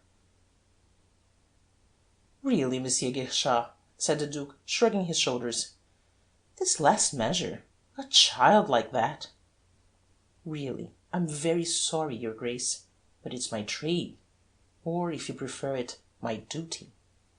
As long as things are taking place here, which I am still the only one to perceive, and which are not yet clear to me, I must neglect no precaution." "Of course, you know best," said the Duke, "but still, a child like that, you're frightening her out of her life." Guerchard shrugged his shoulders and went quietly out of the room. The Duke sat down in an easy chair, frowning and thoughtful. Suddenly there struck on his ears the sound of a loud roaring and heavy bumping on the stairs. The door flew open, and Monsieur Gournay-Martin stood on the threshold, waving a telegram in his hand. Monsieur Formery and the inspector came hurrying down the stairs behind him, and watched his emotion with astonished and wondering eyes. "Here!" bellowed the millionaire. "A telegram! A telegram from the scoundrel himself! Listen! Just listen! 1,000 apologies for not having been able to keep my promise about the coronet. Had an appointment at the Acacias. Please have coronet ready in your room tonight. Will come without fail to fetch it, between 11:45 and 12 o'clock. Yours affectionately, Arsène Lupin. There! What do you think of that?" "If you ask me, I think he's humbug," said the Duke with conviction. "Humbug! You always think it's humbug. You thought the letter was humbug, and look what has happened," cried the millionaire. "Give me the telegram, please," said Monsieur Formery quickly. The millionaire gave it to him, and he read it through. "Find out who brought it, Inspector," he said. The inspector hurried to the top of the staircase and called to the policeman in charge of the front door. He came back to the drawing-room and said, "It was brought by an ordinary post-office messenger, sir." "Where is he?" said Monsieur Formery. "Why did you let him go?" "Shall I send for him, sir?" said the inspector. "No, no, it doesn't matter," said Monsieur Formery. And turning to Monsieur Gournay-Martin and the Duke, he said, "Now, we're really going to have trouble with Guerchard. He's going to muddle up everything. This telegram will be the last straw. Nothing will persuade him now that this is not Lupin's work. And just consider, gentlemen, if Lupin had come last night, and if he had really set his heart on the coronet, he would have stolen it then, or at any rate he would have tried to open the safe in Monsieur Gournay-Martin's bedroom, in which the coronet actually is, or this safe here." He went to the safe and rapped on the door of it. "In which is the second key."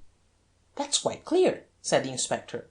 "If, then, he did not make the attempt last night, when he had a clear field, when the house was empty, he certainly will not make the attempt now, when we are warned, when the police are on the spot, and the house is surrounded. The idea is childish, gentlemen." He leaned against the door of the safe. "Absolutely childish, but Guerchard is mad on this point, and I foresee that his madness is going to hamper us in the most idiotic way." He suddenly pitched forward into the middle of the room, as the door of the safe opened with a jerk, and Guerchard shot out of it. "What the devil!" cried Monsieur Formery, gaping at him. "You'd be surprised how clearly you hear everything in these safes. You'd think they were too thick," said Guerchard in his gentle, husky voice. "How on earth did you get into it?" cried Monsieur Formery. "Getting in was easy enough. It's the getting out that was awkward. These jokers had fixed up some kind of a spring, so that I nearly shot out with the door," said Guerchard, rubbing his elbow. "But how did you get into it? How the deuce did you get into it?" cried Monsieur Formery. "Through the little cabinet into which that door behind the safe opens. There's no longer any back to the safe. They've cut it clean out of it. A very neat piece of work. Safes like this should always be fixed against a wall, not stuck in front of a door. The backs of them are always the weak point. And the key! The key of the safe upstairs in my bedroom, where the coronet is. Is the key there? Cried M. Gurney-Martin. Guerchard went back into the empty safe and groped about in it. He came out smiling. Well, have you found the key? Cried the millionaire. No, I haven't. But I've found something better, said Guerchard. What is it? Said M. Formery sharply. I'll give you 100 guesses, said Guerchard with a tantalizing smile. What is it? Said M. Formery. A little present for you, said Guerchard. What do you mean? Cried M. Formery angrily. Guerchard held up a card between his thumb and forefinger and said quietly, the card of Arsène Lupin. End of chapter 13.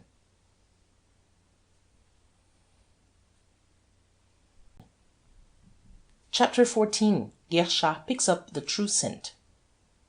The millionaire gazed at the card with stupefied eyes. The inspector gazed at it with extreme intelligence. The Duke gazed at it with interest, and M. Formery gazed at it with extreme disgust. It's part of the same ruse. It was put there to throw us off the scent. It proves nothing, absolutely nothing, he said scornfully. No, it proves nothing at all, said Guerchard quietly. The telegram is the important thing, this telegram, said M. Gurney-Martin feverishly. It concerns the coronet. Is it going to be disregarded? Oh, no, no, said M. Formery in a soothing tone. It will be taken into account. It will certainly be taken into account. M. Gurney-Martin's butler appeared in the doorway of the drawing-room. If you please, sir, lunch is served, he said.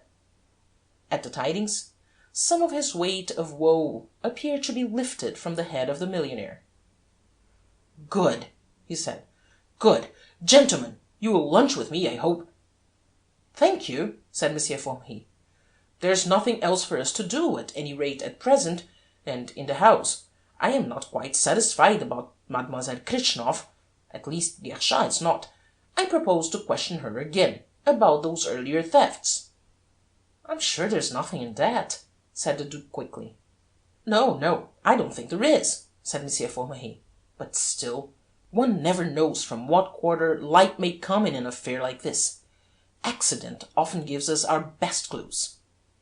It seems rather a shame to frighten her. She's such a child, said the Duke.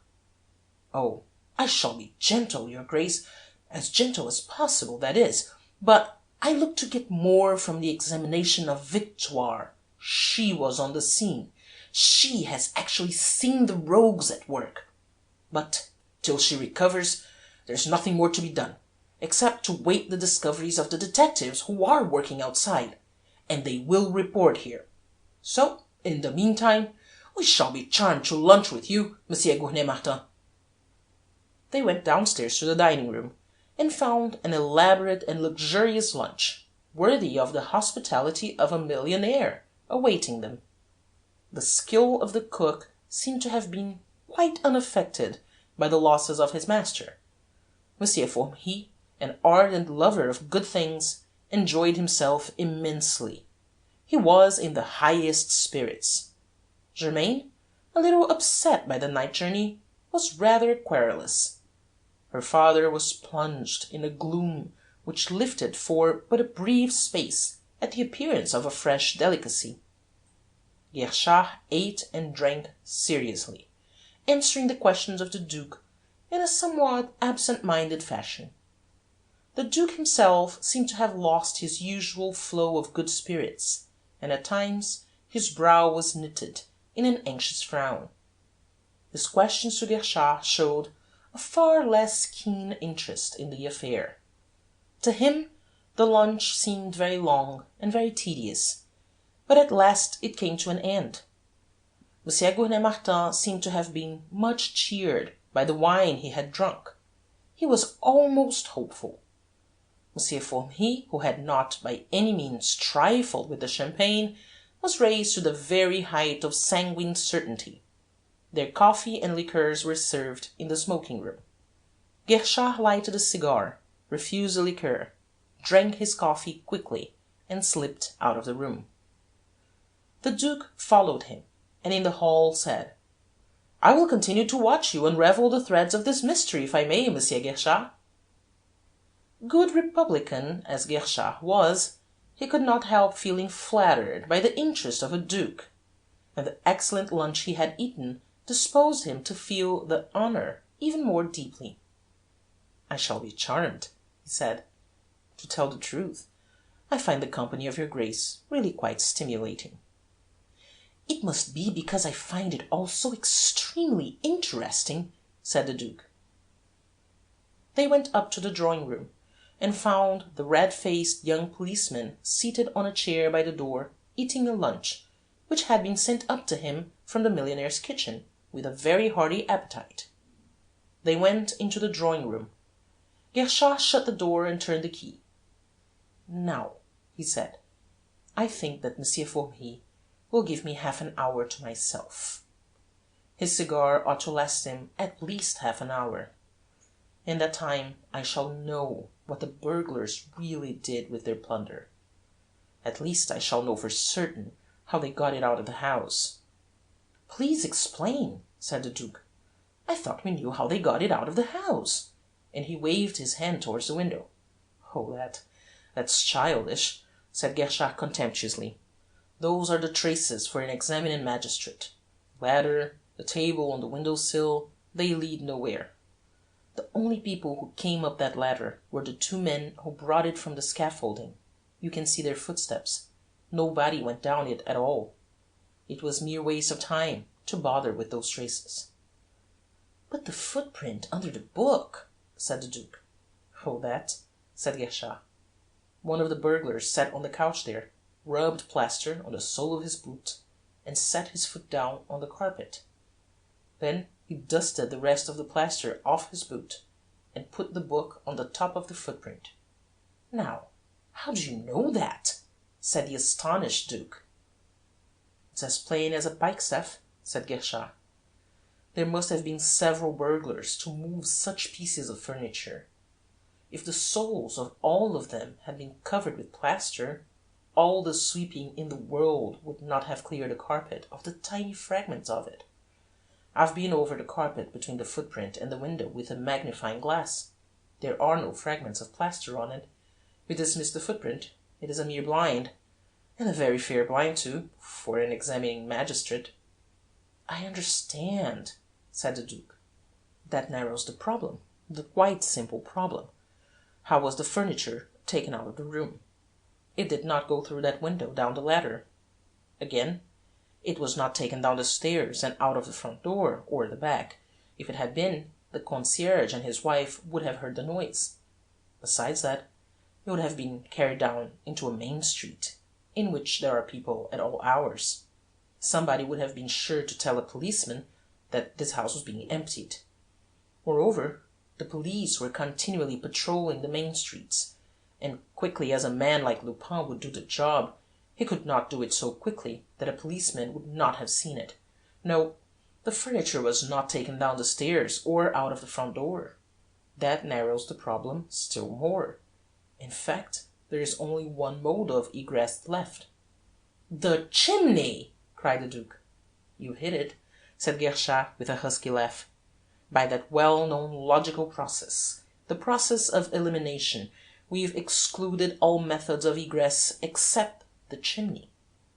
He paused, frowning, in some perplexity, and then he said uneasily, "What I don't like about it is that Victoire was set in the fireplace. I asked myself at once, what was she doing there?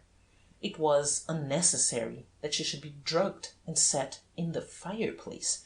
Quite unnecessary." "It might have been to put off an examining magistrate," said the Duke. "Having found Victoire in the fireplace, Monsieur Formery did not look for anything else." "Yes, it might have been that," said Guerchard slowly. On the other hand, she might have been put there to make sure that I did not miss the road the burglars took. That's the worst of having to do with Lupin. He knows me to the bottom of my mind. He has something up his sleeve, some surprise for me. Even now, I'm nowhere near the bottom of the mystery. But come along, we'll take the road the burglars took. The inspector has put my lantern ready for me. As he spoke, he went to the fireplace, picked up a lantern which had been set on the top of the iron fire-basket, and lighted it. The Duke stepped into the great fireplace beside him. It was 4 feet deep, and between 8 and 9 feet broad. Guerchard threw the light from the lantern on to the back wall of it. 6 feet from the floor, the soot from the fire stopped abruptly, and there was a dappled patch of bricks, half of them clean and red, half of them blackened by soot, 5 feet broad and 4 feet high. "The opening is higher up than I thought," said Guerchard. "I must get a pair of steps." He went to the door of the drawing-room and bade the young policeman fetch him a pair of steps. They were brought quickly. He took them from the policeman, shut the door, and locked it again. He set the steps in the fireplace and mounted them. "Be careful," he said to the Duke, who had followed him into the fireplace and stood at the foot of the steps. "Some of these bricks may drop inside, and they'll sting you up if they fall on your toes." The Duke stepped back out of reach of any bricks that might fall. Guerchard set his left hand against the wall of the chimney-piece between him and the drawing-room, and pressed hard with his right against the top of the dappled patch of bricks. At the first push, half a dozen of them fell with a bang onto the floor of the next house. The light came flooding in through the hole, and shone on Guerchard's face and its smile of satisfaction. Quickly he pushed row after row of bricks into the next house until he had cleared an opening 4 feet square. "Come along," he said to the Duke, and disappeared, feet foremost, through the opening.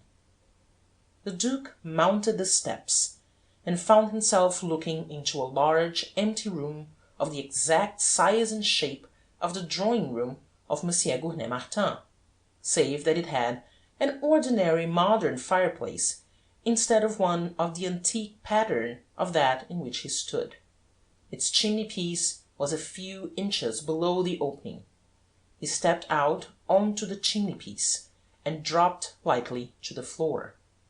"Well," he said, looking back at the opening through which he had come, "that's an ingenious dodge."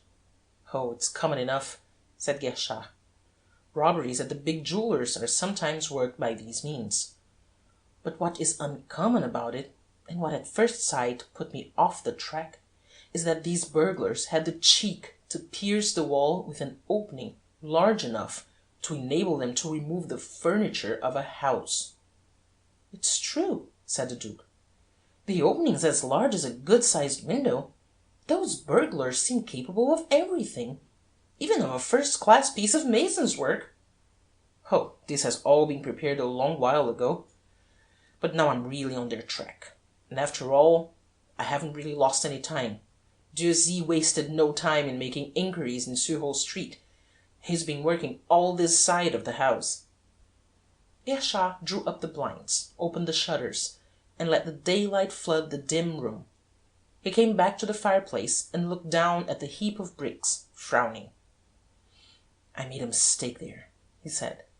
"I ought to have taken those bricks down carefully, one by one." Quickly he took brick after brick from the pile, and began to range them neatly against the wall on the left. The Duke watched him for 2 or 3 minutes, then began to help him. It did not take them long, and under one of the last few bricks Guerchard found a fragment of a gilded picture frame. "Here's where they ought to have done their sweeping," he said, holding it up to the Duke. "I tell you what," said the Duke, "I shouldn't wonder if we found the furniture in this house still." "Oh, no, no," said Guerchard. "I tell you that Lupin would allow for myself or Ganimard being put in charge of the case, and he would know that we should find the opening in the chimney. The furniture was taken straight out into the side street onto which this house opens. He led the way out of the room onto the landing, and went down the dark staircase into the hall. He opened the shutters of the hall windows, and let in the light. Then he examined the hall. The dust lay thick on the tiled floor. Down the middle of it was a lane, formed by many feet. The footprints were faint, but still plain in the layer of dust. Guerchard came back to the stairs and began to examine them. Halfway up the flight he stooped, and picked up a little spray of flowers. "Fresh," he said. "These have not been long plucked." "Salvias," said the Duke. "Salvias they are," said Guerchard. "Pink salvias. And there is only one gardener in France who has ever succeeded in getting this shade. Monsieur Gurney-Martin's gardener at Charmerace. I'm a gardener myself." "Well, then, last night's burglars came from Charmerace. They must have," said the Duke. "Looks like it," said Guerchard. "The Charolais," said the Duke. "It looks like it," said Guerchard. "It must be," said the Duke. "This is interesting. If only we could get an absolute proof." "We shall get one presently," said Guerchard confidently. "It is interesting," said the Duke, in a tone of lively enthusiasm. "These clues, these tracks which cross one another, each fact by degrees falling into its proper place, extraordinarily interesting." He paused and took out his cigarette case. "Will you have a cigarette?" he said. "Are they capital?" said Guerchard. "No, Egyptians, Mercedes." "Thank you," said Guerchard, and he took one. The Duke struck a match, lighted Guerchard's cigarette, and then his own. "Yes, it's very interesting," he said. "In the last quarter of an hour you've practically discovered that the burglars came from Charmerace, that they were the Charolais, that they came in by the front door of this house and carried the furniture out of it." "I don't know about their coming in by it," said Guerchard. "Unless I'm very much mistaken, they came in by the front door of Monsieur Gurney-Martin's house." "Of course," said the Duke. "I was forgetting. They brought the keys from Charmerace." "Yes, but who drew the bolts for them?" said Guerchard. "The concierge bolted them before he went to bed. He told me so. He was telling the truth. I know when that kind of man is telling the truth." "By Jove," said the Duke softly. "You mean that they had an accomplice?" "I think we shall find that they had an accomplice. But your Grace is beginning to draw inferences with uncommon quickness. I believe that you would make a first-class detective yourself. With practice, of course, with practice." "Can I have missed my true career?" said the Duke, smiling. "It's certainly a very interesting game." "Well, I'm not going to search this barracks myself," said Guerchard. "I'll send in a couple of men to do it, but I'll just take a look at the steps myself." So saying, he opened the front door and went out, and examined the steps carefully. "We shall have to go back the way we came," he said, when he had finished his examination. "The drawing-room door is locked. We ought to find Monsieur Formery hammering on it." And he smiled as if he found the thought pleasing. They went back up the stairs through the opening, into the drawing-room of Monsieur Gurney-Martin's house. Sure enough, from the other side of the locked door came the excited voice of Monsieur Formery, crying, "Guerchard! Guerchard! What are you doing? Let me in! Why don't you let me in?" Guerchard unlocked the door, and in bounced Monsieur Formery, very excited, very red in the face. "Hang it all, Guerchard! What on earth have you been doing?" he cried. "Why didn't you open the door when I knocked?" "I didn't hear you," said Guerchard. "I wasn't in the room." "Then where on earth have you been?"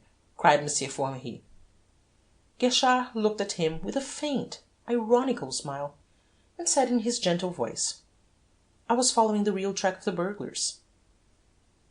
End of chapter 14.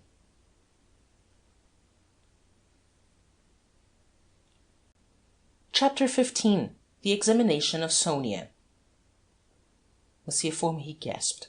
"The real track?" he muttered. "Let me show you," said Guerchard. and he led him to the fireplace, and showed him the opening between the two houses. "I must go into this myself," cried M. Formery, in wild excitement. Without more ado, he began to mount the steps. Guerchard followed him. The Duke saw their heels disappear up the steps. Then he came out of the drawing-room and inquired for M. Gurney-Martin. He was told that the millionaire was up in his bedroom, and he went upstairs and knocked at the door of it. M. Gurney-Martin bade him enter in a very faint voice, and the Duke found him lying on the bed. He was looking depressed, even exhausted, the shadow of the blusterous Gurney-Martin of the day before.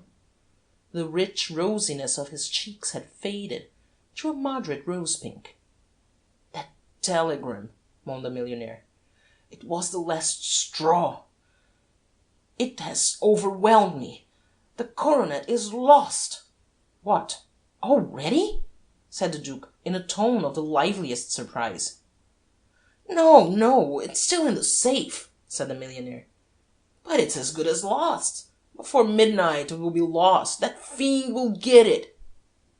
"If it's in this safe now, it won't be lost before midnight," said the Duke. "But are you sure it's there now?" "Look for yourself," said the millionaire, taking the key of the safe from his waistcoat pocket and handing it to the Duke. The Duke opened the safe. The morocco case which held the coronet lay on the middle shelf in front of him. He glanced at the millionaire and saw that he had closed his eyes in the exhaustion of despair. Whistling softly, the Duke opened the case, took out the diadem, and examined it carefully, admiring its admirable workmanship. He put it back in the case, turned to the millionaire, and said thoughtfully, "I can never make up my mind, in the case of one of these old diadems, whether one ought not to take out the stones and have them recut. Look at this emerald now. It's a very fine stone, but this old-fashioned cutting does not really do it justice." "Oh, no, no! You should never interfere with an antique, historic piece of jewelry. Any alteration decreases its value as an historic relic," cried the millionaire in a shocked tone. "I know that," said the Duke. "But the question for me is whether one ought not to sacrifice some of its value to increasing its beauty." "You do have such mad ideas," said the millionaire, in a tone of peevish exasperation. "Ah, well, it's a nice question," said the Duke. He snapped the case briskly, put it back on the shelf, locked the safe, and handed the key to the millionaire. Then he strolled across the room and looked down into the street, whistling softly. I think I'll go home and get out of these motoring clothes. And I should like to have on a pair of boots that were a trifle less muddy," he said slowly. M. Gurney-Martin sat up with a jerk and cried, "For heaven's sake, don't you go and desert me, my dear chap. You don't know what my nerves are like." "Oh, you've got that sleuth-hound Guerchard and the splendid Formery, and 4 other detectives, and half a dozen ordinary policemen guarding you. You can do without my feeble arm. Besides, I shall be gone more than half an hour, 3/4 at the outside. I'll bring back my evening clothes with me and dress for dinner here. I don't suppose that anything fresh will happen between now and midnight, but I want to be on the spot and hear the information as it comes in fresh. Besides, there's Guerchard. I positively cling to Guerchard. It's an education, though perhaps not a liberal education, to go about with him," said the Duke, and there was a subacid irony in his voice. "Well, if you must, you must," said M. Gurney-Martin grumpily. "Good-bye for the present, then," said the Duke, and he went out of the room and down the stairs. He took his motor-cap from the hall-table, and had his hand on the latch of the door, when the policeman in charge of it said, "Beg your pardon, sir, but have you M. Guerchard's permission to leave the house?" "M. Guerchard's permission?" said the Duke haughtily. "What has M. Guerchard to do with me? I am the Duke of Charmerace," and he opened the door. "It was M. Formery's orders, your Grace," stammered the policeman doubtfully. Monsieur Formery's orders, said the Duke, standing on the top step. Call me a taxicab, please. The concierge, who stood beside the policeman, ran down the steps and blew his whistle. The policeman gazed uneasily at the Duke, shifting his weight from one foot to the other, but he said no more. A taxicab came up to the door. The Duke went down the steps, stepped into it, and drove away. 3/4 of an hour later he came back, having changed into clothes more suited to a Paris drawing-room. He went up the drawing-room, and there he found Guerchard, Monsieur Formery, and the inspector, who had just completed their tour of inspection of the house next door, and had satisfied themselves that the stolen treasures were not in it. The inspector and his men had searched it thoroughly, just to make sure. But, as Guerchard had foretold, the burglars had not taken the chance of the failure of the police to discover the opening between the two houses. Monsieur Formery told the Duke about their tour of inspection at length. Guerchard went to the telephone and told the exchange to put him through to Charmerace. He was informed that the trunk line was very busy, and that he might have to wait half an hour. The Duke inquired if any trace of the burglars after they had left with their booty had yet been found. Monsieur Formery told him that, so far, the detectives had failed to find a single trace. Guerchard said that he had 3 men at work on the search, and that he was hopeful of getting some news before long. "The layman is impatient in these matters," said Monsieur Formery, with an indulgent smile. "But we have learned to be patient, after long experience."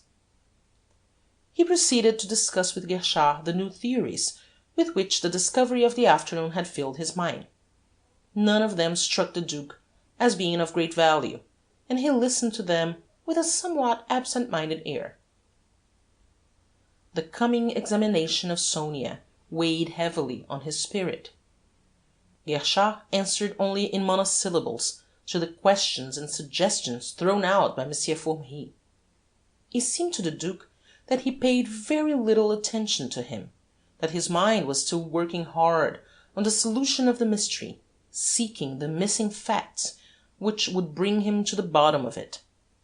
In the middle of one of Monsieur Formery's more elaborate dissertations, the telephone bell rang. Guerchard rose hastily and went to it. They heard him say, "Is that Charmerace? I want the gardener." "Out? When will he be back?" "Tell him to ring me up at Monsieur Gournay-Martin's house in Paris the moment he gets back. Detective Inspector Guerchard. Guerchard, Detective Inspector." He turned to them with a frown and said, "Of course, since I want him, the confounded gardener has gone out for the day. Still, it's of very little importance, a mere corroboration I wanted." And he went back to his seat and lighted another cigarette. Monsieur Formery continued his dissertation. Presently Guerchard said, "You might go and see how Victoire is, Inspector, whether she shows any sign of waking. What did the doctor say?"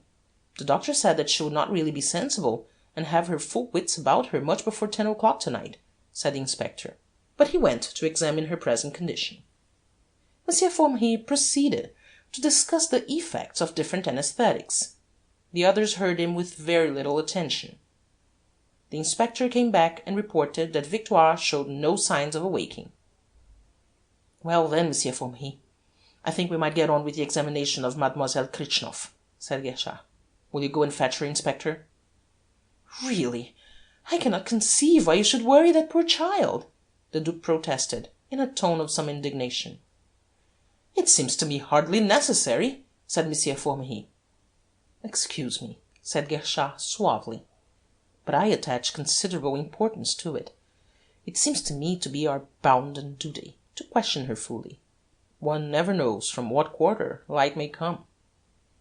"Oh, well, since you make such a point of it," said Monsieur Formery, "Inspector, ask Mademoiselle Kritchnoff to come here. Fetch her." The inspector left the room. Guerchard looked at the Duke with a faint air of uneasiness. "I think that we had better question Mademoiselle Kritchnoff by ourselves," he said. Monsieur Formery looked at him and hesitated. Then he said, "Oh, yes, of course, by ourselves." "Certainly," said the Duke, a trifle hotly, and he rose and opened the door. He was just going through it when Guerchard said sharply, "Your Grace." The Duke paid no attention to him. He shut the door quickly behind him and sprang swiftly up the stairs. He met the inspector coming down with Sonia. Barring their way for a moment, he said, in his kindliest voice, "Now, you mustn't be frightened, Mademoiselle Sonia. All you have to do is to try to remember, as clearly as you can, the circumstances of the earlier thefts at Charmerace. You mustn't let them confuse you." "Thank you, your Grace. I will try and be as clear as I can," said Sonia, and she gave him an eloquent glance, full of gratitude for the warning, and went down the stairs with firm steps. The Duke went on up the stairs, and knocked softly at the door of M. Gouvernet-Martin's bedroom. There was no answer to his knock, and he quietly opened the door and looked in. Overcome by his misfortunes, the millionaire had sunk into a profound sleep, and was snoring softly. The Duke stepped inside the room, left the door open a couple of inches, drew a chair to it, and sat down, watching the staircase through the opening of the door. He sat frowning, with a look of profound pity on his face. Once the suspense grew too much for him. He rose and walked up and down the room. His well-bred calm seemed to have deserted him. He muttered curses on Guerchard, M. Formery, and the whole French criminal system, very softly, under his breath. His face was distorted to a mask of fury, and once he wiped the little beads of sweat from his forehead with his handkerchief. Then he recovered himself, sat down in the chair, and resumed his watch on the stairs. At last, at the end of half an hour, which had seemed to him months long, he heard voices. The drawing-room door shut, and there were footsteps on the stairs. The inspector and Sonia came into view. He waited till they were at the top of the stairs. Then he came out of the room with his most careless air, and said, "Well, Mademoiselle Sonia, I hope you did not find it so very dreadful after all." She was very pale, and there were undried tears on her cheeks. "It was horrible," she said faintly. "Horrible. Monsieur Formery was all right, he believed me, but that horrible detective would not believe a word I said. He confused me. I hardly knew what I was saying." The Duke ground his teeth softly. "Never mind, it's over now. You had better lie down and rest. I will tell one of the servants to bring you up a glass of wine." He walked with her to the door of her room and said, "Try to sleep. Sleep away the unpleasant memory." She went into her room, and the Duke went downstairs and told the butler to take a glass of champagne up to her. Then he went upstairs to the drawing-room. M. Formery was at the table, writing. Guerchard stood beside him. He handed what he had written to Guerchard, and with a smile of satisfaction Guerchard folded the paper and put it in his pocket. "Well, M. Formery, did Mademoiselle Kritchnoff throw any fresh light on this mystery?" said the Duke, in a tone of feigned contempt. "No, in fact she convinced me that she knew nothing whatever about it. M. Guerchard seems to entertain a different opinion, but I think that even he is convinced that Mademoiselle Kritchnoff is not a friend of Arsène Lupin." "Oh, well, perhaps she isn't, but there's no telling," said Guerchard slowly. "Arsène Lupin?" cried the Duke. "Surely you never thought that Mademoiselle Kritchnoff had anything to do with Arsène Lupin?" "I never thought so," said M. Formery. "But when one has a fixed idea, well, one has a fixed idea." He shrugged his shoulders, and looked at Guerchard with contemptuous eyes. The Duke laughed, an unaffected, ringing laugh, but not a pleasant one. "It's absurd!" he cried. "There are always those thefts," said Guerchard, with a nettled air. "You have nothing to go upon," said M. Formery. "What if she did enter the service of Mademoiselle Gouvernet-Martin just before the thefts began? Besides, after this lapse of time, if she had committed the thefts, you find it a job to bring them home to her. It's not a job worth your doing, anyhow. It's a job for an ordinary detective, Guerchard." "There's always the pendant," said Guerchard. "I am convinced that that pendant is in the house." "Oh, that stupid pendant! I wish I'd never given it to Mademoiselle Gournay-Martin, said the Duke lightly. I have a feeling that if I could lay my hand on that pendant, if I could find who has it, I should have the key to this mystery. The devil you would, said the Duke softly. That is odd. It is the oddest thing about this business I've heard yet. I have that feeling. I have that feeling, said Guerchard quietly. The Duke smiled. End of chapter 15.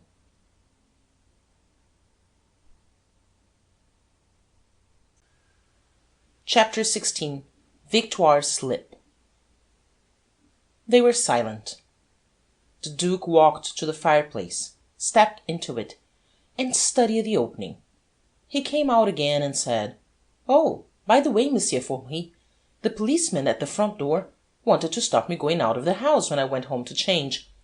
I take it that Monsieur Guerchard's prohibition does not apply to me?" Of course not, your Grace," said Monsieur Formery quickly. "I saw that you had changed your clothes, your Grace," said Guerchard. "I thought that you had done it here." "No," said the Duke. "I went home. The policeman protested, but he went no further, so I did not throw him into the middle of the street."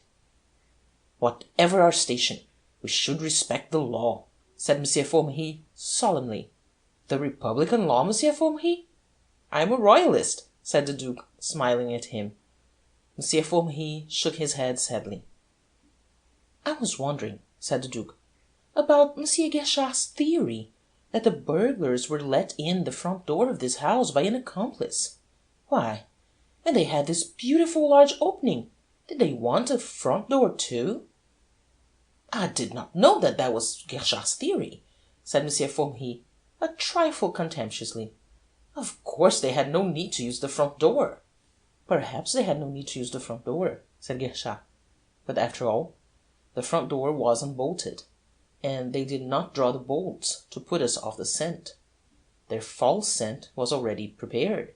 He waved his hand towards the window. "Moreover, you must bear in mind that that opening might not have been made when they entered the house. Suppose that, while they were on the other side of the wall, a brick had fallen onto the hearth and alarmed the concierge. We don't know how skilful they are. They might not have cared to risk it. I'm inclined to think, on the whole, that they did come in through the front door." Monsieur Formery sniffed contemptuously. "Perhaps you're right," said the Duke. "But the accomplice—" "I think we shall know more about the accomplice when Victoire awakes," said Guerchard. "The family have such confidence in Victoire," said the Duke. "Perhaps Lupin has too," said Guerchard grimly. "Always Lupin," said Monsieur Formery contemptuously. There came a knock at the door, and a footman appeared on the threshold. He informed the Duke that Germaine had returned from her shopping expedition, and was awaiting him in her boudoir. He went to her, and tried to persuade her to put in a word for Sonia, and endeavour to soften Guerchard's rigour. She refused to do anything of the kind, declaring that, in view of the value of the stolen property, no stone must be left unturned to recover it. The police knew what they were doing. They must have a free hand. The Duke did not press her with any great vigour. He realized the futility of an appeal to a nature so shallow, so self-centred, and so lacking in sympathy. He took his revenge by teasing her about the wedding presents, which were still flowing in. Her father's business friends were still striving to outdo one another in the costliness of the jewellery they were giving her. The great houses of the Faubourg Saint-Germain were still refraining firmly from anything that savoured of extravagance or ostentation. While he was with her, the 11th paper knife came, from his mother's friend, the Duchess of Vaux-l'Église. The Duke was overwhelmed with joy at the sight of it, and his delighted comments drove Germaine to the last extremity of exasperation. The result was that she begged him with petulant asperity to get out of her sight. He complied with her request, almost with alacrity, and returned to Monsieur Formery and Guerchard. he found them at a standstill, waiting for reports from the detectives who were hunting outside the house for information about the movements of the burglars with the stolen booty, and apparently finding none.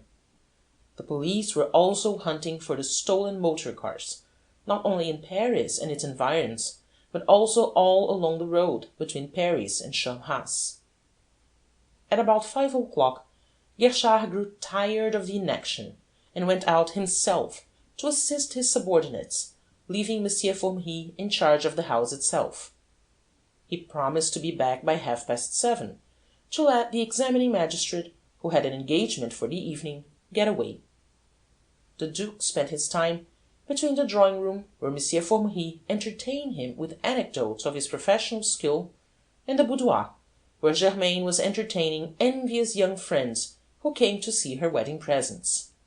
The friends of Germaine were always a little ill at ease in the society of the Duke, belonging, as they did, to that wealthy middle class which has made France what she is. His indifference to the doings of the old friends of his family saddened them, and they were unable to understand his airy and persistent trifling. It seemed to them a discord in the cosmic tune. The afternoon wore away, and at 7:30 Guerchard had not returned. Monsieur Formery waited for him, fuming, for 10 minutes, then left the house in charge of the inspector, and went off to his engagement. Monsieur Gurney-Martin was entertaining 2 financiers and their wives, 2 of their daughters, and 2 friends of the Duke, the Baron de Vernon and the Comte de Vauvinez, at dinner that night. Thanks to the Duke, the party was of a liveliness to which the gorgeous dining-room had been very little used, since it had been so fortunate as to become the property of Monsieur Gurney-Martin. The millionaire had been looking forward to an evening of luxurious woe, deploring the loss of his treasures, giving their prices to his sympathetic friends. The Duke had other views, and they prevailed. After dinner, the guests went to the smoking-room, since the drawing-rooms were in possession of Guerchard. Soon after 10, the Duke slipped away from them, and went to the detective. Guerchard's was not a face at any time full of expression, and all that the Duke saw on it was a subdued dullness. "Well, Monsieur Guerchard," he said cheerfully, "what luck? Have any of your men come across any traces of the passage of the burglars with their booty?" "No, your Grace. So far, all the luck has been with the burglars. For all that any one seems to have seen them, they might have vanished into the bowels of the earth through the floor of the cellars in the empty house next door.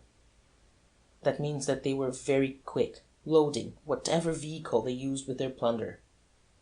I should think myself that they first carried everything from this house down into the hall of the house next door, and then, of course, they could be very quick getting them from hall to their van, or whatever it was.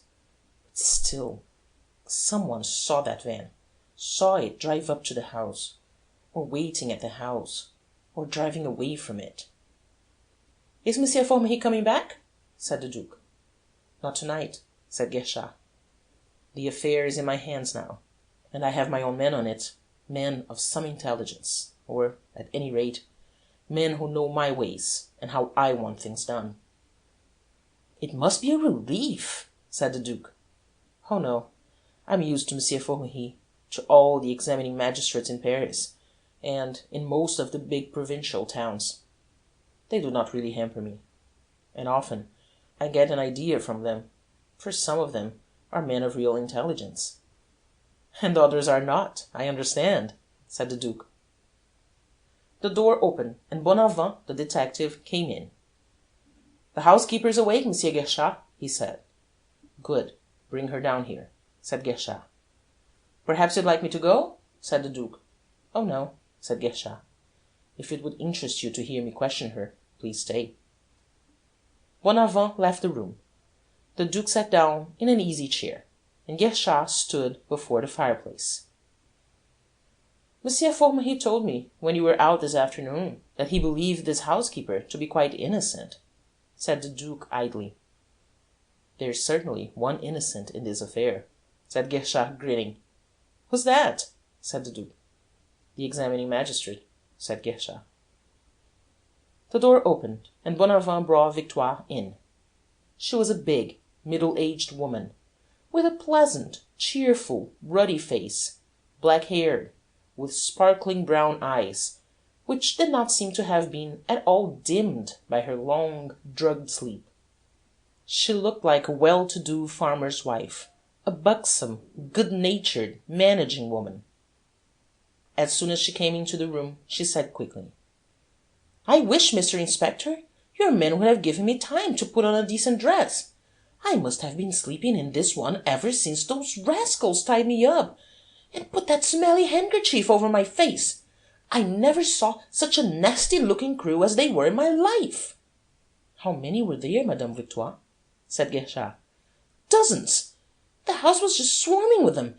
I heard the noise. I came downstairs, and on the landing outside the door here, one of them jumped on me from behind and nearly choked me, to prevent me from screaming, I suppose."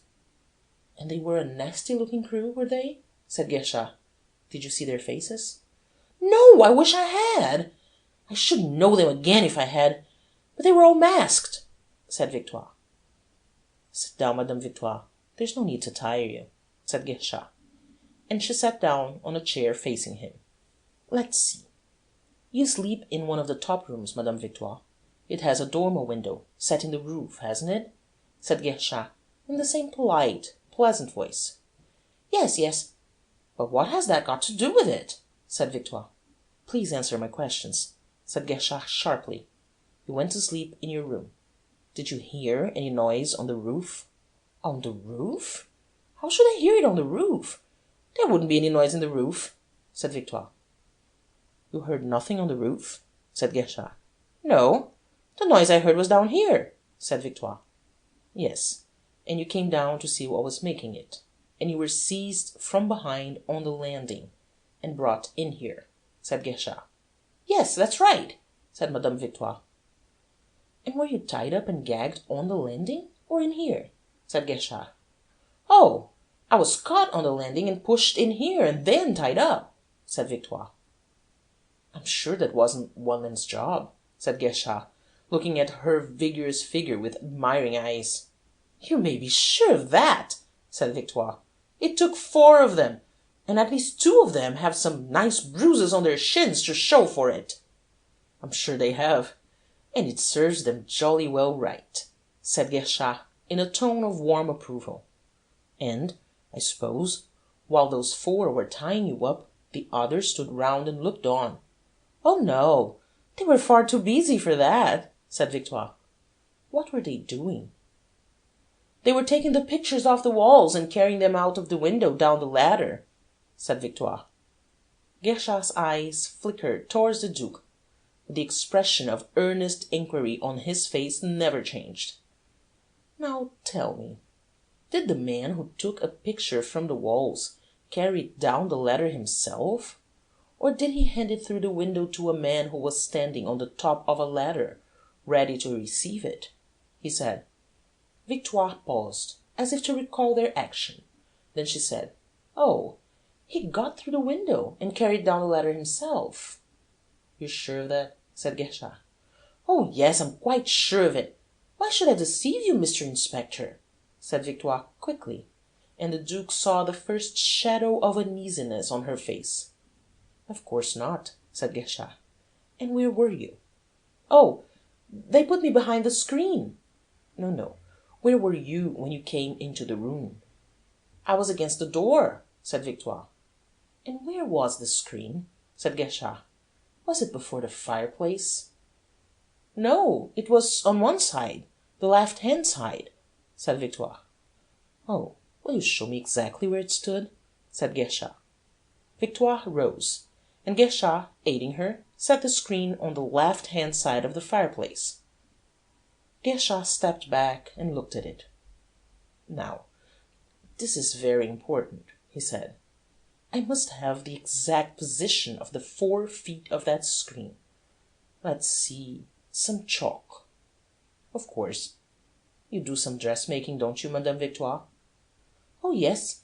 I sometimes make a dress for one of the maids in my spare time, said Victoire. Then you've got a piece of chalk on you, said Guerchard. Oh, yes, said Victoire, putting her hand to the pocket of her dress.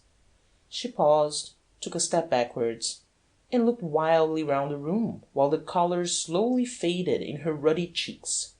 What am I talking about? She said in an uncertain, shaky voice. I haven't any chalk.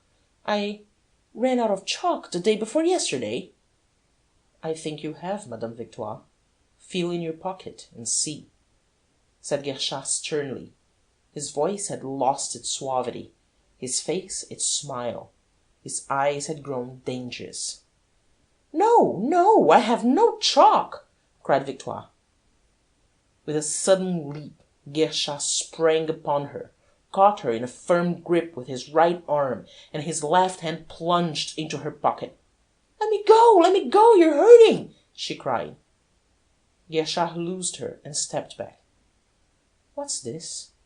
He said, and he held up between his thumb and forefinger a piece of blue chalk. Victoire drew herself up and faced him gallantly. Well, what of it? It is chalk. Mayn't an honest woman carry chalk in her pocket without being insulted and pulled about by every policeman she comes across? She cried. That will be for the examining magistrate to decide, said Guerchard, and he went to the door and called Bonavent.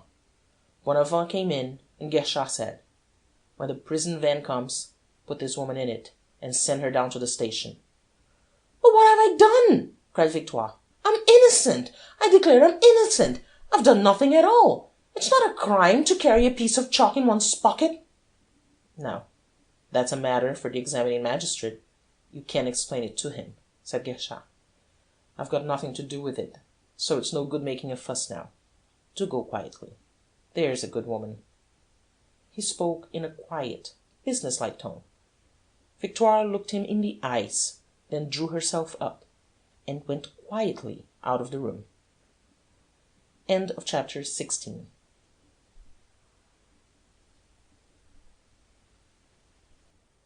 Chapter 17. Sonia's Escape. One of Monsieur Formery's innocents, said Guerchard, turning to the Duke. The chalk, said the Duke. Is it the same chalk? It's blue, said Guerchard, holding it out. The same as that of the signatures on the walls. Add that fact to the woman's sudden realization of what she was doing, and you'll see that they were written with it.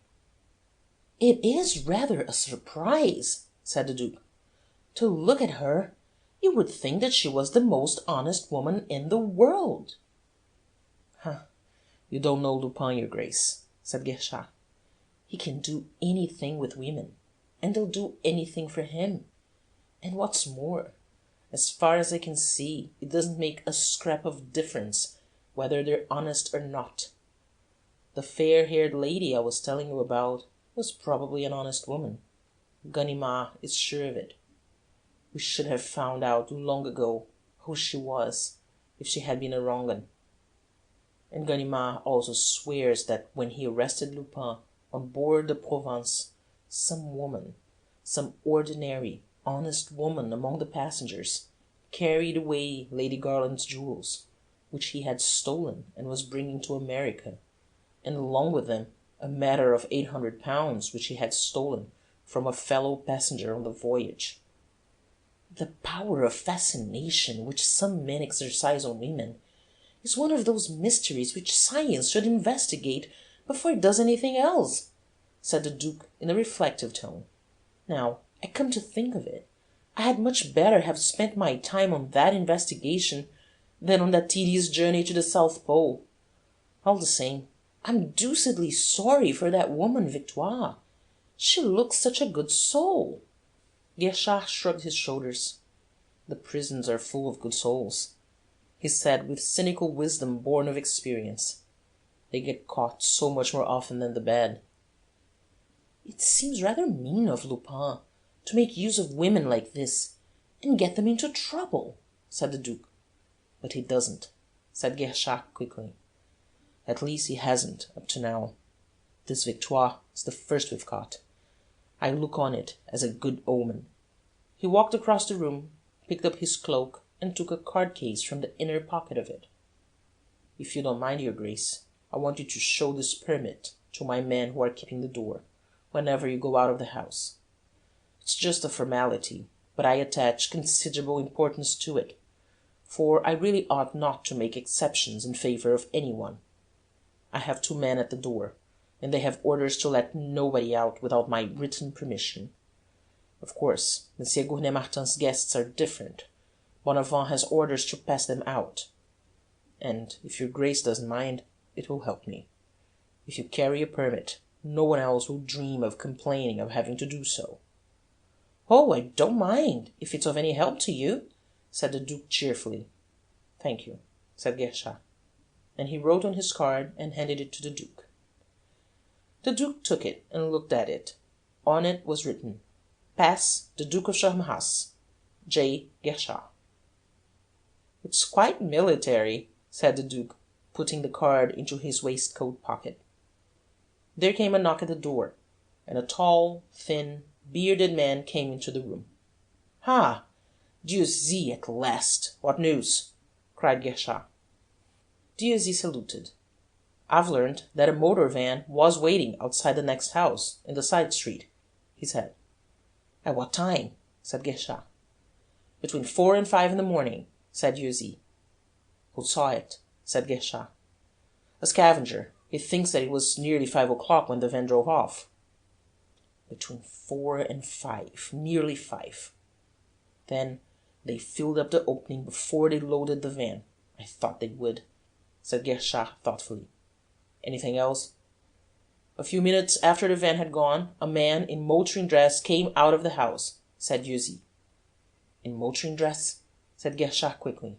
"Yes, and a little way from the house he threw away his cigarette. The scavenger thought the whole business a little queer, and he picked up the cigarette and kept it. Here it is." He handed it to Guerchard, whose eyes scanned it carelessly, and then glued themselves to it.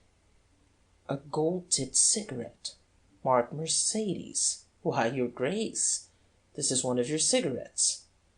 "But this is incredible!" cried the Duke. "Not at all," said Guerchard. "It's merely another link in the chain.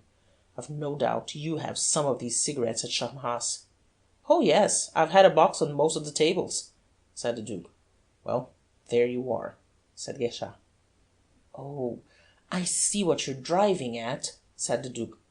"You mean that one of the Charolais must have taken a box." "Well, we know that they'd hardly stick at a box of cigarettes," said Guerchard. "Yes, but I thought—" said the Duke, and he paused. "You thought what?" said Guerchard. "Then Lupin, since it was Lupin who managed the business last night, since you found those salvias in the house next door, then Lupin came from Charmerace." "Evidently," said Guerchard. "And Lupin is one of the Charolais." "Oh, that's another matter," said Guerchard. "But it's certain, absolutely certain," said the Duke.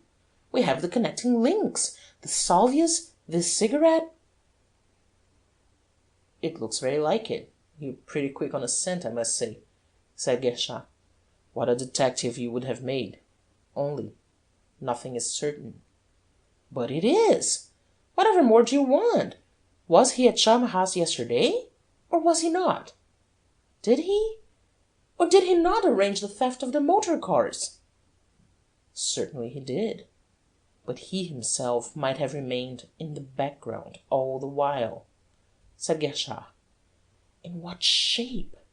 Under what mask? By Jove! I should like to see this fellow," said the Duke. "We shall see him tonight," said Guerchard. "Tonight?" said the Duke. "Of course we shall, for he will come to steal the coronet between 11:45 and midnight," said Guerchard. "Never!" said the Duke. "You don't really believe that he'll have the cheek to attempt such a mad act?" "You don't know this man, your Grace. His extraordinary mixture of coolness and audacity. It's the danger that attracts him. He throws himself into the fire, and he doesn't get burnt. For the last 10 years I've been saying to myself, here we are. This time I've got him. At last I'm going to nab him. But I've said that day after day," said Guerchard, and he paused. "Well?" said the Duke. "Well, the days pass, and I never nab him. Oh, he's thick, I tell you. He's a joker. He's a regular artist." He ground his teeth. "The damned thief!" The Duke looked at him and said slowly, "Then you think that tonight Lupin—" "You follow the scent with me, your Grace," Guerchard interrupted quickly and vehemently. "We've picked up each clue together. We've almost seen this man at work. We've understood him. Isn't a man like this, I ask you, capable of anything?" "He is," said the Duke with conviction. "Well then," said Guerchard. "Perhaps you're right," said the Duke. Guerchard turned to Dieuzy and said, in a quieter voice, "And when the scavenger had picked up the cigarette, did he follow the motorist?" "Yes, he followed him for about 100 yards. He went down into Sureau Street and turned westwards. Then a motor car came along. He got into it and went off." "What kind of a motor car?" said Guerchard. "A big car, and dark red in colour," said Dieuzy. "The limousine!" cried the Duke. "That's all I've got so far, sir," said Dieuzy. "Well, off you go," said Guerchard. "Now that you've got started, you'll probably get something else before very long." Dieuzy saluted and went. "Things are beginning to move," said Guerchard cheerfully. "First Victoire, and now this motor van." "They are indeed," said the Duke. "After all, it ought not to be very difficult to trace that motor van," said Guerchard in a musing tone. "At any rate, its movements ought to be easy enough to follow up till about 6. Then, of course, there will be a good many others about delivering goods." "You seem to have all the possible information you can want at your finger ends," said the Duke in an admiring tone. "I suppose I know the life of Paris as well as anybody," said Guerchard. They were silent for a while. Then Germain's maid, Irma, came into the room and said, "If you please, your Grace, Mademoiselle Kritchnoff would like to speak to you for a moment." "Oh, where is she?" said the Duke. "She's in her room, your Grace." "Oh, very well, I'll go up to her," said the Duke. "I can speak to her in the library." He rose and was going towards the door, when Guerchard stepped forward, barring his way, and said, "No, your Grace." "No? Why?" said the Duke haughtily. "I beg you will wait a minute or two, till I've had a word with you," said Guerchard, and he drew a folded sheet of paper from his pocket and held it up. The Duke looked at Guerchard's face, and he looked at the paper in his hand.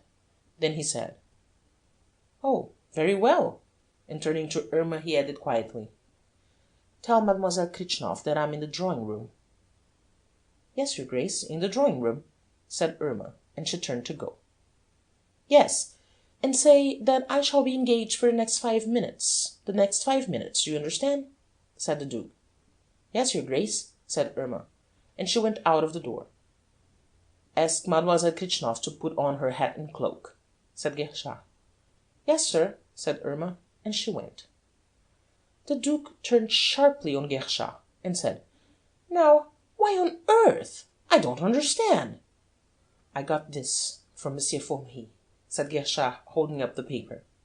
"Well?" said the Duke. "What is it?" "It's a warrant, your Grace," said Guerchard. "What?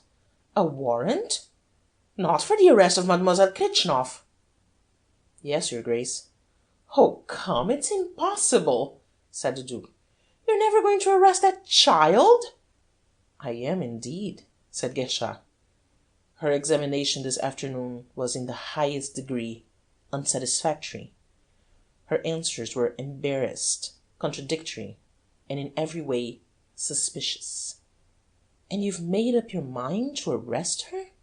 said the Duke slowly, knitting his brow in anxious thought. "I have indeed," said Guerchard, "and I'm going to do it now. The prison van ought to be waiting at the door." He looked at his watch. She and Victoire can go together. So, you're going to arrest her? You're going to arrest her? Said the Duke thoughtfully. And he took a step or two up and down the room, still thinking hard. Well, you understand the position, don't you, Your Grace? Said Guerchard, in a tone of apology. Believe me that, personally, I have no animosity against Mademoiselle Kritchnoff. In fact, the child attracts me. Yes, said the Duke softly, in a musing tone. She has the air of a child who has lost its way in life. And that poor little hiding place she found, that rolled up handkerchief, thrown down in the corner of the little room in the house next door. It was absolutely absurd. What? A handkerchief? Cried Guerchard, with an air of sudden, utter surprise.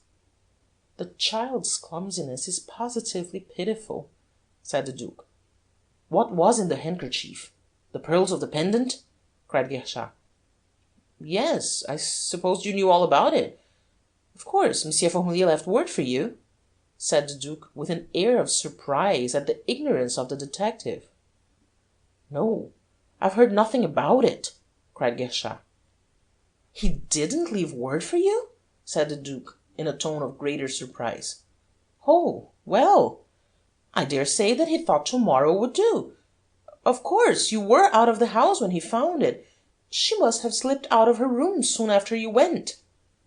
He found a handkerchief belonging to Mademoiselle Kritchnoff? Where is it? Cried Guerchard. Monsieur Formery took the pearls, but he left the handkerchief. I suppose it's in the corner where he found it, said the Duke. He left the handkerchief? Cried Guerchard. If that isn't just like the fool, he ought to keep hens, it's all he's fit for. He ran to the fireplace, seized the lantern, and began lighting it. Where is the handkerchief? He cried. In the left-hand corner of the little room on the right, on the second floor. But if you're going to arrest Mademoiselle Kritchnoff, why are you bothering about the handkerchief? It can't be of any importance, said the Duke. I beg your pardon, said Guerchard, but it is. But why? Said the Duke. I was arresting Mademoiselle Kritchnoff all right, because I had a very strong presumption of her guilt.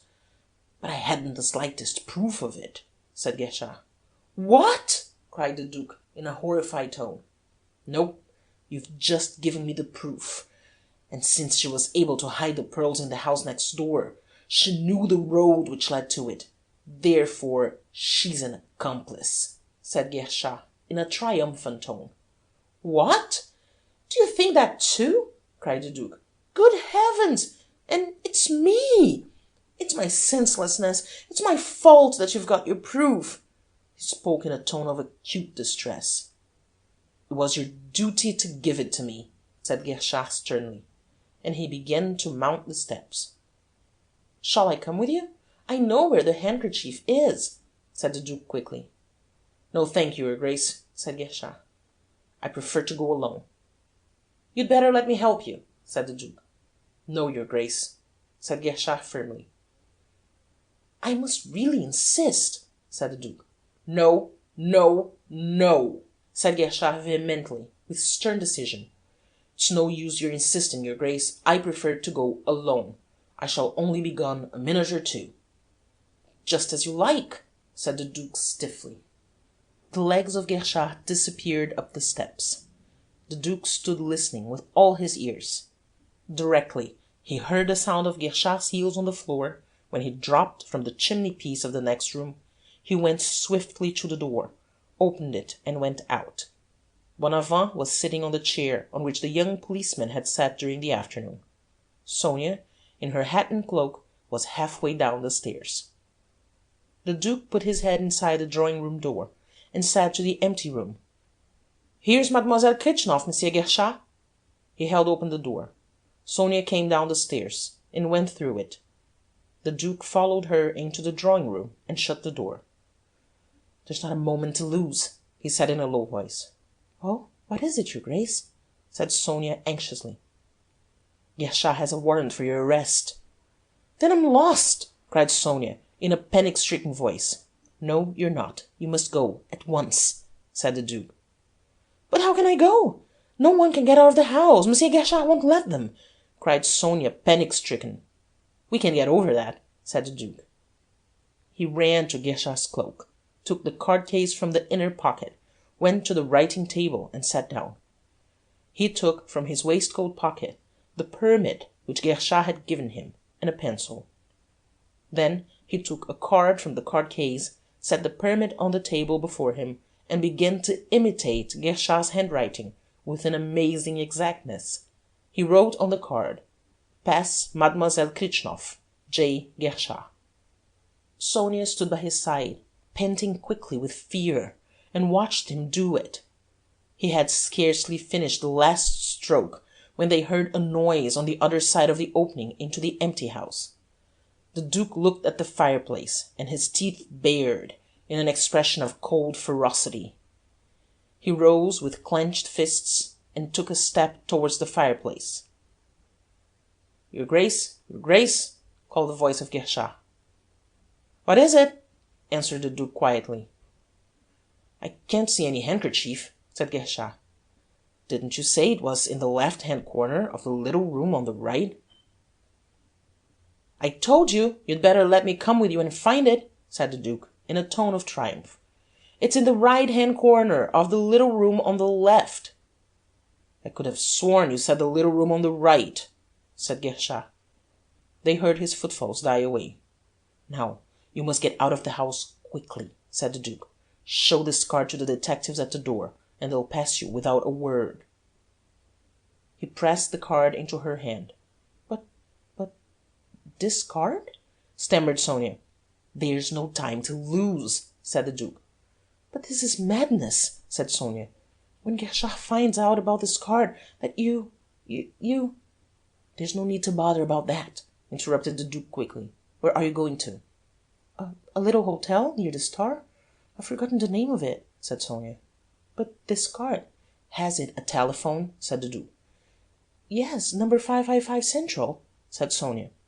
"If I haven't telephoned to you before 8:30 tomorrow morning, come straight to my house," said the Duke, scribbling the telephone number on his shirt cuff. "Yes, yes," said Sonia. "But this card? When Guerchard knows, when he discovers... Oh, I can't let you get into trouble for me." "I shan't, but go, go," said the Duke, and he slipped his right arm round her and drew her to the door. "Oh, how good you are to me," said Sonia softly. The Duke's other arm went round her. He drew her to him, and their lips met. He loosed her and opened the door, saying loudly, "You're sure you won't have a cab, Mademoiselle Kritchnoff?" "No, no, thank you, your Grace. Good night," said Sonia, and she went through the door with a transfigured face. End of chapter 17.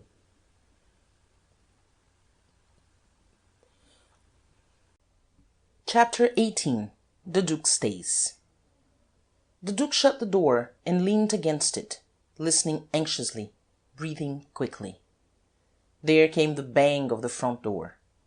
With a deep sigh of relief, he left the door, came briskly, smiling, across the room, and put the card-case back into the pocket of Guerchard's cloak.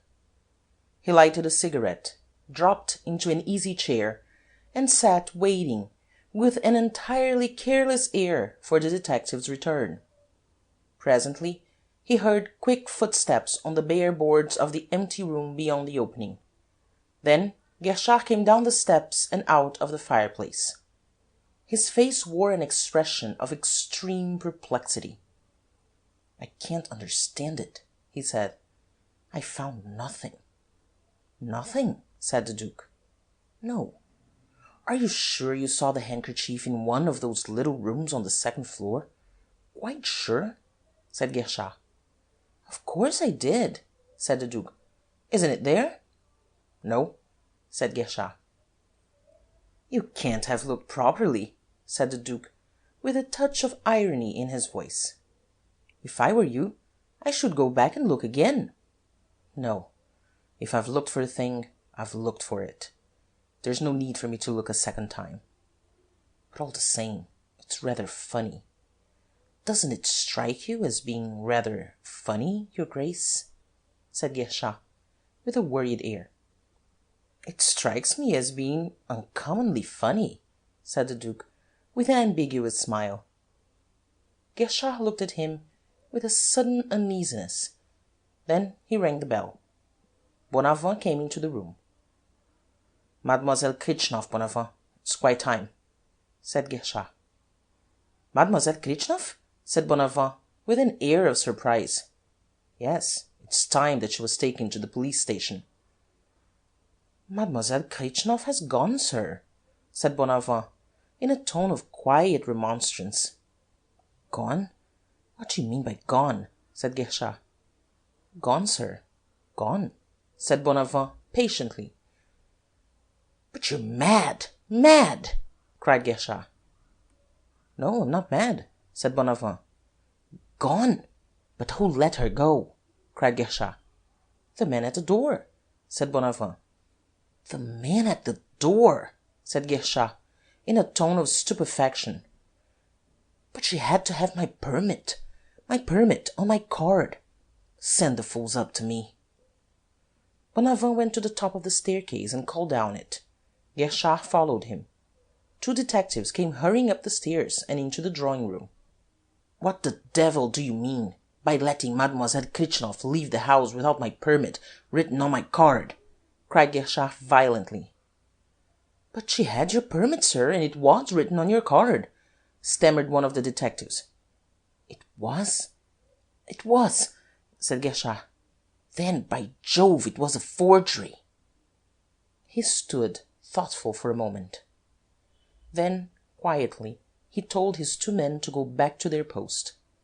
He did not stir for a minute or two, puzzling it out, seeking light.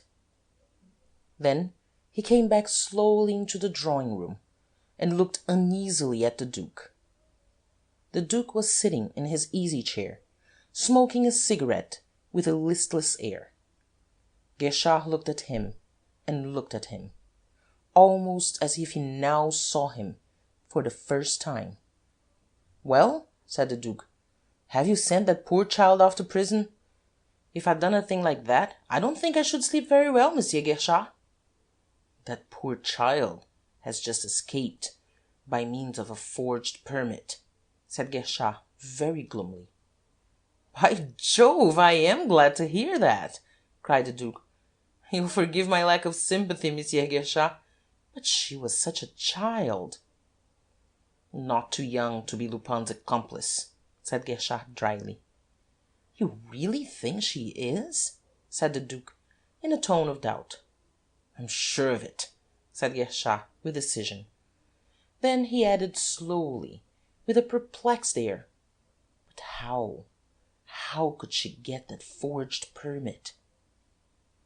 The Duke shook his head and looked as solemn as an owl. Guerchard looked at him uneasily, went out of the drawing-room and shut the door. "How long has Mademoiselle Kritchnoff been gone?" he said to Bonavent. "Not much more than 5 minutes," said Bonavent. "She came out from talking to you in the drawing-room." "Talking to me in the drawing-room!" exclaimed Guerchard. "Yes," said Bonavent. "She came out and went straight down the stairs and out of the house." A faint, sighing gasp came from Guerchard's lips. He dashed into the drawing-room, crossed the room quickly to his cloak, picked it up, took the card-case out of the pocket, and counted the cards in it. Then he looked at the Duke. The Duke smiled at him, a charming smile, almost caressing. There seemed to be a lump in Guerchard's throat. He swallowed it loudly. He put the card-case into the breast pocket of the coat he was wearing. Then he cried sharply, "Bonavent! Bonavent!" Bonavent opened the door and stood in the doorway. "You sent off Victoire in the prison van, I suppose?" said Guerchard. "Oh, a long while ago, sir," said Bonavent. "The van had been waiting at the door since 9:30. "Since 9:30? But I told them I shouldn't want it till 11:15. I suppose they were making an effort to be in time for once. Well, it doesn't matter," said Guerchard. Then I suppose I'd better send the other prison van away, said Bonavent. What other van? said Guerchard. The van which has just arrived, said Bonavent. What? What on earth are you talking about? cried Guerchard, with a sudden anxiety in his voice and on his face. Didn't you order 2 prison vans?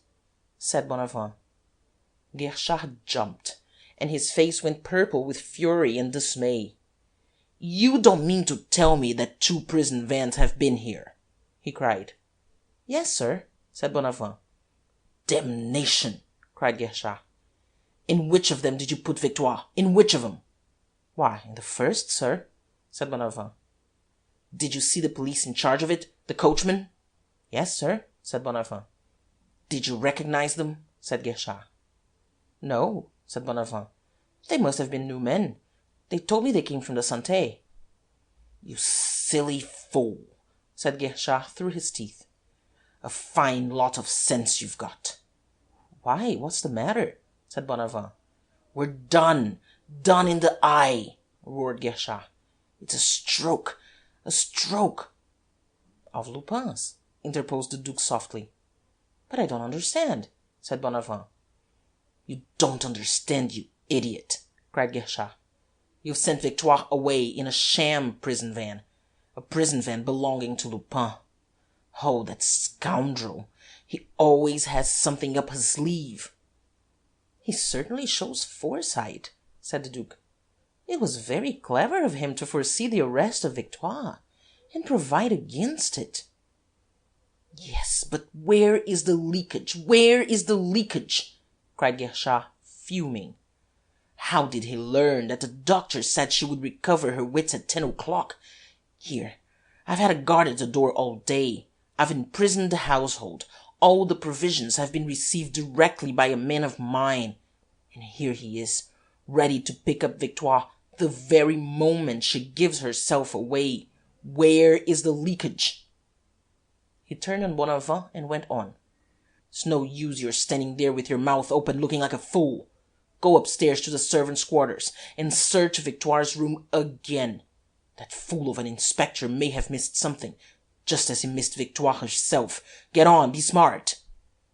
Bonavent went off briskly. Guerchard paced up and down the room, scowling. Really, I'm beginning to agree with you, Monsieur Guerchard, that this Lupin is a remarkable man, said the Duke. That prison van is extraordinarily neat. I'll prison van him, cried Guerchard. But what fools I have to work with! If I could get hold of people of ordinary intelligence, it would be impossible to play such a trick as that. I don't know about that, said the Duke thoughtfully. I think it would have required an uncommon fool to discover that trick.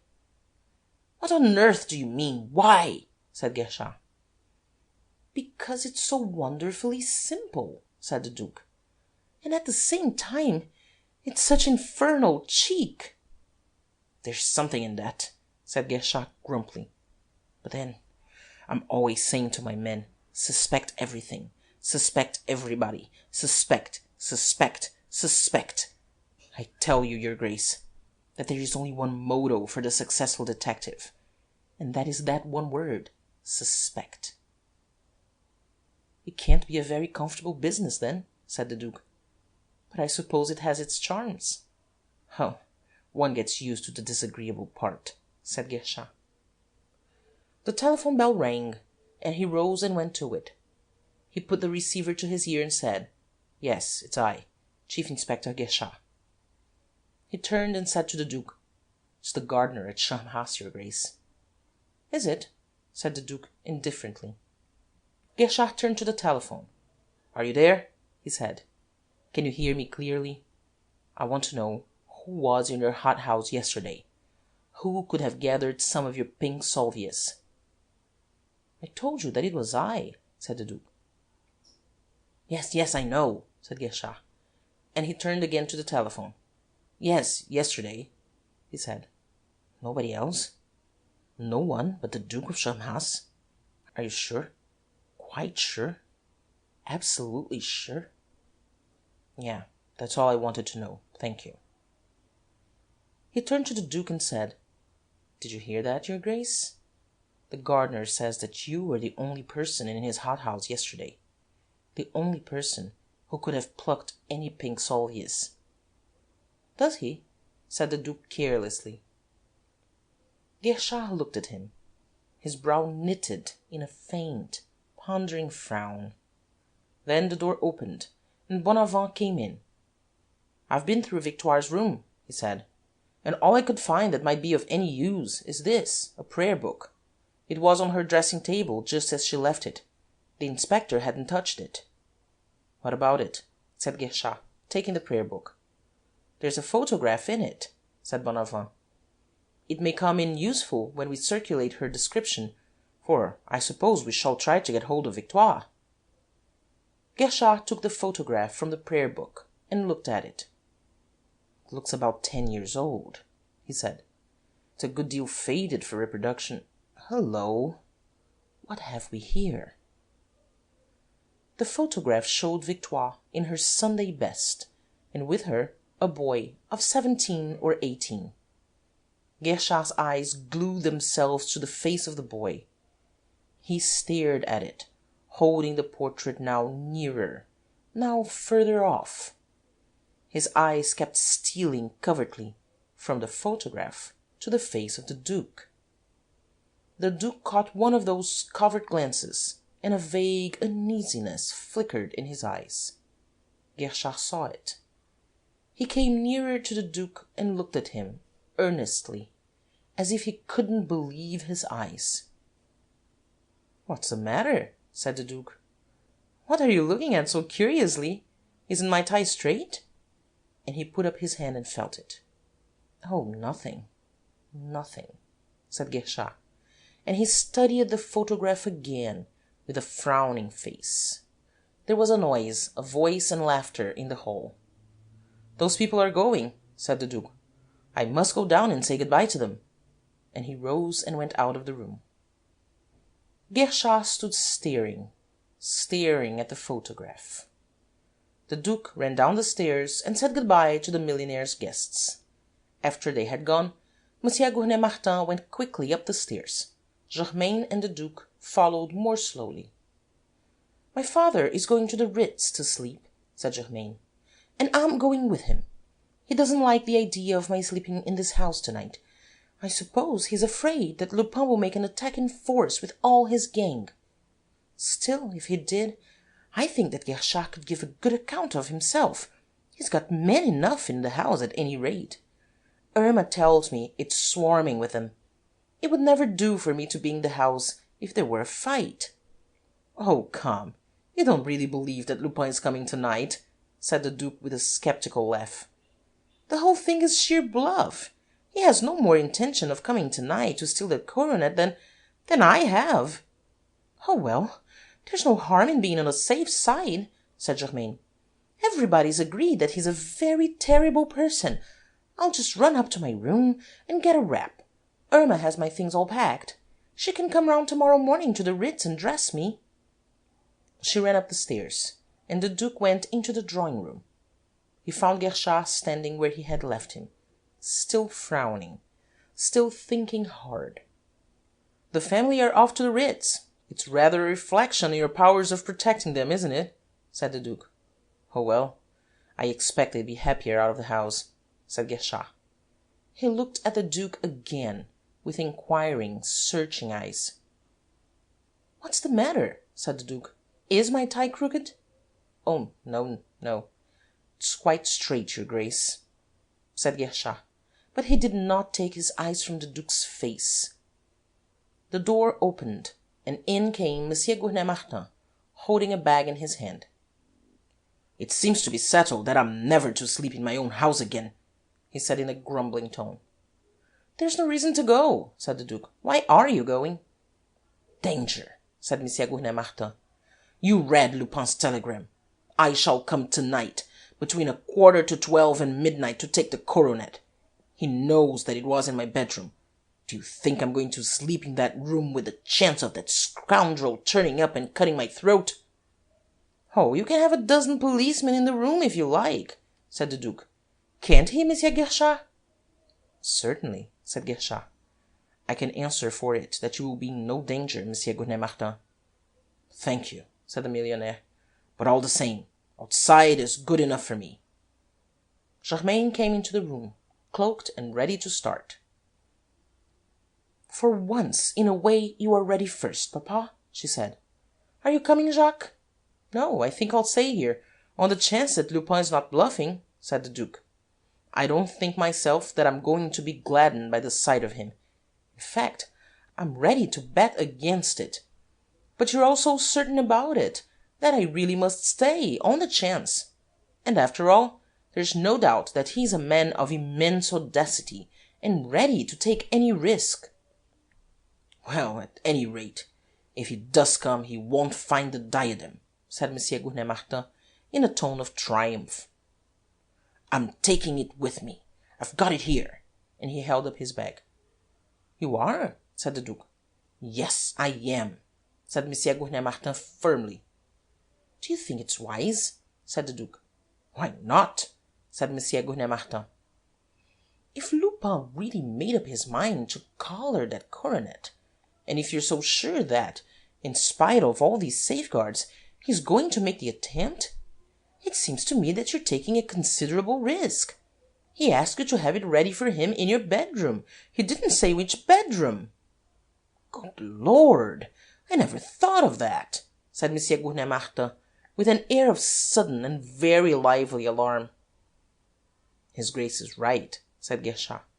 It would be exactly like Lupin to send that telegram to drive you out of the house with the coronet to some place where you would be less protected. That is exactly one of his tricks. Good heavens! Said the millionaire, pulling out his keys and unlocking the bag. He opened it, pausing hesitatingly, and snapped it to again. Half a minute, he said. I want a word with you, Duke. He led the way out of the drawing-room, and the Duke followed him. He shut the door and said in a whisper, In a case like this, I suspect everybody. Everybody suspects everybody, apparently, said the Duke. Are you sure you don't suspect me? Now, this is no time for joking, said the millionaire impatiently. What do you think about Guerchard? About Guerchard? Said the Duke. What do you mean? Do you think I can put full confidence in Guerchard? Said Monsieur Gournay-Martin. Oh, I think so, said the Duke. Besides, I shall be here to look after Guerchard. And, though I wouldn't undertake to answer for Lupin, I think I can answer for Guerchard. If he tries to escape with the coronet, I will wring his neck for you with pleasure. It would do me good, and it would do Guerchard good too. The millionaire stood reflecting for a minute or two. Then he said, Very good. I'll trust him. Hardly had the door closed behind the millionaire and the Duke, when Guerchard crossed the room quickly to Germain, and drew from his pocket the photograph of Victoire and the young man. Do you know this photograph of his Grace, mademoiselle? He said quickly. Germain took the photograph and looked at it. It's rather faded, she said. Yes, it's about 10 years old, said Guerchard. I seem to know the face of the woman, said Germain. But if it's 10 years old, it certainly isn't the photograph of the Duke. But it's like him, said Guerchard. Oh, yes, it's like the Duke as he is now. At least, it's a little like him. But it's not like the Duke as he was 10 years ago. He has changed so, said Germain. Oh, has he? Said Guerchard. Yes, there was that exhausting journey of his, and then his illness. The doctors gave up all hope of him, you know. Oh, did they? Said Guerchard. Yes, at Montevideo. But his health is quite restored now. The door opened, and the millionaire and the Duke came into the room. Monsieur Gournay-Martin set his bag upon the table, unlocked it, and with a solemn air took out the case which held the coronet. He opened it, and they looked at it. Isn't it beautiful? He said with a sigh. Marvellous, said the Duke. Monsieur Gournay-Martin closed the case and said solemnly, There is danger, Monsieur Guerchard, so I am going to trust the coronet to you. You are the defender of my hearth and home. You are the proper person to guard the coronet. I take it that you have no objection." "Not the slightest, Monsieur Gournay-Martin," said Guerchard. "It's exactly what I wanted you to ask me to do." Monsieur Gournay-Martin hesitated. Then he handed the coronet to Guerchard, saying with a frank and noble air, "I have every confidence in you, Monsieur Guerchard." "Thank you," said Guerchard. "Good night," said Monsieur Gournay-Martin. "Good night, Monsieur Guerchard," said Germain. "I think after all I'll change my mind and go with you. I'm very short of sleep," said the Duke. "Good night, Monsieur Guerchard." "You're never going to, your Grace," cried Guerchard. "Why, you don't want me to stay, do you?" said the Duke. "Yes," said Guerchard slowly. "I think I would rather go to bed," said the Duke gaily. "Are you afraid?"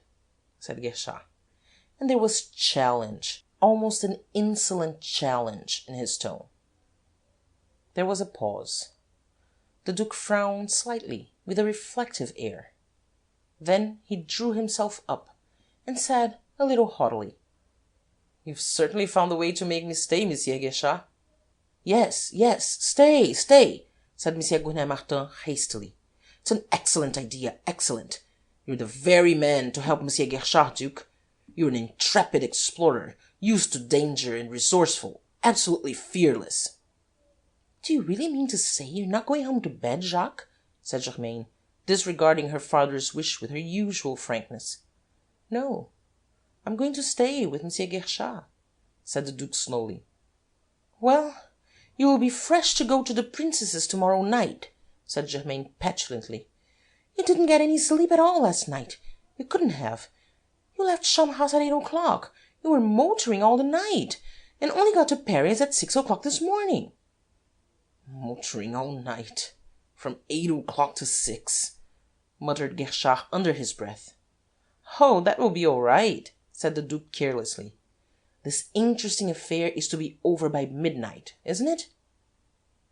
"Well, I warn you that, tired or fresh, you will have to come with me to the princess's tomorrow night. All Paris will be there, all Paris, that is, who are in Paris. Oh, I shall be fresh enough," said the Duke. They went out of the drawing-room and down the stairs, all four of them. There was an alert readiness about Guerchard, as if he were ready to spring. He kept within a foot of the Duke, right to the front door. The detective in charge opened it, and they went down the steps to the taxicab which was awaiting them. The Duke kissed Germaine's fingers, and handed her into the taxicab. Monsieur Gournay-Martin paused at the cab door, and turned and said with a pathetic air, "Am I never to sleep in my own house again?" He got into the cab and drove off. The Duke turned and came up the steps, followed by Guerchard. In the hall he took his opera hat and coat from the stand and went upstairs. Halfway up the flight he paused and said, "Where shall we wait for Lupin, Monsieur Guerchard? In the drawing-room, or in Monsieur Gournay-Martin's bedroom?" "Oh, the drawing-room," said Guerchard. "I think it very unlikely that Lupin will look for the coronet in Monsieur Gournay-Martin's bedroom. He would know very well that that is the last place to find it now." The Duke went on into the drawing-room. At the door, Guerchard stopped and said, "I will just go and post my men, your Grace." "Very good," said the Duke, and he went into the drawing-room. He sat down, lighted a cigarette, and yawned. Then he took out his watch and looked at it. "Another 20 minutes," he said. End of chapter 18.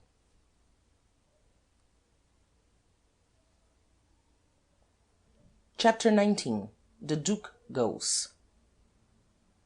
When Guerchard joined the Duke in the drawing-room, he had lost his calm air, and was looking more than a little nervous. He moved about the room uneasily, fingering the bric-a-brac, glancing at the Duke, and looking quickly away from him again. Then he came to a standstill on the hearth-rug, with his back to the fireplace. "Do you think it's quite safe to stand there, at least with your back to the hearth? If Lupin dropped through that opening suddenly, he'd catch you from behind before you could wink twice," said the Duke, in a tone of remonstrance. "There would always be your Grace to come to my rescue," said Guerchard. and there was an ambiguous note in his voice, while his piercing eyes now rested fixed on the Duke's face. They seemed never to leave it. They explored and explored it. "It's only a suggestion," said the Duke. "This is rather nervous work, don't you know?"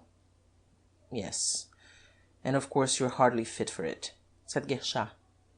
"If I'd known about your breakdown in your car last night, I should have hesitated about asking you." "A breakdown?" interrupted the Duke. "Yes, you left Charmerace at 8 o'clock last night, and you only reached Paris at 6 this morning. You couldn't have had a very high-power car," said Guerchard. "I had a 100 HP car," said the Duke. "Then you must have had a devil of a breakdown," said Guerchard. "Yes, it was pretty bad, but I've known worse," said the Duke carelessly. "It lost me about 3 hours. Oh, at least 3 hours. I'm not a first-class repairer, though I know as much about an engine as most motorists." "And there was nobody there to help you repair it?" said Guerchard. "No. Monsieur Martin could not let me have his chauffeur to drive me to Paris, because he was keeping him to help guard the chateau. And of course there was nobody on the road, because it was 2 o'clock in the morning." "Yes, there was no one," said Guerchard slowly. "Not a soul," said the Duke. "It was unfortunate," said Guerchard, and there was a note of incredulity in his voice. "My having to repair the car myself?" said the Duke. "Yes, of course," said Guerchard, hesitating a little over the assent. The Duke dropped the end of his cigarette into a tray, and took out his case. He held it out towards Guerchard and said, "A cigarette? Or perhaps you prefer your copperole?" "Yes, I do, but all the same I'll have one," said Guerchard, coming quickly across the room. And he took a cigarette from the case and looked at it. "All the same, all this is very curious," he said in a new tone, a challenging, menacing, accusing tone. "What?" said the Duke, looking at him curiously. "Everything. Your cigarettes, the salvias, the photograph that Bonavent found in Victoire's prayer book, that man in motoring dress, and finally, your breakdown," said Guerchard, and the accusation and the threat rang clearer. The Duke rose from his chair quickly, and said haughtily in icy tones, "Monsieur Guerchard, you've been drinking." He went to the chair on which he had set his overcoat and his hat, and picked them up. Guerchard sprang in front of him, barring his way, and cried in a shaky voice, "No, don't go. You mustn't go." What do you mean?" said the Duke, and paused. "What do you mean?" Guerchard stepped back and ran his hand over his forehead. He was very pale, and his forehead was clammy to his touch. "No, I beg your pardon. I beg your pardon, your Grace. I must be going mad," he stammered. "It looks very like it," said the Duke coldly. "What I mean to say is," said Guerchard, in a halting, uncertain voice, "what I mean to say is, help me. I want you to stay here, to help me against Lupin. You understand. Will you, your Grace?" "Yes, certainly. Of course I will, if you want me to," said the Duke, in a more gentle voice. "But you seem awfully upset, and you're upsetting me too. We shan't have a nerve between us soon, if you don't pull yourself together." Yes, please excuse me," muttered Guerchard. "Very good," said the Duke. "But what is it we're going to do?" Guerchard hesitated. He pulled out his handkerchief and mopped his forehead. "Well, the coronet, is it in this case?" he said in a shaky voice, and set the case on the table. "Of course it is," said the Duke impatiently. Guerchard opened the case, and the coronet sparkled and gleamed brightly in the electric light. "Yes, it is there. You see it?" said Guerchard. "Yes, I see it. Well?" said the Duke, looking at him in some bewilderment, so unlike himself did he seem. "We're going to wait," said Guerchard. What for? Said the Duke. Lupin, said Guerchard. Lupin? And you actually do believe that, just as in a fairy tale, when the clock strikes 12, Lupin will enter and take the coronet? Yes, I do. I do, said Guerchard with stubborn conviction, and he snapped the case too. This is most exciting, said the Duke. You're sure it doesn't bore you? Said Guerchard huskily. Not a bit of it, said the Duke with cheerful derision. To make the acquaintance of this scoundrel who has fooled you for 10 years is as charming a way of spending the evening as I can think of. You say that to me? Said Guerchard with a touch of temper.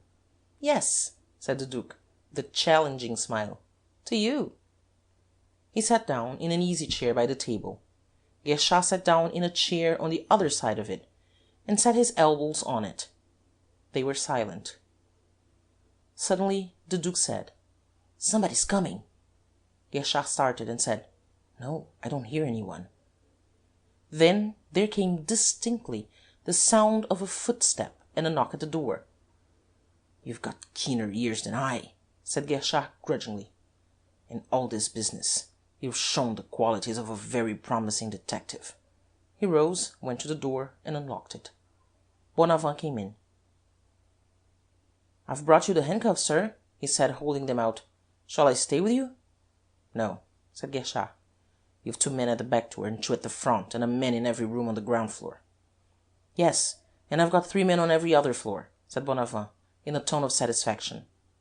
And the house next door, said Guerchard. There are 12 men in it, said Bonavent. No communication between the 2 houses is possible any longer. Guerchard watched the Duke's face with intent eyes. Not a shadow flickered its careless serenity. If anyone tries to enter the house, collar him. If need be, fire on him, said Guerchard firmly. That is my order. Go and tell the others. Very good, sir, said Bonavent, and he went out of the room. By Jove, we are in a regular fortress, said the Duke. It's even more of a fortress than you think, your Grace. I've 4 men on that landing, said Guerchard, nodding towards the door. Oh, have you? Said the Duke, with a sudden air of annoyance. You don't like that? Said Guerchard quickly. I should jolly well think not, said the Duke. With these precautions, Lupin will never be able to get into this room at all. He'll find it a pretty hard job, said Guerchard, smiling. Unless he falls from the ceiling, or unless... Unless you're Arsène Lupin, interrupted the Duke. In that case, you'd be another, your Grace, said Guerchard. They both laughed. The Duke rose, yawned, picked up his coat and hat, and said, Ah, well, I'm off to bed. What? Said Guerchard. Well, said the Duke, yawning again, I was staying to see Lupin, as there's no longer any chance of seeing him. But there is, so stay, cried Guerchard. Do you still cling to that notion? Said the Duke wearily. We shall see him, said Guerchard. Nonsense, said the Duke. Guerchard lowered his voice, and said with an air of the deepest secrecy, He's already here, your Grace. Lupin? Here? Cried the Duke. Yes, Lupin, said Guerchard. Where? Cried the astonished Duke. He is, said Guerchard. As one of your men? Said the Duke eagerly. I don't think so, said Guerchard, watching him closely. Well, but, if he's here, we've got him. He's going to turn up, said the Duke triumphantly, and he set down his hat on the table beside the coronet. I hope so, said Guerchard. But will he dare to? How do you mean? Said the Duke with a puzzled air. Well, you have said yourself that this is a fortress. An hour ago, perhaps, Lupin was resolved to enter this room. But is he now? Oh, I see what you mean, said the Duke, in a tone of disappointment. Yes, you see that now he needs the devil's own courage. He must risk everything to gain everything, and throw off the mask. Is Lupin going to throw himself into the wolf's jaws? I dare not think it. What do you think about it? Guerchar's husky voice had hardened to a rough harshness.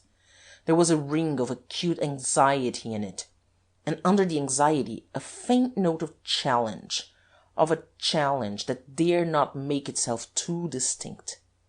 His anxious, challenging eyes burned on the face of the Duke, as if they strove with all intensity to pierce a mask. The Duke looked at him curiously, as if he were trying to divine what he would be yet, but with a careless curiosity, as if it were a matter of indifference to him what the detective's object was. Then he said carelessly, "Well, you ought to know better than I. You have known him for 10 years." He paused, and added with just the faintest stress in his tone, "At least by reputation." The anxiety in the detective's face grew plainer. It almost gave him the air of being unnerved, and he said quickly, in a jerky voice, "Yes, and I know his way of acting too. During the last 10 years I have learned to unravel his intrigues, to understand and anticipate his manoeuvres. Oh, his is a clever system. Instead of lying low, as you'd expect, he attacks his opponent, openly. He confuses him. At least, he tries to." He smiled, a half-confident, a half-doubtful smile. "It is a mess of entangled, mysterious combinations. I've been caught in them myself again and again. You smile?" "It interests me so," said the Duke, in a tone of apology. "Oh, it interests me," said Guerchard with a snarl. "But this time I see my way clearly. No more tricks, no more secret paths. We're fighting in the light of day." He paused, and said in a clear, sneering voice, "Lupin has pluck, perhaps, but it's only thief's pluck." "Oh, is it?" said the Duke sharply, and there was a sudden faint glitter in his eyes. "Yes, rogues have very poor qualities," sneered Guerchard. "One can't have everything," said the Duke quietly, but his languid air had fallen from him. "Their ambushes, their attacks, their fine tactics aren't up to much," said Guerchard, smiling contemptuously. "You go a trifle too far, I think," said the Duke, smiling with equal contempt. They looked one another in the eyes, with a long, lingering look. They had suddenly the air of fencers who have lost their tempers and are twisting the buttons off their foils.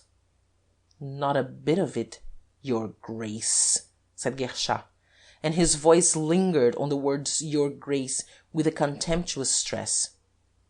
"This famous Lupin is immensely overrated."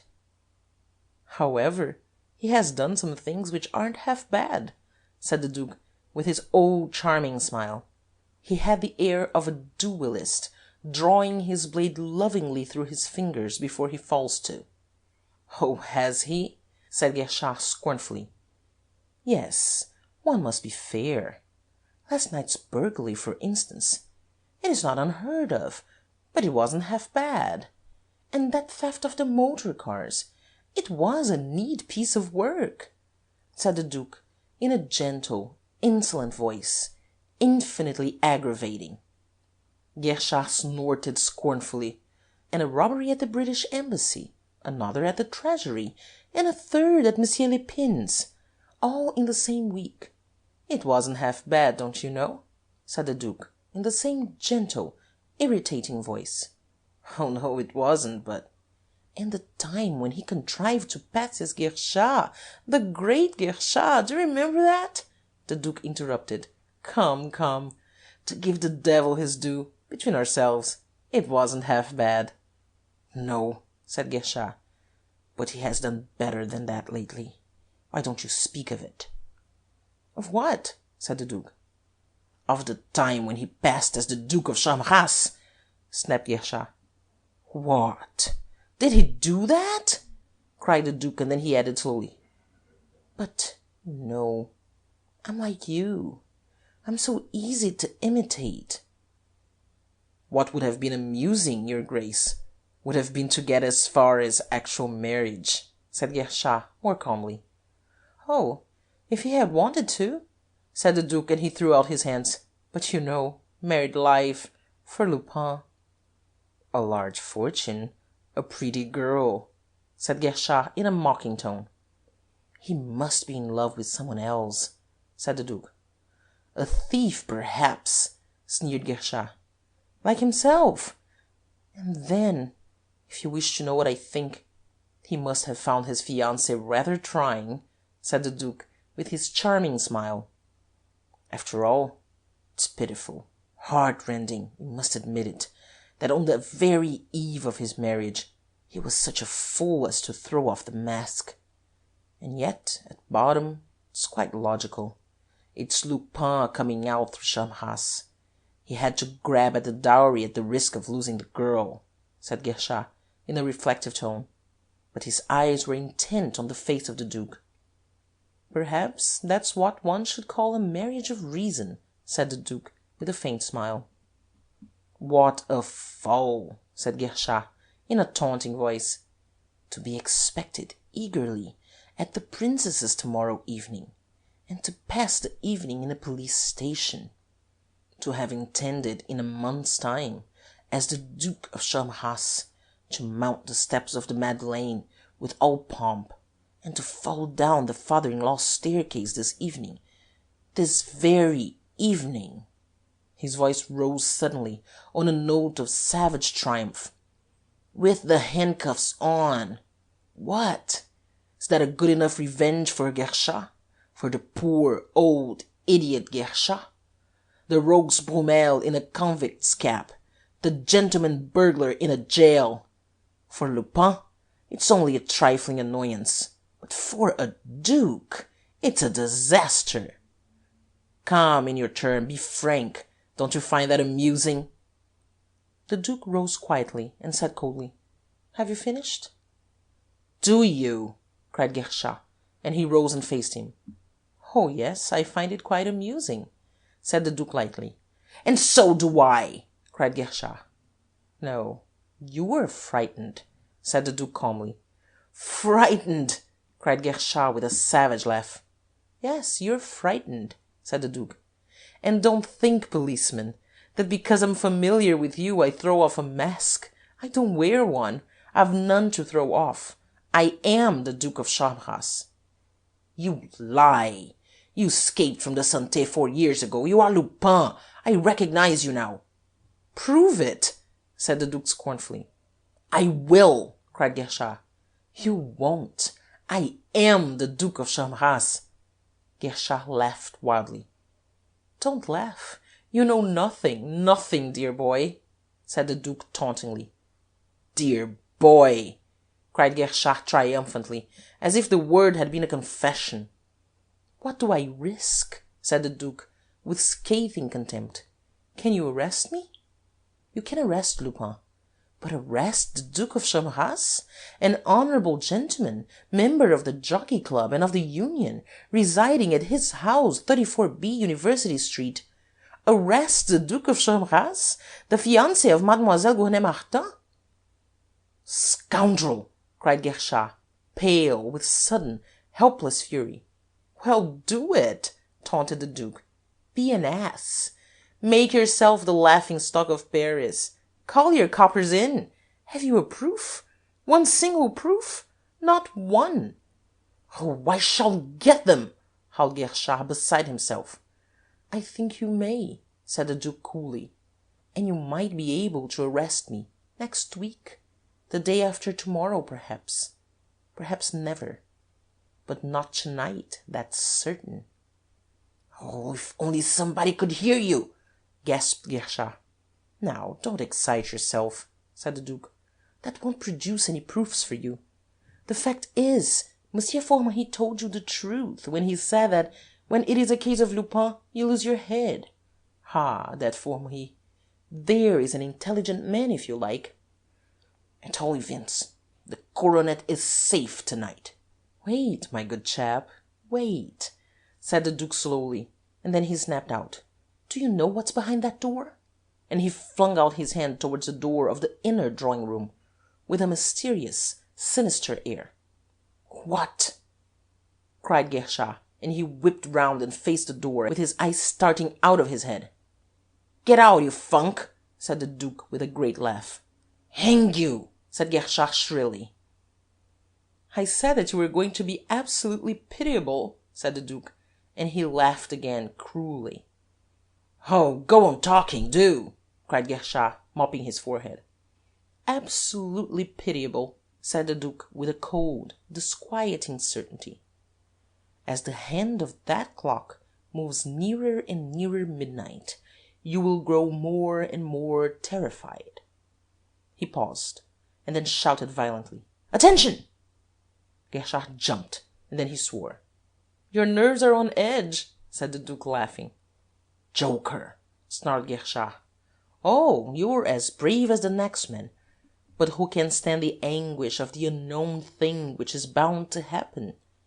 I'm right. You feel it. You're sure of it.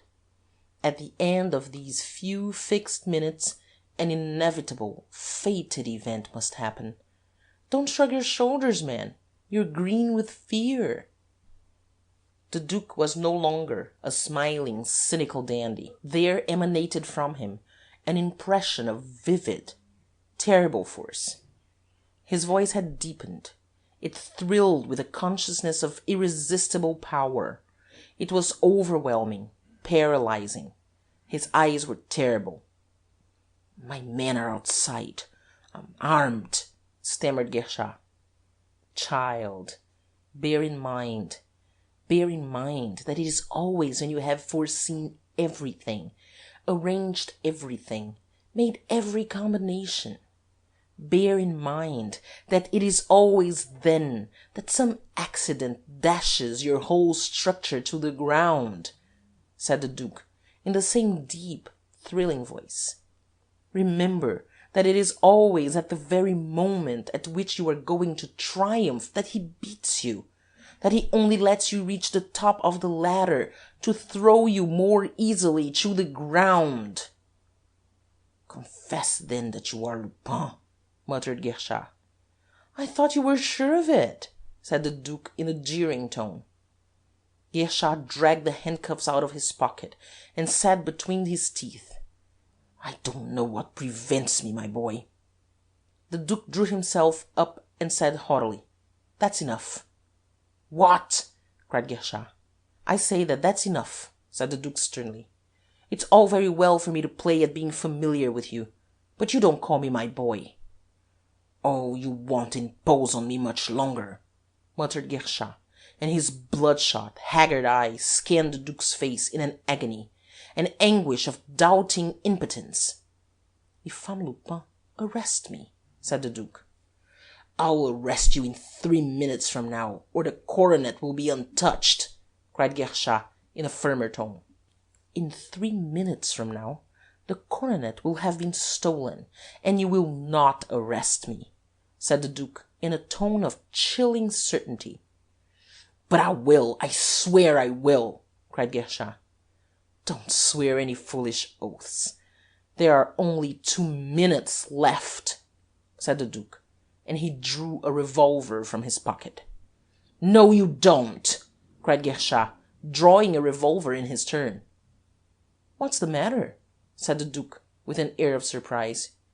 "You haven't forbidden me to shoot Lupin. I have my revolver ready, since he's going to come. There's only a minute left." "There are plenty of us," said Guerchard, and he went towards the door. "Funk," said the Duke scornfully. Guerchard turned sharply. "Very well," he said. "I'll stick it out alone." "How rash!" sneered the Duke. Guerchard ground his teeth. He was panting. His bloodshot eyes rolled in their sockets. The beads of cold sweat stood out on his forehead. He came back towards the table on unsteady feet, trembling from head to foot in the last excitation of the nerves. He kept jerking his head to shake away the mist which kept dimming his eyes. "At your slightest gesture, at your slightest movement, I'll fire," he said jerkily, and covered the Duke with his revolver. "I call myself the Duke of Charmerace. You will be arrested tomorrow," said the Duke in a compelling, thrilling voice. "I don't care a curse," cried Guerchard. Only 50 seconds, said the Duke. Yes, yes, muttered Guerchard huskily, and his eyes shot from the coronet to the Duke, from the Duke to the coronet. In 50 seconds the coronet will be stolen, said the Duke. No, cried Guerchard furiously. Yes, said the Duke coldly. No, no, no, cried Guerchard. Their eyes turned to the clock. To Guerchard the hands seemed to be standing still. He could have sworn at them for their slowness. Then the first stroke rang out, and the eyes of the two men met like crossing blades. Twice the Duke made the slightest movement. Twice Guerchard started forward to meet it. At the last stroke both their hands shot out. Guerchard's fell heavily on the case which held the coronet. The Duke's fell on the brim of his hat, and he picked it up. Guerchard gasped and choked. Then he cried triumphantly, I have it! Now then, have I won? Have I been fooled this time? Has Lupin got the coronet? It doesn't look like it, but are you quite sure? Said the Duke gaily. Sure? Cried Guerchard. It's only the weight of it, said the Duke, repressing a laugh. Doesn't it strike you that it's just a trifle light? What? Cried Guerchard. This is merely an imitation, said the Duke with a gentle laugh. Hell and damnation! Howled Guerchard. Bon avant! Dieuzy! The door flew open, and half a dozen detectives rushed in. Guerchard sank into a chair, stupefied, paralyzed. This blow, on the top of the strain of the struggle with the Duke, had broken him. Gentlemen, said the Duke sadly, the coronet has been stolen. They broke into cries of surprise and bewilderment, surrounding the gasping Guerchard with excited questions. The Duke walked quietly out of the room. Guerchard sobbed twice. His eyes opened, and in a dazed fashion wandered from face to face. He said faintly, Where is he? Where's who? Said Bonavent. The Duke, gasped Guerchard. Why, he's gone, said Bonavent. Guerchard staggered to his feet and cried hoarsely, frantically, Stop him from leaving the house! Follow him! Arrest him! Catch him before he gets home! End of chapter 19.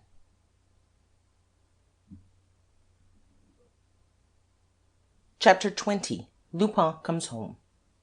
The cold light of the early September morning illumined, but dimly, the charming smoking room of the Duke of Charmerace in his house at 34B University Street, though it stole in through two large windows. The smoking room was on the first floor, and the Duke's bedroom opened into it.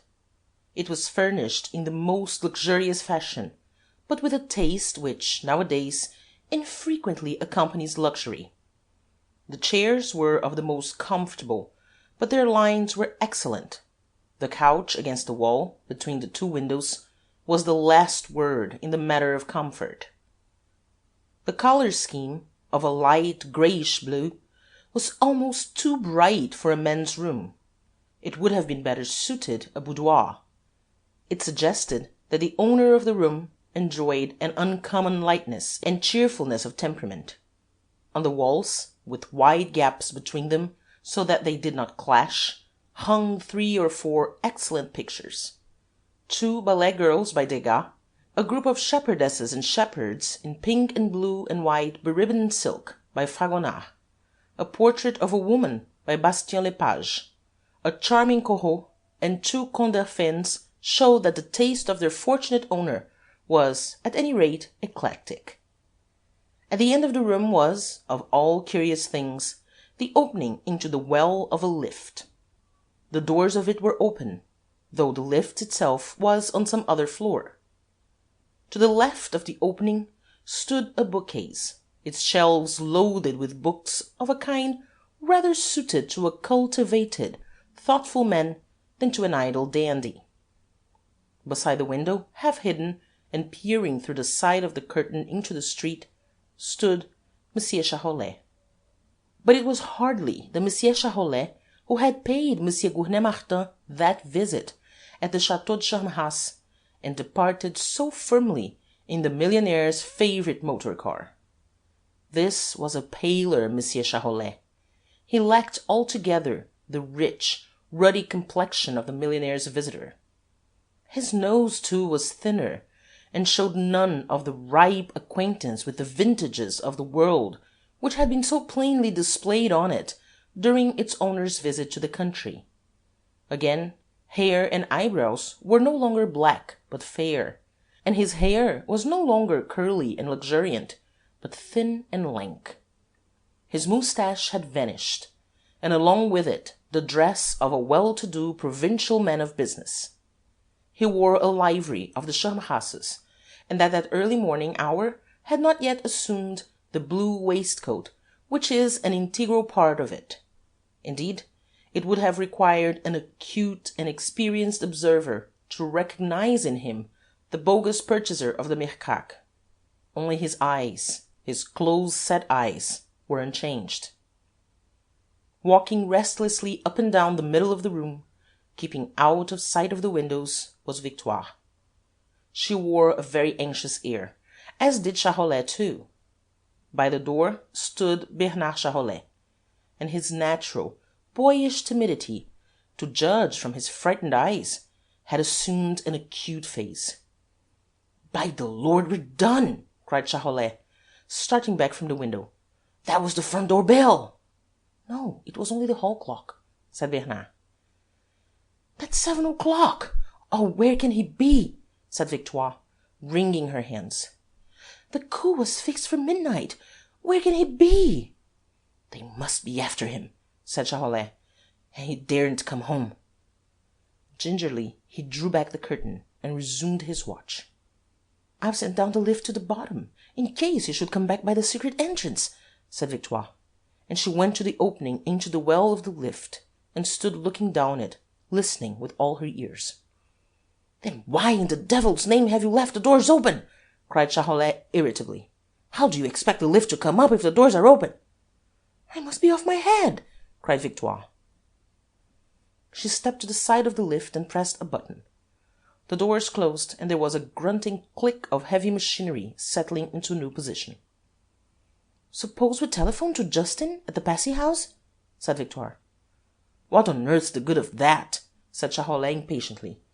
"Justin knows no more than we do. How can he know any more?" "The best thing we can do is to get out," said Bernard in a shaky voice. "No, no, he will come. I haven't given up hope," Victoire protested.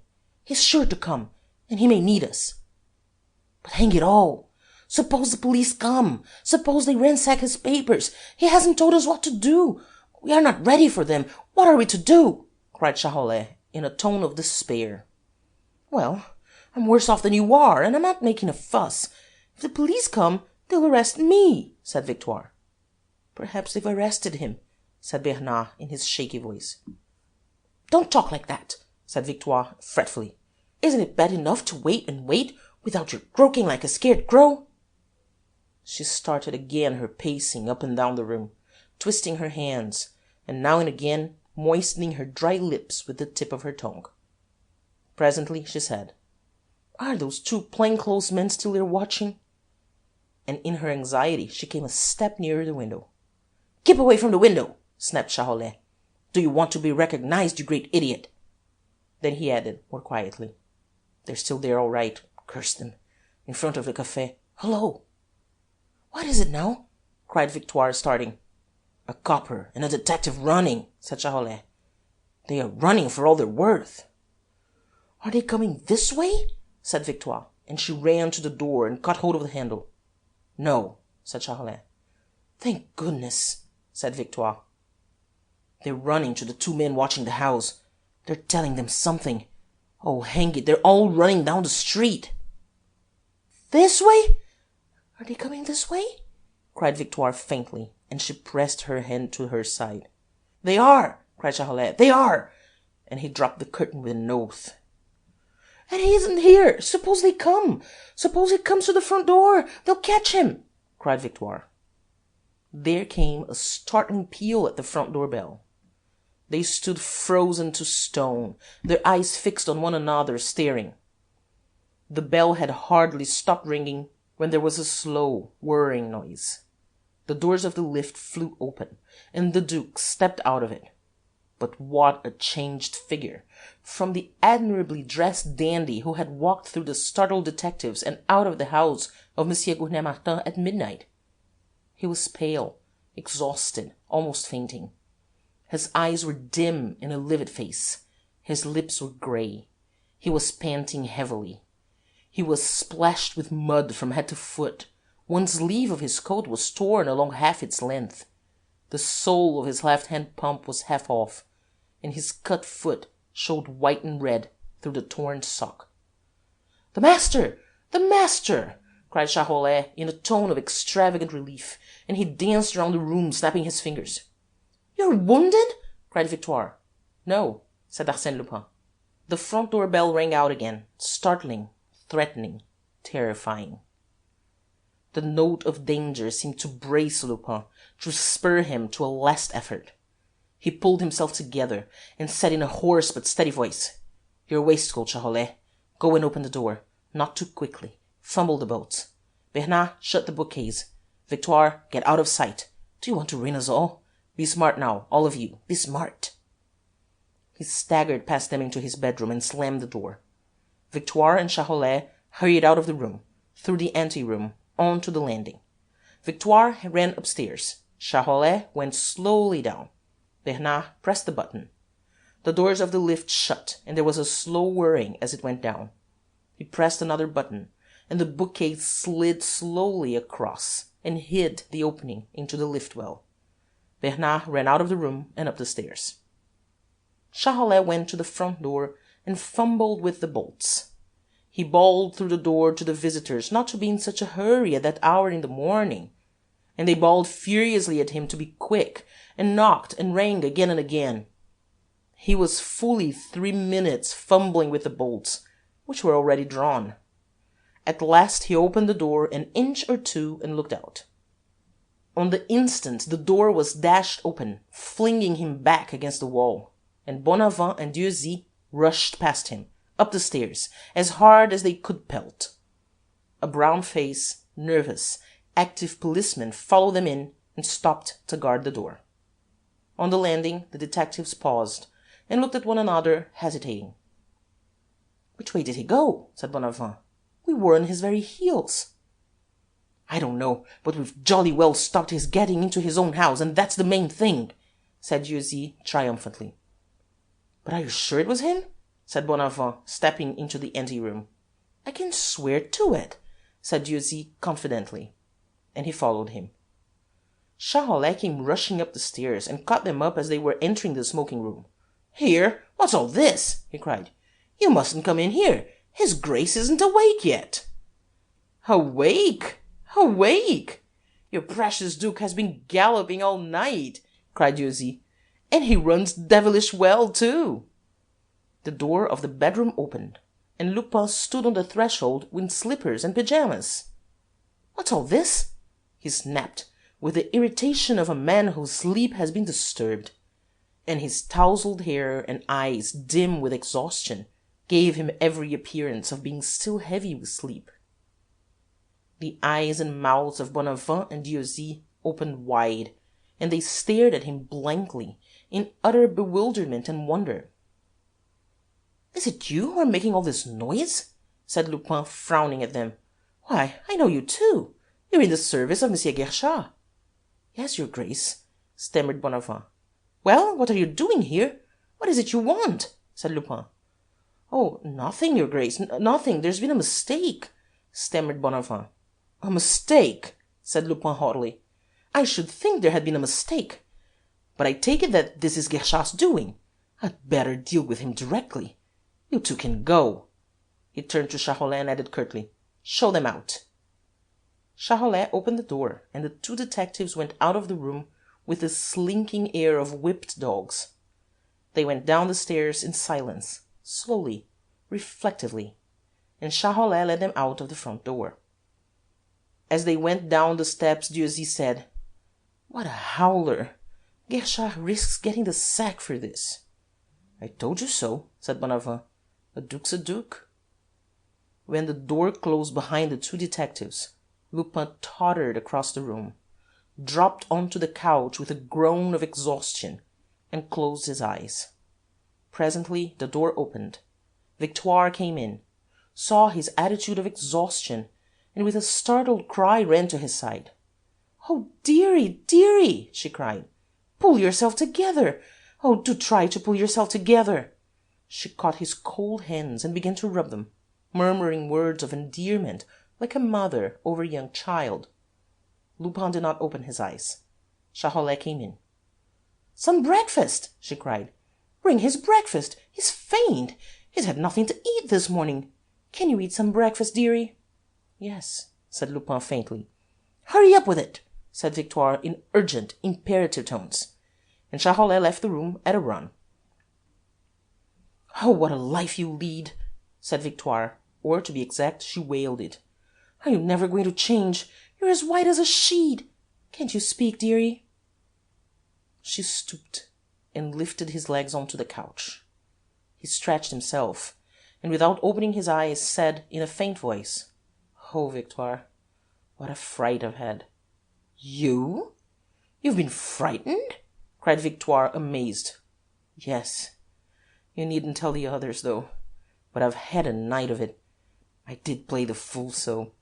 I must have been absolutely mad. Once I had changed the coronet under that fat old fool Gournay Martin's very eyes. Once you and Sonia were out of their clutches. All I had to do was to slip away. Did I? Not a bit of it. I stayed there out of sheer bravado, just to score off Guerchard. And then I, who pride myself on being as cool as a cucumber, I did the one thing I ought not to have done. Instead of going quietly away as the Duke of Charmerace, what do you think I did? I bolted. I started running like a thief. In about 2 seconds I saw the slip I had made. It did not take me longer, but that was too long. Guerchard's men were on my track. I was done for. Then Guerchard understood. He recognized you, said Victoire anxiously. As soon as the first paralysis had passed, Guerchard dared to see clearly, to see the truth, said Lupin. And then it was a chase. There were 10, 15 of them on my heels, out of breath, grunting, furious, a mob, a regular mob. I had passed the night before in a motor car. I was dead beat. In fact, I was done for before I started, and they were gaining ground all the time. Why didn't you hide? Said Victoire. For a long while they were too close. They must have been within 5 feet of me. I was done. Then I was crossing one of the bridges. There was the same. Handy. I made up my mind that, rather than be taken, make an end of it, I'd throw myself over. Good Lord! And then? Cried Victoire. Then I had a revulsion of feeling. At any rate, I'd stick it out to the end. I gave myself another minute. 1 more minute. The last. And I had my revolver on me. But during that minute, I put forth every ounce of strength I had left. I began to gain ground. I had them pretty well strung out already. They were blown too. The knowledge gave me back my courage, and I plugged on. My feet did not feel so much as though they were made of lead. I began to run away from them. They were dropping behind. All of them but one. He stuck to me. He went at a jog trot, a slow jog trot, for I don't know how long. Then we dropped to a walk. We could run no more, and on we went. My strength and wind began to come back. I suppose my pursuers did too, for exactly what I expected happened. He gave a yell and dashed for me. I was ready for him. I pretended to start running, and when he was within 3 yards of me, I dropped on one knee, caught his ankles, and chucked him over my head. I don't know whether he broke his neck or not. I hope he did. Splendid, said Victoire. Splendid. Well, there I was, outside Paris, and I'm hanged if I know where. I went on half a mile, and then I rested. Oh, how sleepy I was. I would have given 100,000 francs for an hour's sleep, cheerfully. But I dared not let myself sleep. I had to get back here unseen. There were you and Sonia. Sonia? Another woman? Cried Victoire. Oh, it's then that I'm frightened. When you get a woman mixed up in your game, always, when you come to grief, when you really get into danger, there's a woman in it. Oh, but she's charming, protested Lupin. They always are. said Victoire dryly. "But go on, tell me how you got here." "Well, I knew it was going to be a tough job, so I took a good rest. An hour, I should think. And then I started to walk back. I found that I had come a devil of a way. I must have gone at marathon pace. I walked, and at last I got into Paris, and found myself with still a couple of miles to go. It was all right now. I should soon find a cab. But the luck was dead against me. I heard a man come round the corner of a side street into a long street I was walking down. He gave a yell and came bucketing after me. It was that hound Dueil.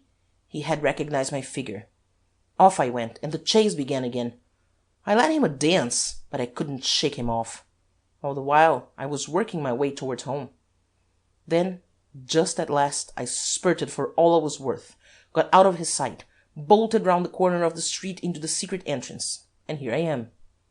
He smiled weakly and added, "Oh, my dear Victoire, what a profession it is." End of chapter 20.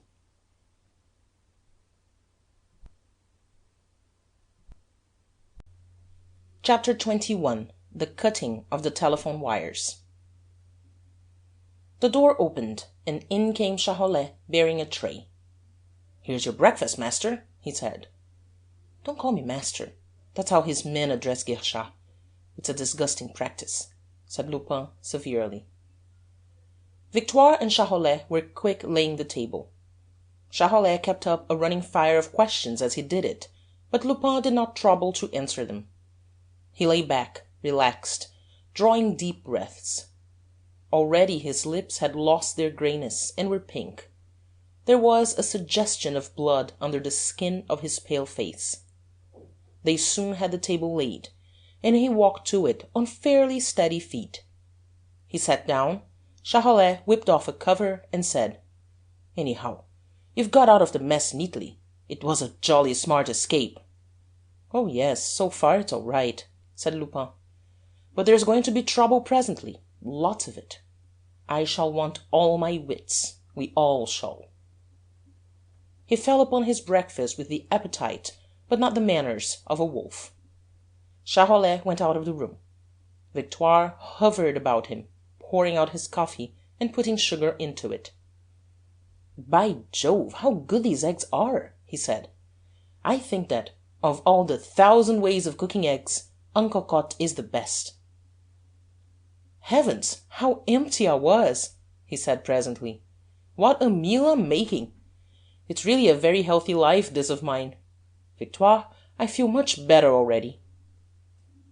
"Oh, yes, it's all very well to talk," said Victoire, in a scolding tone, for since he was better, she felt, as a good woman should, that the time had come to put in a word out of season. "But all the same, you're trying to kill yourself. That's what you're doing. Just because you're young, you abuse your youth. It won't last forever, and you'll be sorry you used it up before its time. And this life of lies and thefts, and of all kinds of improper things, I suppose it's going to begin all over again. It's no good you getting a lesson. It's just throw away upon you." "What I want next is a bath," said Lupin. "It's all very well your pretending not to listen to me, when you know very well that I'm speaking for your good," she went on, raising her voice a little. "But I tell you that all this is going to end badly. To be a thief gives you no position in the world, no position at all. And when I think of what you made me do the night before last, I'm just horrified at myself." "We'd better not talk about that. The mess you made of it. It was positively excruciating," said Lupin. "And what did you expect? I'm an honest woman, I am," said Victoire sharply. "I wasn't brought up to do things like that, thank goodness, and to begin at my time of life." "It's true, and I often ask myself how you bring yourself to stick to me," said Lupin, in a reflective, quite impersonal tone. "Please pour me out another cup of coffee." "That's what I'm always asking myself," said Victoire, pouring out the coffee. "I don't know. I give it up. I suppose it is because I'm fond of you." "Yes, and I'm very fond of you, my dear Victoire," said Lupin, in a coaxing tone. "And then, look you, there are things that there's no understanding. I often talk to your poor mother about them. Oh, your poor mother! Whatever would she have said of these goings-on?" Lupin helped himself to another cutlet. His eyes twinkled as he said, "I'm not sure that she would have been very much surprised. I always told her that I was going to punish society for the way it had treated her. Do you think she would have been surprised?" "Oh, nothing you did would have surprised her," said Victoire. "When you were quite a little boy, you were always making us wonder. You gave yourself such airs, and you had such nice manners of your own, altogether different from the other boys. And you were already a bad boy when you were only 7 years old, full of all kinds of tricks, and already you had begun to steal." "Oh, only sugar," protested Lupin. "Yes, you began by stealing sugar," said Victoire, in the severe tones of a moralist. "And then it was jam, and then it was pennies. Oh, it was all very well at that age. A little thief is pretty enough. But now, when you're 28 years old—" "Really, Victoire, you're absolutely depressing," said Lupin, yawning, and he helped himself to jam. "I know very well that you're all right at heart," said Victoire. "Of course, you only rob the rich, and you've always been kind to the poor. Yes, there's no doubt about it, you have a good heart." "I can't help it. What about it?" said Lupin, smiling. "Well, you ought to have different ideas in your head. Why are you a burglar?" "You ought to try it yourself, my dear Victoire," said Lupin gently, and he watched her with a humorous eye. "Goodness, what a thing to say!" cried Victoire. "I assure you, you ought," said Lupin, in a tone of thoughtful conviction. "I've tried everything. I've taken a degree in medicine and in law. I have been an actor and a professor of jiu-jitsu. I have even been a member of the detective force like that wretched Guerchard. Oh, what a dirty world that is! Then I launched out into society. I have been a duke. Well, I give you my word that not one of these professions equals that of burglar, not even the profession of duke. There's so much of the unexpected in it, Victoire, the splendid unexpected. And then it's full of variety, so terrible, so fascinating." His voice sank a little, and he added, "And what fun it is!" "Fun!" cried Victoire. "Yes, these rich men, these swells in their luxury, when one relieves them of a banknote, how they do howl! You should have seen that fat old Gournay Martin when I relieved him of his treasures. What an agony! You almost heard the death rattle in his throat. And then the coronet!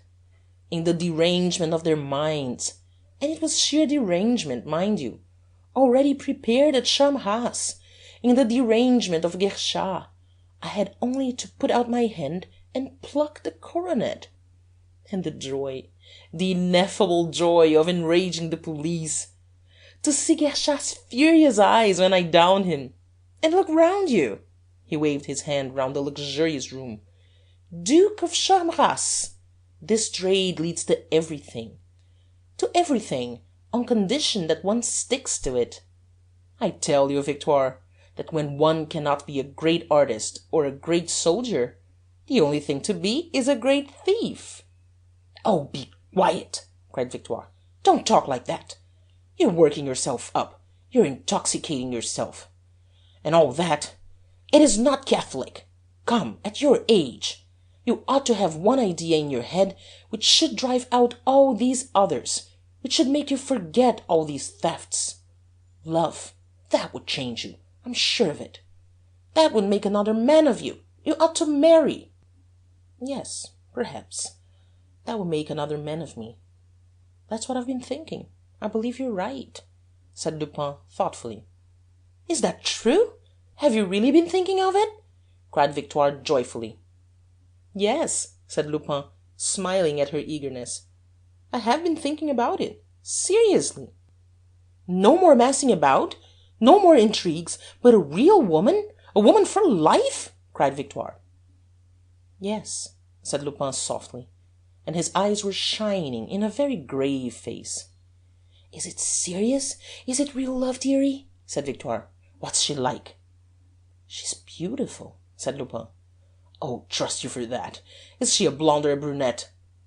She's very fair and delicate, like a princess in a fairy tale, said Lupin softly. What is she? What does she do? Said Victoire. Well, since you ask me, she's a thief, said Lupin, with a mischievous smile. Good heavens! cried Victoire. But she's a very charming thief, said Lupin, and he rose, smiling. He lighted a cigar, stretched himself, and yawned. She had ever so much more reason for stealing than ever I had, he said. And she has always hated it, like poison. Well, that's something, said Victoire, and her blank and fallen face brightened a little. Lupin walked up and down the room, breathing out long, luxurious puffs of smoke from his excellent cigar, and watching Victoire with a humorous eye. He walked across to his bookshelf, and scanned the titles of his books with an appreciative, almost affectionate smile. "This is a very pleasant interlude," he said languidly, "but I don't suppose it's going to last very long.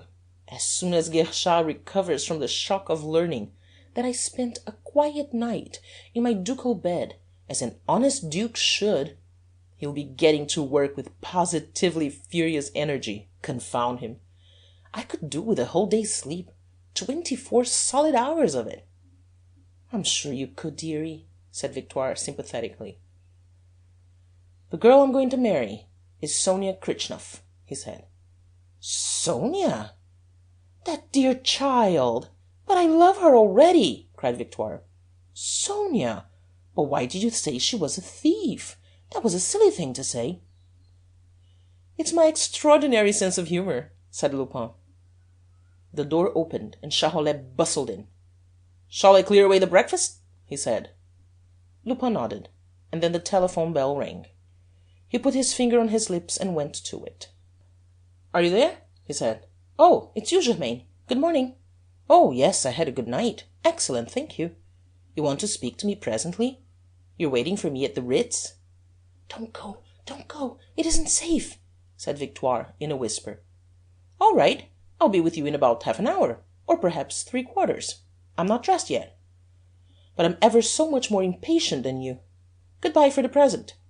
He put the receiver on the stand. "It's a trap," said Charolais. "Never mind. What if it is? Is it so very serious?" said Lupin. "There will be nothing but traps now, and if I can find the time, I shall certainly go and take a look at that one." "And if she knows everything, if she's taking her revenge, if she's getting you there to have you arrested," said Victoire. "Yes, Monsieur Formery is probably at the Ritz with Gournay Martin. They're probably all of them there, weighing the coronet," said Lupin with a chuckle. He hesitated a moment, reflecting. Then he said, "How silly you are! If they wanted to arrest me, if they had the material proof, which they haven't got, Guerchard would be here already." "Then why did they chase you last night?" said Charolais. "The coronet," said Lupin. "Wasn't that reason enough? But, as it turned out, they didn't catch me, and when the detectives did come here, they disturbed me in my sleep. And that me was ever so much more than the men they followed. And then the proofs. They must have proofs. There aren't any. Or rather, what there are, I've got." He pointed to a small safe let into the wall. In that safe are the coronet, and above all, the death certificate of the Duke of Charmerace. Everything that Guerchard must have to induce Monsieur Formery to proceed. But still, there's a risk. I think I'd better have those things handy in case I have to bolt." He went into his bedroom and came back with the key of the safe and a kit bag. He opened the safe and took out the coronet, the real coronet of the Princesse de Lamballe, and along with it a pocket-book with a few papers in it. He set the pocket-book on the table, ready to put in his coat pocket when he should have dressed, and dropped the coronet into the kit bag. "I'm glad I have that death certificate. It makes it much safer," he said. "If ever they do nab me, I don't wish that rascal Guerchard to accuse me of having murdered the Duke. It might prejudice me badly. I've not murdered anybody yet." "That comes of having a good heart," said Victoire, proudly. Not even the Duke of Charmerace, said Charolais sadly. And it would have been so easy when he was ill. Just one little draught. And he was in such a perfect place, so out of the way, no doctors. You do have such disgusting ideas, Charolais, said Lupin, in a tone of severe reproof. Instead of which you went and saved his life, said Charolais, in a tone of deep discontent. And he went on clearing the table. I did. I had grown quite fond of him, said Lupin, with a meditative air. For one thing, he was so very like one. I'm not sure that he wasn't even better looking. No, he was just like you, said Victoire with decision. Any one would have said you were twin brothers. It gave me quite a shock at the first time I saw his portrait, said Lupin. You remember, Charolais?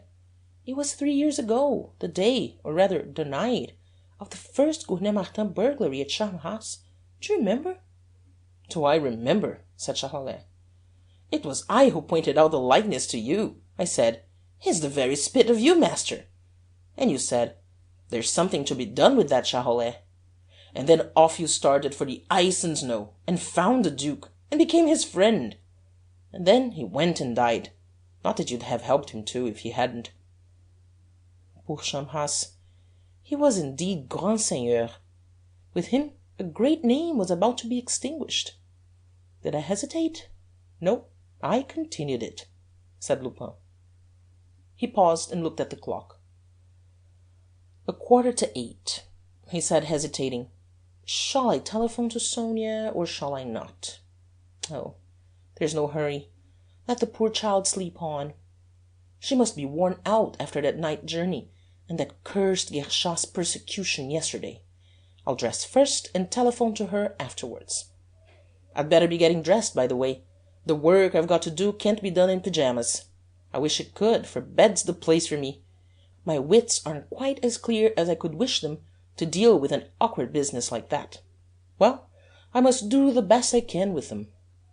He yawned and went to the bedroom, leaving the pocket-book on the table. Bring my shaving water, Charolais, and shave me, he said, pausing, and he went into the bedroom and shut the door. Ah, said Victoire sadly, what a pity it is. A few years ago he would have gone to the Crusades, and today he steals coronets. What a pity it is. I think myself that the best thing we can do is to pack up our belongings, said Charolais. And I don't think we've much time to do it either. This particular game is at an end. You may take it from me. I hope to goodness it is. I want to get back to the country, said Victoire. He took up the tray, and they went out of the room. On the landing they separated. She went upstairs, and he went down. Presently he came up with the shaving water and shaved his master, for in the house in University Street he discharged the double functions of valet and butler. He had just finished his task when there came a ring at the front door bell. You'd better go and see who it is, said Lupin. Bernard is answering the door, said Charolais. But perhaps I'd better keep an eye on it myself. One never knows. He put away the razor leisurely and went on. On the stairs he found Bonavent mounting. Bonavent, disguised in the livery and fierce moustache of a porter from the Ritz. Why didn't you come to the servants' entrance? Said Charolais, with the truculent air of the servant of a duke and a stickler for his master's dignity. I didn't know that there was one, said Bonavent humbly. Well, you ought to have known that there was, and it's plain enough to see. What is it you want? Said Charolais. I've brought a letter for the Duke of Charmerace, said Bonavent. Give it to me, said Charolais. I'll take it to him. No, I'm to give it into the hands of the Duke himself and to nobody else, said Bonavent. Well, in that case you'll have to wait till he's finished dressing, said Charolais. They went on up to the stairs into the ante-room.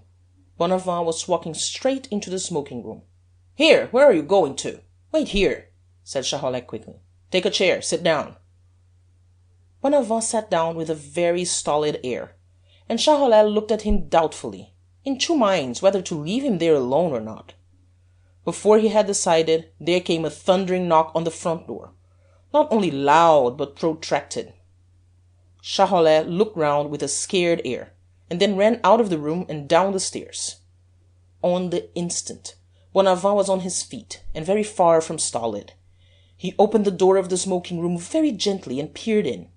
It was empty. He slipped noiselessly across the room, a pair of clippers ready in his hand, and cut the wires of the telephone.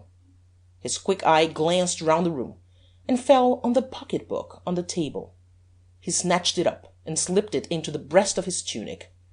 He had scarcely done it.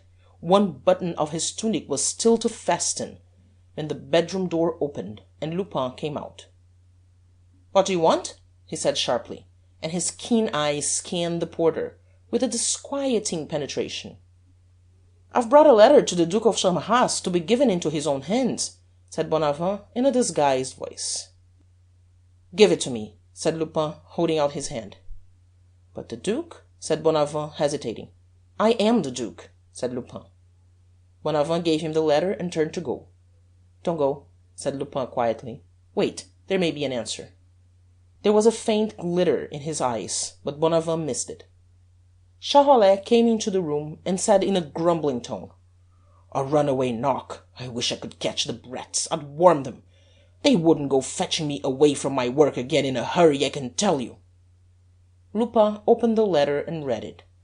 As he read it, at first he frowned, then he smiled, and then he laughed joyously. It ran, "Sir, Monsieur Guerchard has told me everything. With regard to Sonia, I have judged you. A man who loves a thief can be nothing but a rogue. I have 2 pieces of news to announce to you. The death of the Duke of Charmerace, who died 3 years ago, and my intention of becoming engaged to his cousin and heir, Monsieur de Helzières, who will assume the title and the arms. For Mademoiselle Gournay-Martin, her maid, Irma." "She does write in shocking bad taste," said Lupin, shaking his head sadly. "Charolais, sit down and write a letter for me." "Me?" said Charolais. "Yes, you. It seems to be the fashion in financial circles, and I'm bound to follow it when a lady sets it. Write me a letter," said Lupin. Charolais went to the writing table reluctantly, sat down, set a sheet of paper on the blotter, took a pen in his hand, and sighed painfully. "Ready?" said Lupin, and he dictated. "Mademoiselle, I have a very robust constitution, and my indisposition will very soon be over. I shall have the honor of sending, this afternoon, my humble wedding present to the future Madame de Helzières, for Jacques de Barthou, Marquis de Helzières, Prince of VIII, Duke of Charmerace, his butler, Arsène." "Shall I write Arsène?" said Charolais in a horrified tone. "Why not?" said Lupin. "It's your charming name, isn't it?" Bonavent pricked up his ears and looked at Charolais with a new interest. Charolais shrugged his shoulders, finished the letter, blotted it, put it in an envelope, addressed it, and handed it to Lupin. "Take this to Mademoiselle Gournay-Martin," said Lupin, handing it to Bonavent. Bonavent took the letter, turned, and had taken 1 step towards the door, when Lupin sprang. His arm went round the detective's neck. He jerked him backwards off his feet, scragging him. "Stir, and I'll break your neck," he cried in a terrible voice. And then he said quietly to Charolais, "Just take my pocket-book out of this fellow's tunic." Charolais, with deft fingers, ripped open the detective's tunic and took out the pocket-book. "This is what they call jiu-jitsu, old chap. You'll be able to teach it to your colleagues," said Lupin. He loosed his grip on Bonavent and knocked him straight with a thump in the back and sent him flying across the room. Then he took the pocket-book from Charolais and made sure that its contents were untouched. "Tell your master for me that if he wants to bring me down, he'd better fire the gun himself," said Lupin contemptuously. "Show the gentleman out, Charolais." Bonavent staggered to the door, paused, and turned on Lupin a face livid with fury. "He will be here himself in 10 minutes," he said. "Many thanks for the information," said Lupin quietly. End of chapter 21.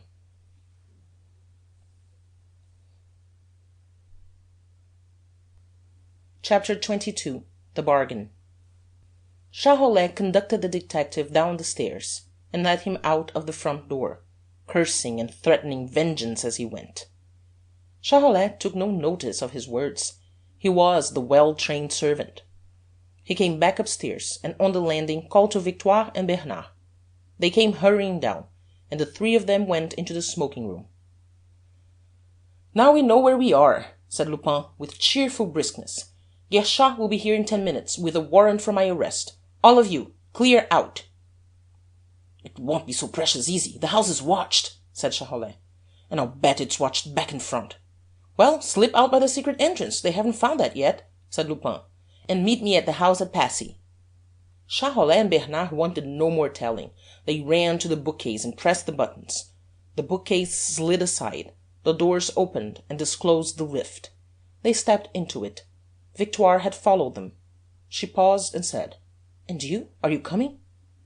"In an instant I shall slip out the same way," he said. "I'll wait for him. You go on," said Victoire, and the lift went down. Lupin went to the telephone, rang the bell, and put the receiver to his ear. "You've no time to waste telephoning. They may be here at any moment," cried Victoire anxiously. "I must. If I don't telephone, Sonia will come here. She will run right into Guerchard's arms. Why the devil don't they answer? They must be deaf." And he rang the bell again. "Let's go to her. Let's get out of here," cried Victoire more anxiously. "There really isn't any time to waste." "Go to her? But I don't know where she is. I lost my head last night," cried Lupin, suddenly anxious himself. "Are you there?" he shouted into the telephone. "She's at a little hotel near the Star. Are you there? But there are 20 hotels near the Star. Are you there? Oh, I did lose my head last night. Are you there? Oh, hang this telephone. Here I'm fighting with a piece of furniture, and every second is important." He picked up the machine, shook it, saw that the wires were cut, and cried furiously, "Ha! They've played a telephone trick on me. That's Guerchard, the swine!" "And now we can come along," cried Victoire. "But that's just what I can't do," he cried. "But there's nothing more for you to do here, since you can no longer telephone," said Victoire, bewildered. Lupin caught her arm and shook her, staring into her face with panic-stricken eyes. "But don't you understand that, since I haven't telephoned, she'll come here?" he cried hoarsely. 5:20 past 8. At 8:30 she will start to come here." His face had suddenly grown haggard. This new fear had brought back all the exhaustion of the night. His eyes were panic-stricken. "But what about you?" said Victoire, wringing her hands. "What about her?" said Lupin, and his voice thrilled with anguished dread. "But you gain nothing by destroying both of you, nothing at all." "I prefer it," said Lupin slowly, with a sudden stubborn air. "But they're coming to take you," cried Victoire, gripping his arm. "Take me?" cried Lupin, freeing himself quietly from her grip. And he stood frowning, plunged in deep thought, weighing the chances, the risks, seeking a plan, saving devices. He crossed the room to the writing table, opened a drawer, and took out a cardboard box about 8 inches square, and set it on the table. "They shall never take me alive," he said gloomily. "Oh, hush, hush," said Victoire. "I know very well that you're capable of anything, and they too. They'll destroy you. No, look, you must go. They won't do anything to her, a child like that, so frail. She'll get off quite easily. You're coming, aren't you?" "No, I'm not," said Lupin stubbornly. "Oh, well, if you won't," said Victoire, and with an air of resolution she went to the side of the lift-well and pressed the buttons. The doors closed. The bookcase slid across. She sat down and folded her arms. "What? You're not going to stop here?" cried Lupin. "Make me stir if you can. I'm as fond of you as she is. You know I am," said Victoire, and her face sat stonily obstinate. Lupin begged her to go, ordered her to go. He seized her by the shoulder, shook her, and abused her like a pickpocket. She would not stir. He abandoned the effort, sat down, and knitted his brow again, in profound and painful thought, working out his plan. Now and again his eyes flashed. Once or twice they twinkled. Victoire watched his face with just the faintest hope on her own. It was past 25 to 9 when the front door bell rang. They gazed at one another with an unspoken question on their lips. The eyes of Victoire were scared, but in the eyes of Lupin the light of battle was gathering. "It's her," said Victoire under her breath. "No," said Lupin, "it's Guerchard." He sprang to his feet with shining eyes. His lips were curved in a fighting smile. "The game isn't lost yet," he said in a tense, quiet voice. "I'm going to play to the end. I've a card or two left still, good cards. I'm still the Duke of Charmerace." He turned to her. "Now listen to me," he said. "Go down and open the door for him." "What? You want me to?" said Victoire in a shaky voice. "Yes, I do. Listen to me carefully. When you have opened the door, slip out of it and watch the house. Don't go too far from it. Look out for Sonia. You'll see her coming. Stop her from entering, Victoire. Stop her from entering." He spoke coolly, but his voice shook on the last words. "But if Guerchard arrests me?" said Victoire. "He won't. When he comes in, stand behind the door. He will be too eager to get to me to stop for you. Besides, for him you don't count in the game. Once you're out of the house, I will hold him here for half an hour. That will leave a margin. Sonia will hurry here. She should be here in 12 minutes. Get her away to the house at Passy. If I don't come, keep her there. She still live with you. But I shall come." As he spoke, he was pushing her towards the door. The bell rang again. They were at the top of the stairs. "Suppose he does arrest me?" said Victoire breathlessly. "Never mind, you must go all the same," said Lupin. "Don't give up hope. Trust me. Go. Go, for my sake." "I'm going, dearie," said Victoire, and she went down the stairs steadily, with a brave air. He watched her halfway down the flight. Then he muttered, "If only she gets to Sonia in time." He turned, went into the smoking room, and shut the door. He sat quietly down in an easy chair, lighted a cigarette, and took up a paper. He heard the noise of the traffic in the street grow louder as the front door was opened. There was a pause. Then he heard the door bang. There was a sound of a hasty footstep on the stairs. The door flew open, and Guerchard bounced into the room. He stopped short in front of the door at the sight of Lupin quietly reading, smoking at his ease. He had expected to find the bird flown. He stood still, hesitating, shuffling his feet. All his doubts had returned. And Lupin smiled at him over the lowered paper. Guerchard pulled himself together by a violent effort and said jerkily, "Good morning, Lupin." "Good morning, Monsieur Guerchard," said Lupin, with an ambiguous smile and all the air of the Duke of Charmerace. "You were expecting me? I hope I haven't kept you waiting," said Guerchard, with an air of bravado. "No, thank you. The time has passed quite quickly. I have so much to do in the morning, always," said Lupin. "I hope you had a good night after that unfortunate business of the coronet. That was a disaster, and so unexpected, too." Guerchard came a few steps into the room, still hesitating. "You've a very charming house here," he said, with a sneer. "It's central," said Lupin, carelessly. "You must please excuse me if I cannot receive you as I should like. But all my servants have bolted. Those confounded detectives of yours have frightened them away." "You needn't bother about that. I shall catch them," said Guerchard. "If you do, I'm sure I wish you joy of them.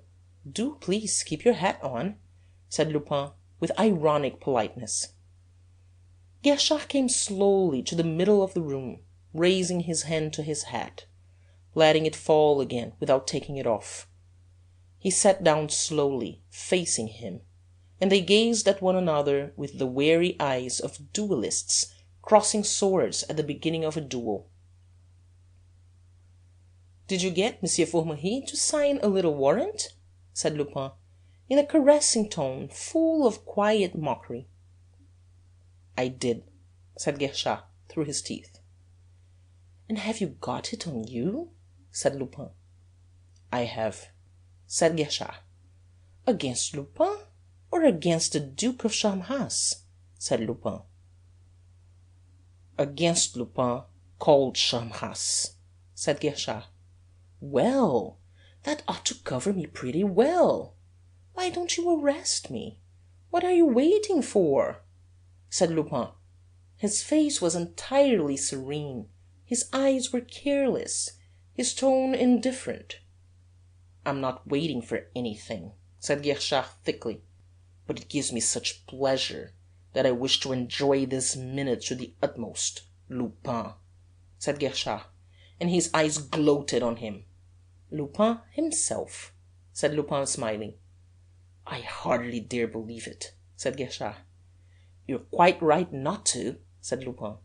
"Yes, I hardly dare believe it. You, alive, here at my mercy." "Oh dear, no, not yet," said Lupin. "Yes," said Guerchard, in a decisive tone, "and ever so much more than you think." He bent forwards toward him, with his hands on his knees, and said, "Do you know where Sonia Kritchnoff is at this moment?" "What?" said Lupin sharply. "I ask if you know where Sonia Kritchnoff is," said Guerchard slowly, lingering over the words. "Do you?" said Lupin. "I do," said Guerchard triumphantly. "Where is she?" said Lupin, in a tone of utter incredulity. "In a small hotel near the Star. The hotel has a telephone, and you can make sure," said Guerchard. "Indeed, that's very interesting. What's the number of it?" said Lupin, in a mocking tone. 555 Central. Would you like to telephone to her?" said Guerchard, and he smiled triumphantly at the disabled instrument. Lupin shook his head with a careless smile, and said, "Why should I telephone to her? What are you driving at?" "Nothing, that's all," said Guerchard, and he leant back in his chair with an ugly smile on his face. "Evidently nothing. For, after all, what has that child got to do with you? You're not interested in her, plainly. She's not big enough game for you. It's me you are hunting. It's me you hate. It's me you want. I've played your tricks enough for that, you old scoundrel. So you're going to leave that child in peace? You're not going to revenge yourself on her. It's all very well for you to be a policeman. It's all very well for you to hate me. But there are things one does not do." There was a ring of menace and appeal in the deep, ringing tones of his voice. "You're not going to do that, Guerchard. You will not do it. Me? Yes, anything you like. But her you must not touch." He gazed at the detective with fierce, appealing eyes. "That depends on you," said Guerchard curtly. "On me?" cried Lupin, in genuine surprise. "Yes, I've a little bargain to propose to you," said Guerchard. "Have you?" said Lupin, and his watchful face was serene again, his smile almost pleasant. "Yes," said Guerchard, and he paused, hesitating. "Well, what is it you want?" said Lupin. "Out with it. Don't be shy about it." "I offer you." "You offer me?" cried Lupin. "Then it isn't true. You're fooling me." "Reassure yourself," said Guerchard coldly. "To you, personally, I offer nothing." "Then you are sincere," said Lupin. "And putting me out of the question?" "I offer you liberty." "Who for? For my concierge?" said Lupin. "Don't play the fool. You care only for a single person in the world. I hold you through her. Sonia Kritchnoff." Lupin burst into a ringing, irrepressible laugh. "Why, you're trying to blackmail me, you old sweep!" he cried. "If you like to call it so," said Guerchard coldly. Lupin rose and walked backwards and forwards across the room, frowning, calculating, glancing keenly at Guerchard, weighing him. Twice he looked at the clock. He stopped and said coldly, "So be it. For the moment you're the stronger. That won't last. But you offer me this child's liberty." "That's my offer," said Guerchard, and his eyes brightened at the prospect of success. "Her complete liberty? On your word of honor?" said Lupin, and he had something of the air of a cat playing with a mouse. "On my word of honor," said Guerchard. "Can you do it?" said Lupin, with a sudden air of doubt, and he looked sharply from Guerchard to the clock. "I undertake to do it," said Guerchard confidently. "But how?" said Lupin, looking at him with an expression of the gravest doubt. "Oh, I'll put the thefts on your shoulders. That will let her out all right," said Guerchard. "I've certainly good broad shoulders," said Lupin, with a bitter smile. He walked slowly up and down with an air that grew more and more depressed. It was almost the air of a beaten man. Then he stopped and faced Guerchard and said, "And what is it you want in exchange?" "Everything," said Guerchard, with the air of a man who's winning. "You must give me back the pictures, tapestry, Renaissance cabinets, the coronet, and all the information about the death of the Duke of Charmerace. Did you kill him?" "If I ever commit suicide, you'll know all about it, my good Guerchard. You'll be there. You may even join me," said Lupin grimly. He resumed his pacing up and down the room. "Done for. Yes, I shall be done for," he said presently. "The fact is, you want my skin." "Yes, I want your skin," said Guerchard, in a low, savage, vindictive tone. "My skin," said Lupin thoughtfully. "Are you going to do it? Think of that girl," said Guerchard, in a fresh access of uneasy anxiety. Lupin laughed. "I can give you a glass of port," he said, "but I'm afraid that's all I can do for you." "I'll throw Victoire in," said Guerchard. "What?" cried Lupin. "You've arrested Victoire?" There was a ring of utter dismay, almost despair, in his tone.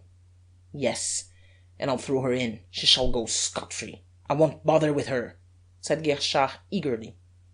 The front door bell rang. Wait, let me think," said Lupin hoarsely, and he strove to adjust his jostling ideas, to meet with a fresh plan this fresh disaster. He stood listening with all his ears. There were footsteps on the stairs and the door opened. Dieuzy stood on the threshold. "Who is it?" said Guerchard. I accept everything," cried Lupin in a frantic tone. "It's a tradesman. Am I to detain him?" said Dieuzy. "You told me to let you know who came and take instructions." "A tradesman? Then I refuse!" cried Lupin in an ecstasy of relief. "No, you needn't keep him," said Guerchard to Dieuzy. Dieuzy went out and shut the door. "You refuse?" said Guerchard. "I refuse," said Lupin. "I'm going to jail that girl," said Guerchard savagely, and he took a step towards the door. "Not for long," said Lupin quietly. "You have no proof." "She'll furnish the proof all right herself. Plenty of proofs," said Guerchard brutally. "What chance has a silly child like that got, when we really start questioning her? A delicate creature like that will crumple up before the end of the 3rd day's cross-examination." "You swine!" said Lupin. "You know well enough that I can do it, on my head, with a feeble child like that. And you know your code. 5 years is the minimum," said Guerchard, in a tone of relentless brutality, watching him carefully, sticking to his hope. "By Jove, I could wring your neck," said Lupin, trembling with fury. By a violent effort he controlled himself, and said thoughtfully, "After all, if I give up everything to you, I shall be free to take it back one of these days." "Oh, no doubt, when you come out of prison," said Guerchard ironically, and he laughed a grim, jeering laugh. "I've got to go to prison first," said Lupin quietly. "Pardon me. If you accept, I mean to arrest you," said Guerchard. "Manifestly, You'll arrest me if you can, said Lupin. Do you accept? Said Guerchard, and again his voice quivered with anxiety. Well, said Lupin, and he paused, as if finally weighing the matter. Well, said Guerchard, and his voice shook. Well, no, said Lupin, and he laughed, a mocking laugh. You won't? Said Guerchard between his teeth. No, you wish to catch me. This is just a ruse, said Lupin in quiet, measured tones. At bottom, you don't care a hang about Sonia, Mademoiselle Kritchnoff. You will not arrest her. And then, if you did, you have no proofs. There are no proofs. As for the pendant, you'd have to prove it. You can't prove it. You can't prove that it was in her possession one moment. Where is the pendant? He paused, and then went on in the same quiet tone. No, Guerchard. After having kept out of your clutches for the last 10 years, I'm not going to be caught to save this child, who's not even in danger. She has a very useful friend in the Duke of Charmerace. I refuse. Guerchard stared at him, scowling, biting his lips, seeking a fresh point of attack. For the moment he knew himself baffled, but he still clung tenaciously to the struggle in which victory would be so precious. The front door bell rang again. There's a lot of ringing at your bell this morning, said Guerchard under his breath, and hope sprang afresh in him. Again they stood silent, waiting. Dieuzy opened the door, put in his head, and said, "It's Mademoiselle Kritchnoff." "Collar her! Here's the warrant! Collar her!" shouted Guerchard with savage, triumphant joy. "Never! You shan't touch her! By heaven, you shan't touch her!" cried Lupin frantically, and he sprang like a tiger at Guerchard. Guerchard jumped to the other side of the table. "Will you accept, then?" he cried. Lupin gripped the edge of the table with both hands and stood panting, grinding his teeth, pale with fury. He stood silent and motionless for perhaps half a minute, gazing at Guerchard with burning, murderous eyes. Then he nodded his head. "Let Mademoiselle Kritchnoff wait," said Guerchard, with a sigh of deep relief. Dieuzy went out of the room. "Now, let us settle exactly how we stand," said Lupin, in a clear, incisive voice. "The bargain is this. If I give you the pictures, the tapestry, the cabinet, the coronet, and the death certificate of the Duke of Charmerace, you give me your word of honor that Mademoiselle Kritchnoff shall not be touched." "That's it," said Guerchard eagerly. "Once I deliver these things to you, Mademoiselle Kritchnoff passes out of the game." "Yes," said Guerchard. "Whatever happens afterwards, if I get back anything, if I escape, she goes scot-free," said Lupin. "Yes," said Guerchard, and his eyes were shining. "On your word of honor," said Lupin. "On my word of honor," said Guerchard. "Very well," said Lupin, in a quiet, business-like voice. "To begin with, here in this pocket-book you'll find all the documents relating to the death of the Duke of Charmerace. In it you will also find the receipt of the Plantain Furniture Repository at Batignolles for the objects of art which I collected at Gournay-Martin's. I sent them to Batignolles because, in my letters asking the owners of valuables to forward them to me, I always make Batignolles the place to which they are to be sent. Therefore, I knew that you would never look there. They are all in cases, for, while you were making those valuable inquiries yesterday, my men were putting them into cases. You will not find the receipt in the name of either the Duke of Charmerace or my own. It is in the name of a respected proprietor of Batignolles, a Monsieur Pierre Servien. But he has lately left that charming suburb, and I do not think he will return to it." Guerchard almost snatched the pocket-book out of his hand. He verified the documents in it with greedy eyes, and then he put them back in it and stuffed it into the breast-pocket of his coat. "And where's the coronet?" he said in an excited voice. "You're nearly standing on it," said Lupin. "It's in that kit-bag at your feet, on the top of the change of clothes in it." Guerchard snatched up the kit-bag, opened it, and took out the coronet. I'm afraid I haven't the case, said Lupin in a tone of regret. If you remember, I left it at Gouvernet-Martin's in your charge. Guerchard examined the coronet carefully. He looked at the stones in it. He weighed it in his right hand, and he weighed it in his left. Are you sure it's the real one? Said Lupin, in a tone of acute but affected anxiety. Do not, oh, do not let us have any more of these painful mistakes about it. They are so wearing. Yes, yes, this is the real one, said Guerchard, with another deep sigh of relief. Well, have you done bleeding me? Said Lupin contemptuously. Your arms, said Guerchard quickly. They weren't in the bond, said Lupin, but here you are. And he threw his revolver on the table. Guerchard picked it up and put it into his pocket. He looked at Lupin as if he could not believe his eyes, gloating over him. Then he said in a deep, triumphant tone, And now for the handcuffs. End of chapter 22.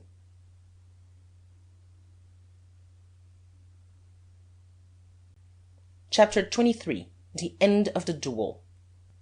The handcuffs, said Lupin, and his face fell. Then it cleared, and he added lightly, After all, there's nothing like being careful, and by Jove, with me you need to be. I might get away yet. What luck it is for you that I'm so soft, so little of a Charmerace, so human. Truly, I can't be much of a man of the world to be in love like this.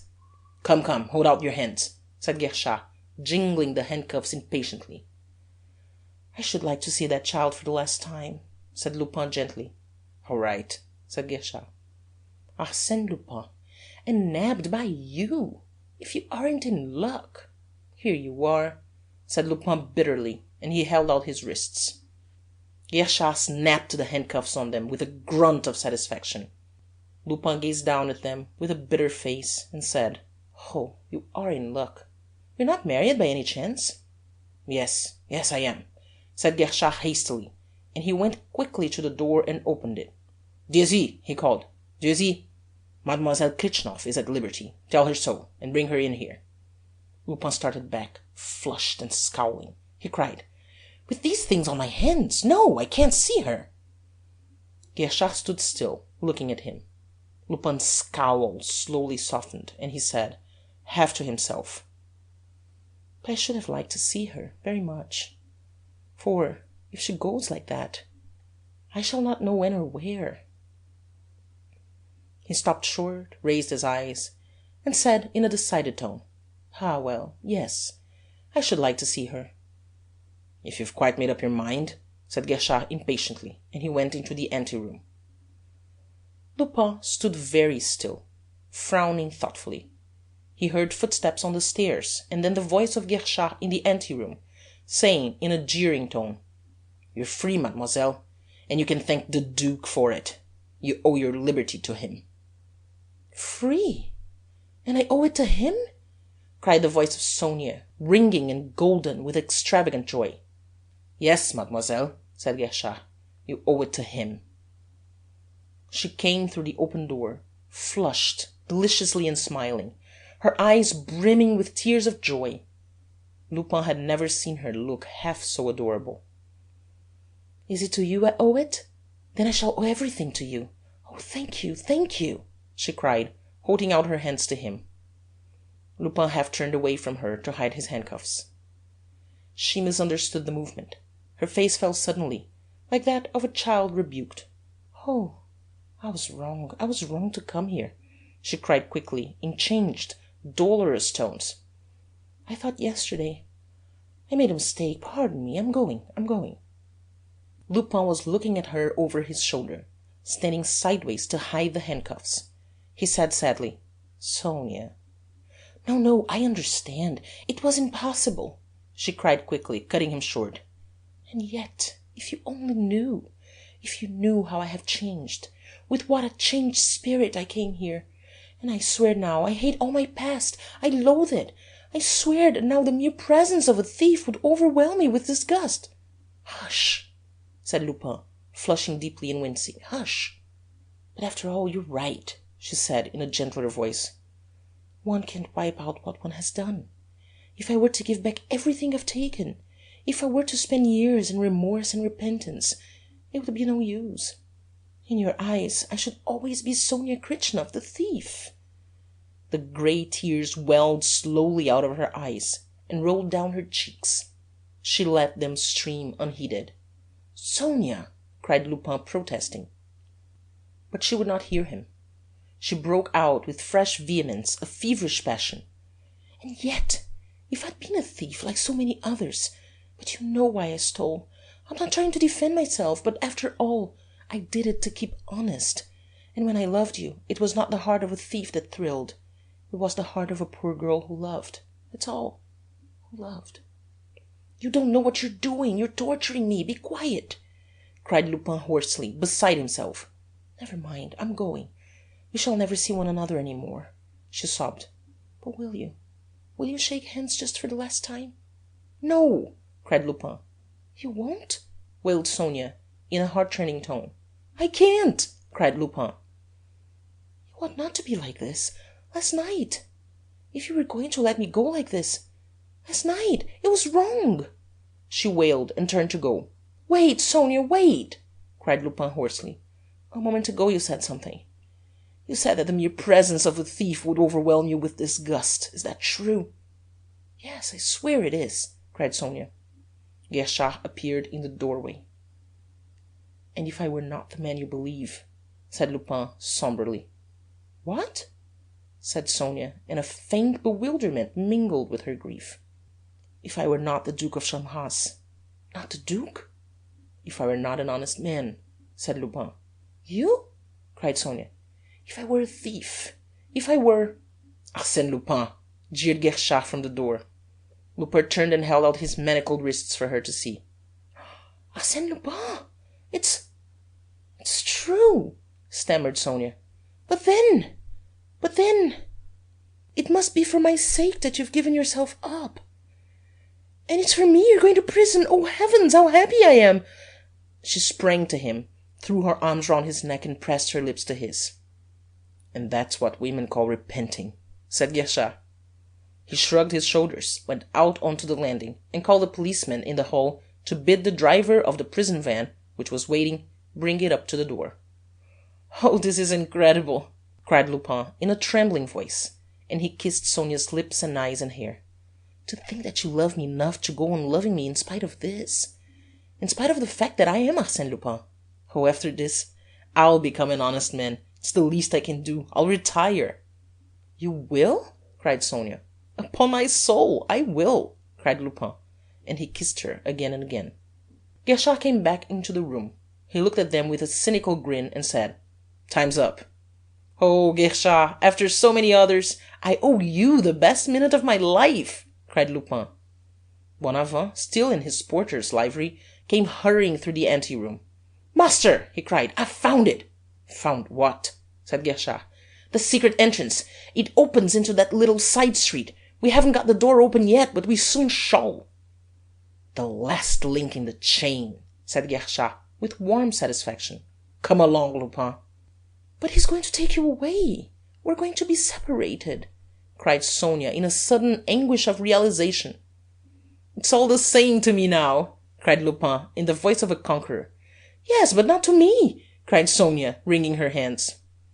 "Now, you must keep calm and go. I'm not going to prison," said Lupin in a low voice. "Wait in the hall if you can. Stop and talk to Victoire. Condole with her.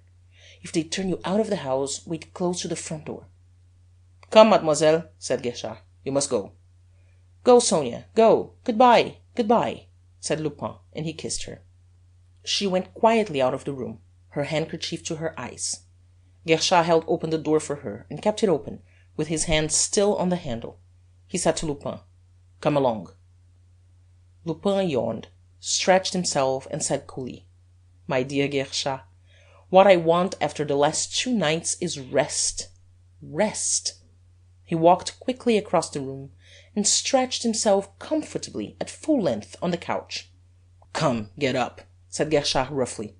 "The prison van is waiting for you. That ought to fetch you out of your dream." "Really, you do say the most unlucky things," said Lupin gaily. He had resumed his flippant, light-hearted air. His voice rang as lightly and pleasantly as if he had not a care in the world. "Do you mean that you refuse to come?" cried Guerchard in a rough, threatening tone. "Oh, no," said Lupin quickly, and he rose. "Then come along," said Guerchard. "No," said Lupin.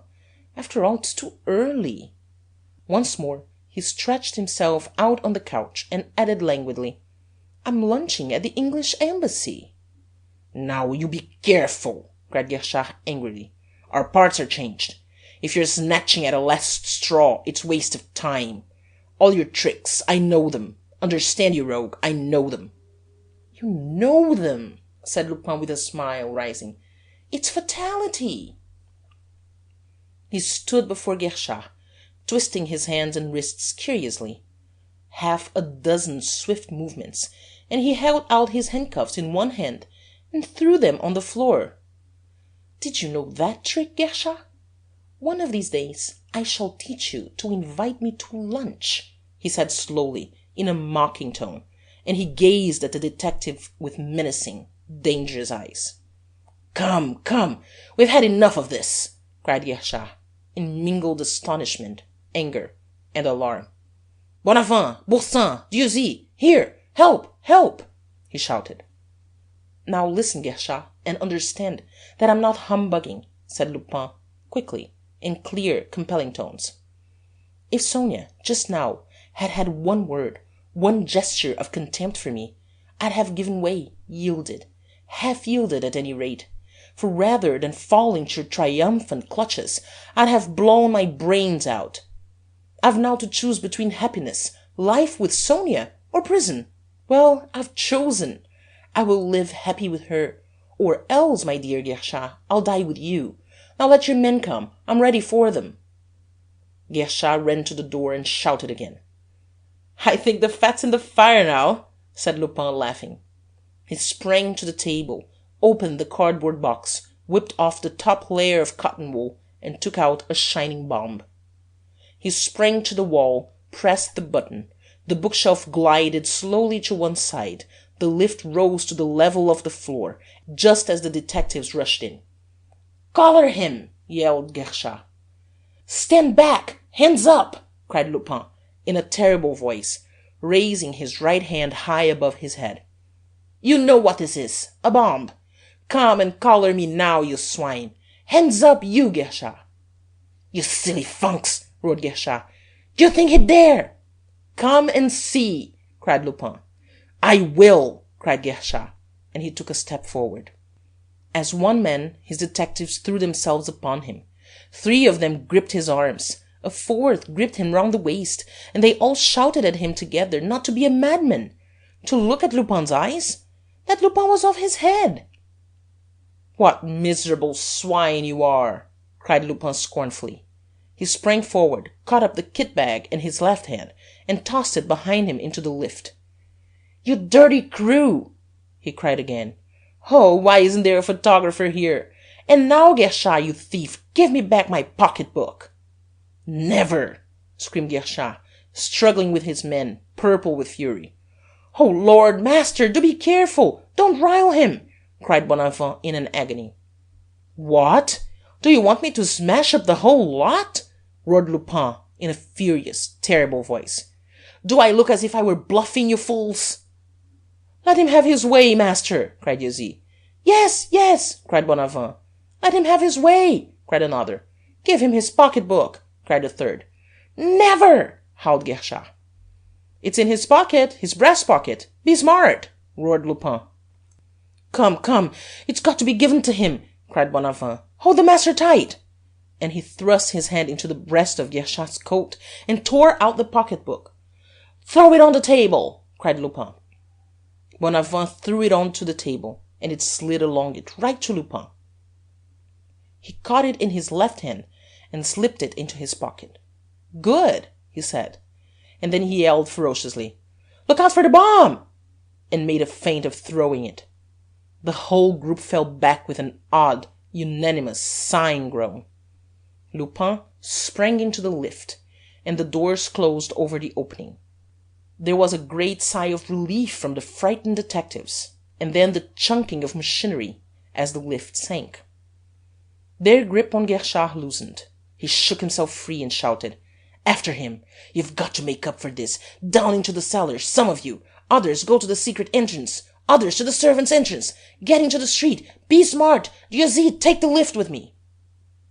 The others ran out of the room and down the stairs, but with no great heartiness, since their minds were still quite full of the bomb, and Lupin still had it with him. Guerchard and Dieuzy dashed at the doors of the opening of the lift well, pulling and wrenching at them. Suddenly there was a click, and they heard the grunting of the machinery. There was a little bump and a jerk. The doors flew open of themselves, and there was the lift, empty, ready for them. They jumped into it. Guerchard's quick eye caught the button, and he pressed it.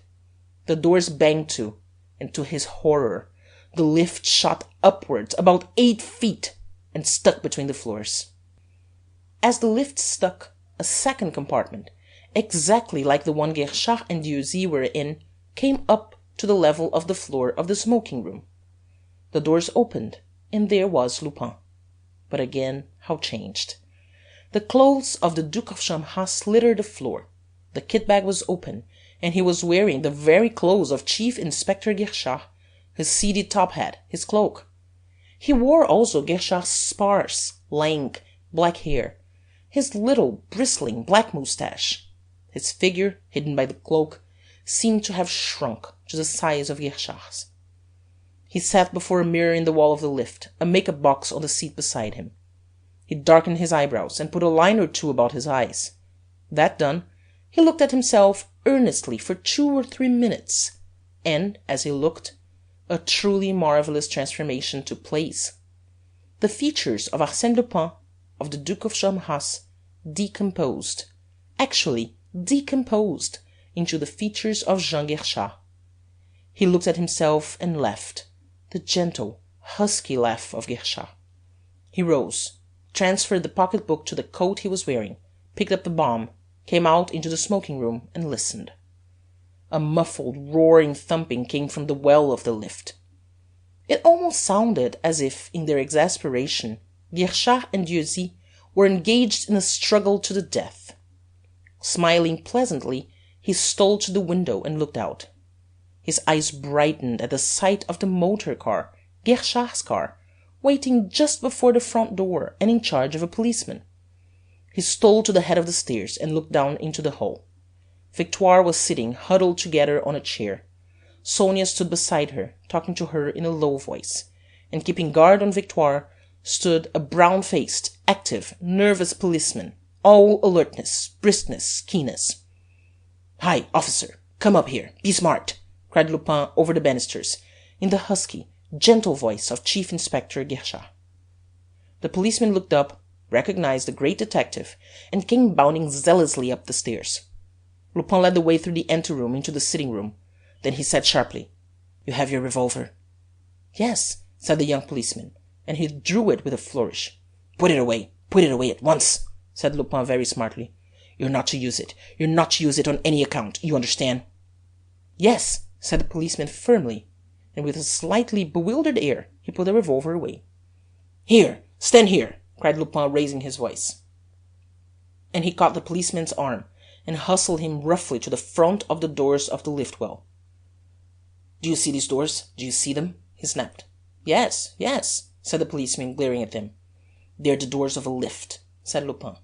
"In that lift are Dieuzy and Lupin. You know Dieuzy?" "Yes, yes." "There are only Dieuzy and Lupin in the lift. They are struggling together. You can hear them," shouted Lupin in the policeman's ear. "Lupin's disguised, you understand?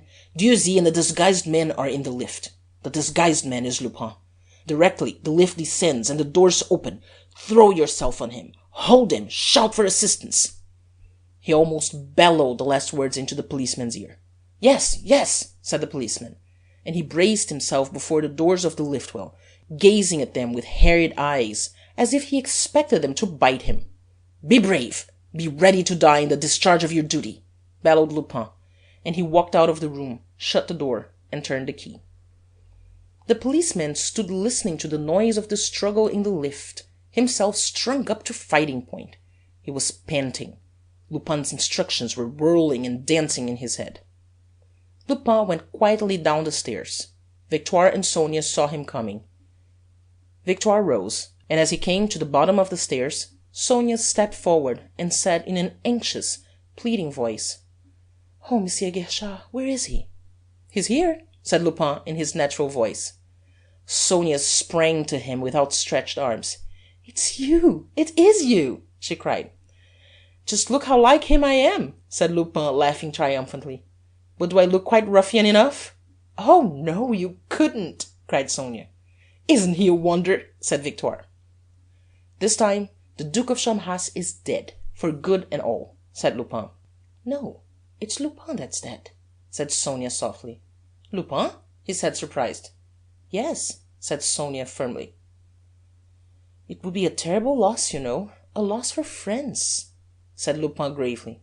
"Never mind," said Sonia.